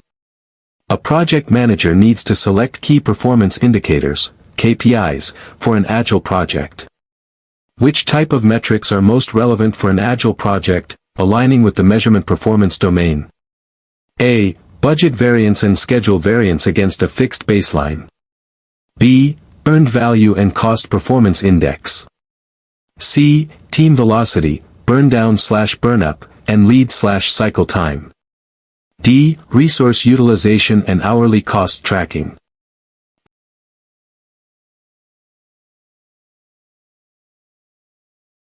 Answer: C. Team velocity, burn down/burn up, and lead/cycle time. The measurement performance domain, in an Agile context, emphasizes metrics that reflect flow, progress, and team predictability. Team velocity measures the amount of work a team can complete in a sprint, burn down/burn up charts track progress towards sprint/release goals, and lead/cycle time measures the efficiency of the workflow. These metrics provide insights into the team's ability to deliver value incrementally and predictably. For example, consistent velocity helps forecast future work, while decreasing lead time indicates improved efficiency. These metrics are more aligned with the adaptive nature of Agile. Question 168. During a stakeholder analysis, a project manager identifies a key stakeholder who has significant influence but is currently unaware of the project. What is the project manager's immediate priority regarding this stakeholder within the stakeholder performance domain? A. Reduce their potential influence by not informing them about the project. B. Formally inform them about the project and assess their potential interests and impact. C. Delegate the responsibility of informing them to the project sponsor. D. Proceed with the project and inform them only if they ask for information.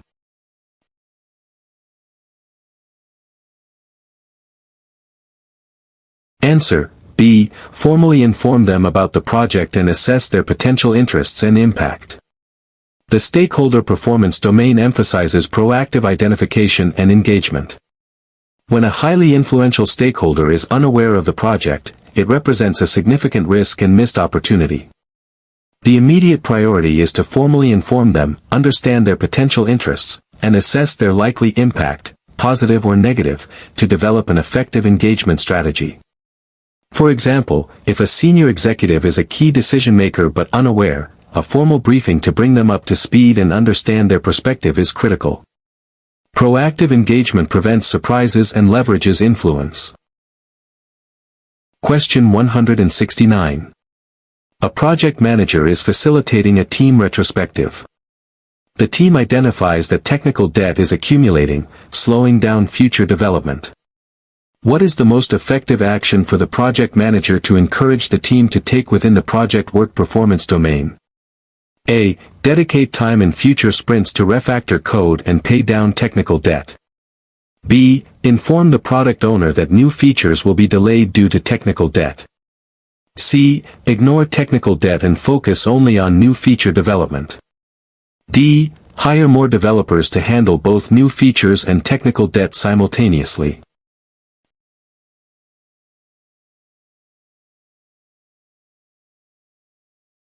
Answer: A. Dedicate time in future sprints to refactor code and pay down technical debt. The project work performance domain focuses on optimizing the execution of work and ensuring long-term sustainability. Technical debt, if ignored, significantly slows down future development and impacts quality. The most effective approach is to proactively dedicate time within future sprints or release cycles to address and pay down this debt, e.g., refactoring, improving tests, updating documentation. For example, an Agile team might agree to dedicate 10 to 15% of each sprint's capacity to addressing technical debt, balancing new feature development with maintaining product health. Addressing technical debt systematically ensures sustainable delivery. Question 170. A project manager is leading a software project using a hybrid approach, combining predictive elements for regulatory compliance and adaptive elements for user interface development. What is the primary benefit of this hybrid development approach and life cycle? A. It simplifies the overall project management process. B. It allows the project to leverage the strengths of both predictive and adaptive approaches. C. It eliminates all project risks and uncertainties. D. It reduces the need for stakeholder engagement.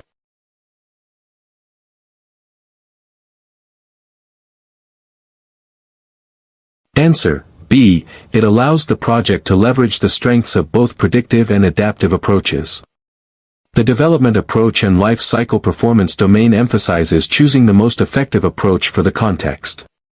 A hybrid approach combines elements of both predictive and adaptive life cycles, allowing the project manager to tailor the methodology to specific project components. This enables the project to leverage the predictability and control of a predictive approach for stable, compliance-driven parts, while benefiting from the flexibility and responsiveness of an adaptive approach for uncertain or evolving components. For example, planning hardware procurement upfront, predictive, while iteratively developing the software, adaptive, effectively balances diverse project needs. Question 171. A project team is constantly struggling with a lack of clear direction from the product owner, leading to wasted effort and rework due to misinterpretations of requirements. What is the most appropriate action for the Scrum Master to take within the planning performance domain? A. Take over the product owner's role to provide clear direction. B. Coach the product owner on creating clear user stories, acceptance criteria, and prioritizing the product backlog. C. Tell the team to make their own decisions on unclear requirements. D. Report the product owner's performance issues to their functional manager.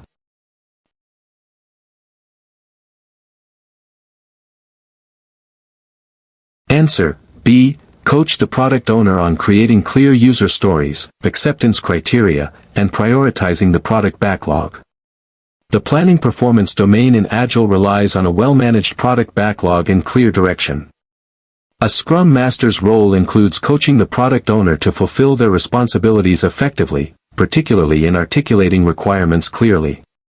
This involves guiding them on how to write precise user stories, define acceptance criteria, and prioritize the backlog, thereby reducing ambiguity and rework for the development team. For example, helping the product owner understand the invest criteria for user stories, independent, negotiable, valuable, estimable, small, testable, can significantly improve clarity. Empowering the product owner ensures a clear vision for the team. Question 172. A project manager is reviewing the project's financial performance. The Cost Performance Index, CPI, is consistently below 1.0, indicating budget overruns. The project manager needs to communicate this effectively to the project sponsor. Which statement aligns best with the measurement performance domain? A. The project is over budget, and we need more money. B. Our CPI is 0.85, meaning we are only getting 85 cents of value for every dollar spent. We are analyzing the root causes and proposing corrective actions. C. We have spent more than planned, but we are still delivering features. D. The budget issues are temporary and will resolve themselves.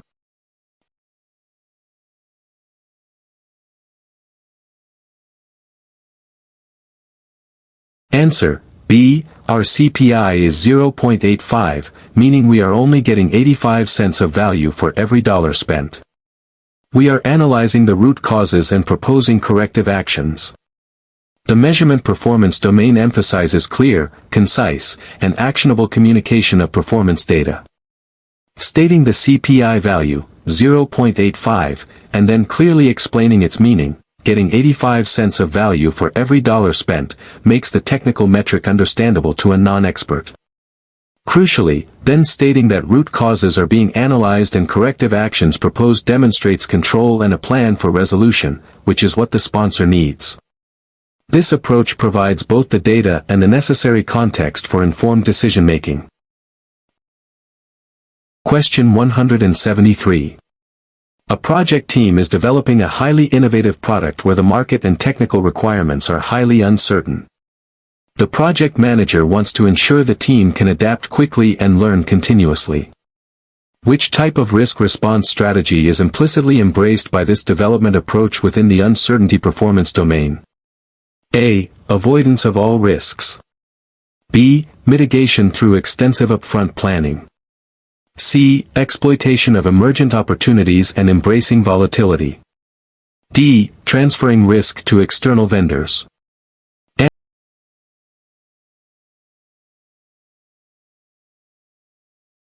Answer: C. Exploitation of emergent opportunities and embracing volatility. The uncertainty performance domain includes embracing and exploiting positive risks, opportunities, and managing various forms of uncertainty, volatility, ambiguity, complexity. In highly innovative and uncertain projects, adopting an adaptive approach inherently involves embracing volatility and actively seeking to exploit emergent opportunities that arise from learning and experimentation, rather than simply mitigating threats. For example, if a team experimenting with a new technology discovers an unexpected breakthrough that opens up a new market, they are positioned to exploit this opportunity. This proactive stance on uncertainty is central to agile and innovative projects. Question 174. A new project team member has joined an existing, high-performing agile team. The new member is struggling to integrate and understand the team's unspoken norms and ways of working. Which action should the project manager prioritize to help the new member assimilate into the team performance domain? A. Provide the new member with a detailed list of all project tasks. B. Assign a mentor or buddy from the existing team to guide and support the new member. C. Leave the new member to learn independently to foster self-reliance. D. Increase the number of formal meetings to ensure the new member is always informed.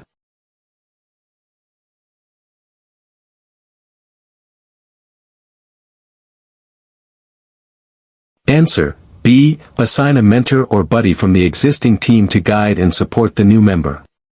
The team performance domain emphasizes fostering a cohesive and effective team. For new team members, especially in high-performing, self-organizing environments with unspoken norms, assigning a mentor or buddy from the existing team is highly effective. This provides a direct, accessible resource for questions, helps them understand team dynamics, and accelerates their integration into the team's way of working. For example, a buddy can explain team jargon, introduce them to key people, and clarify informal processes, helping the new member become productive faster. This direct support fosters quick assimilation and team cohesion. Question 175. A project is delivering a new set of compliance reports. While the reports are technically accurate, the intended users in the compliance department find them difficult to use and extract the necessary information, making them less valuable.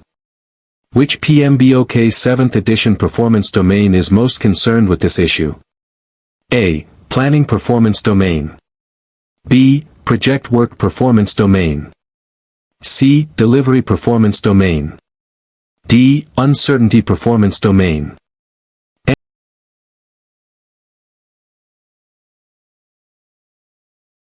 Answer: C. Delivery performance domain.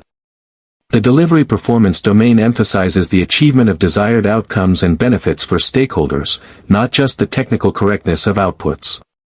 If compliance reports are technically accurate but not usable or valuable to their intended users, then the project has failed to deliver the intended benefit and outcome.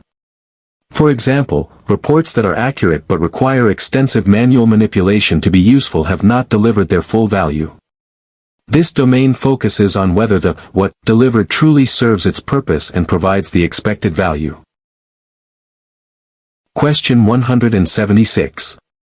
A project manager is planning for an upcoming project that has a high degree of technical novelty. To manage the inherent risks and learn quickly, they decide to build several small prototypes and conduct early user testing. Which planning strategy is being employed within the planning performance domain? A. Detailed upfront planning and freezing the scope. B. Progressive elaboration and adaptive planning. C. Parametric estimation for all activities. D. Centralized decision-making for all design choices.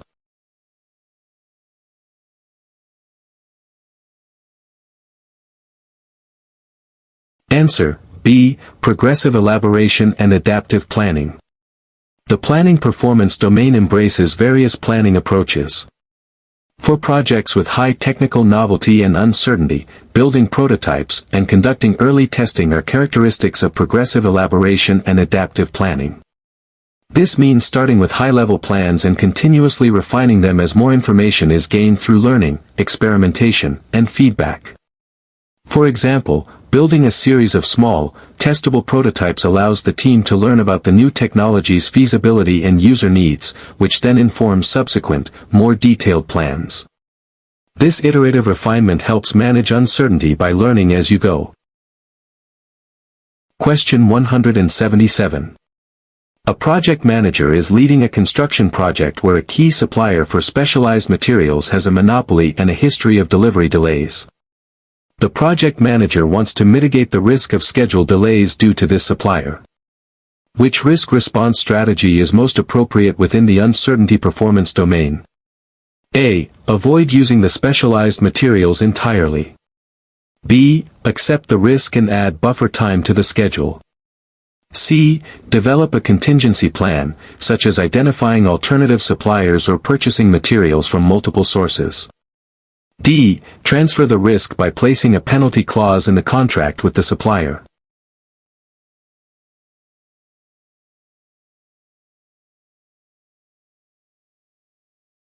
Answer: C. Develop a contingency plan, such as identifying alternative suppliers or purchasing materials from multiple sources. The uncertainty performance domain includes developing strategies to mitigate identified risks. For a critical supplier with a history of delays and a monopoly, developing a contingency plan is a proactive mitigation strategy. This involves having backup options or strategies in place if the risk materializes. For example, actively researching and establishing preliminary relationships with alternative suppliers, even if they are more expensive, provides a fallback plan and reduces dependency on a single point of failure. Mitigation aims to reduce the impact or probability of the threat. Question 178. A project team is having difficulty getting necessary inputs from an external department, causing delays in their work. The project manager needs to improve this interdepartmental coordination to optimize the flow of work. Which aspect of the project work performance domain is primarily at play? A. Resource allocation optimization. B. Effective cross-organizational communication and coordination. C. Technical skill development. D. Budget control.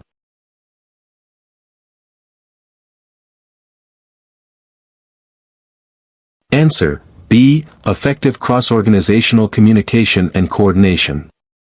The project work performance domain focuses on managing the work to achieve project objectives, and this often involves coordinating across internal and external boundaries. Difficulties in getting inputs from another department point directly to a breakdown in cross-organizational communication and coordination. The project manager needs to actively facilitate communication, clarify expectations, and potentially establish formal interfaces to ensure smooth information and workflow between the project team and external entities. For example, establishing a regular liaison meeting with the external department can resolve communication gaps. Efficient project work depends on seamless coordination. Question 179. A project manager uses a visual management board to display workflow, track work in progress, and identify bottlenecks. This practice aligns directly with which PMBOK's 7th edition performance domain? A. Team performance domain. B. Planning performance domain. C. Project work performance domain. D. Delivery performance domain.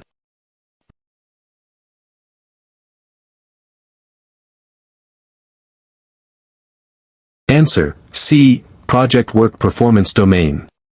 The project work performance domain focuses on managing the flow of work and optimizing how tasks are performed to achieve project objectives.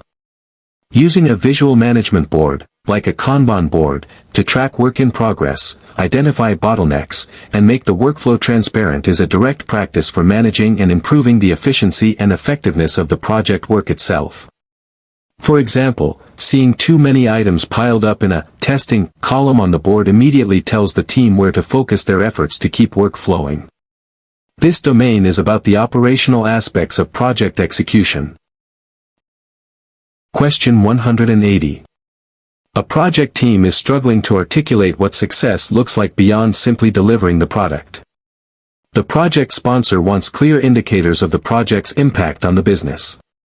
What should the project manager focus on defining within the delivery performance domain? A. The number of features delivered and budget adherence. B. The specific business outcomes and benefits the project is expected to achieve. C. The technical specifications and quality standards of the deliverables. D. The project's adherence to the initial schedule baseline.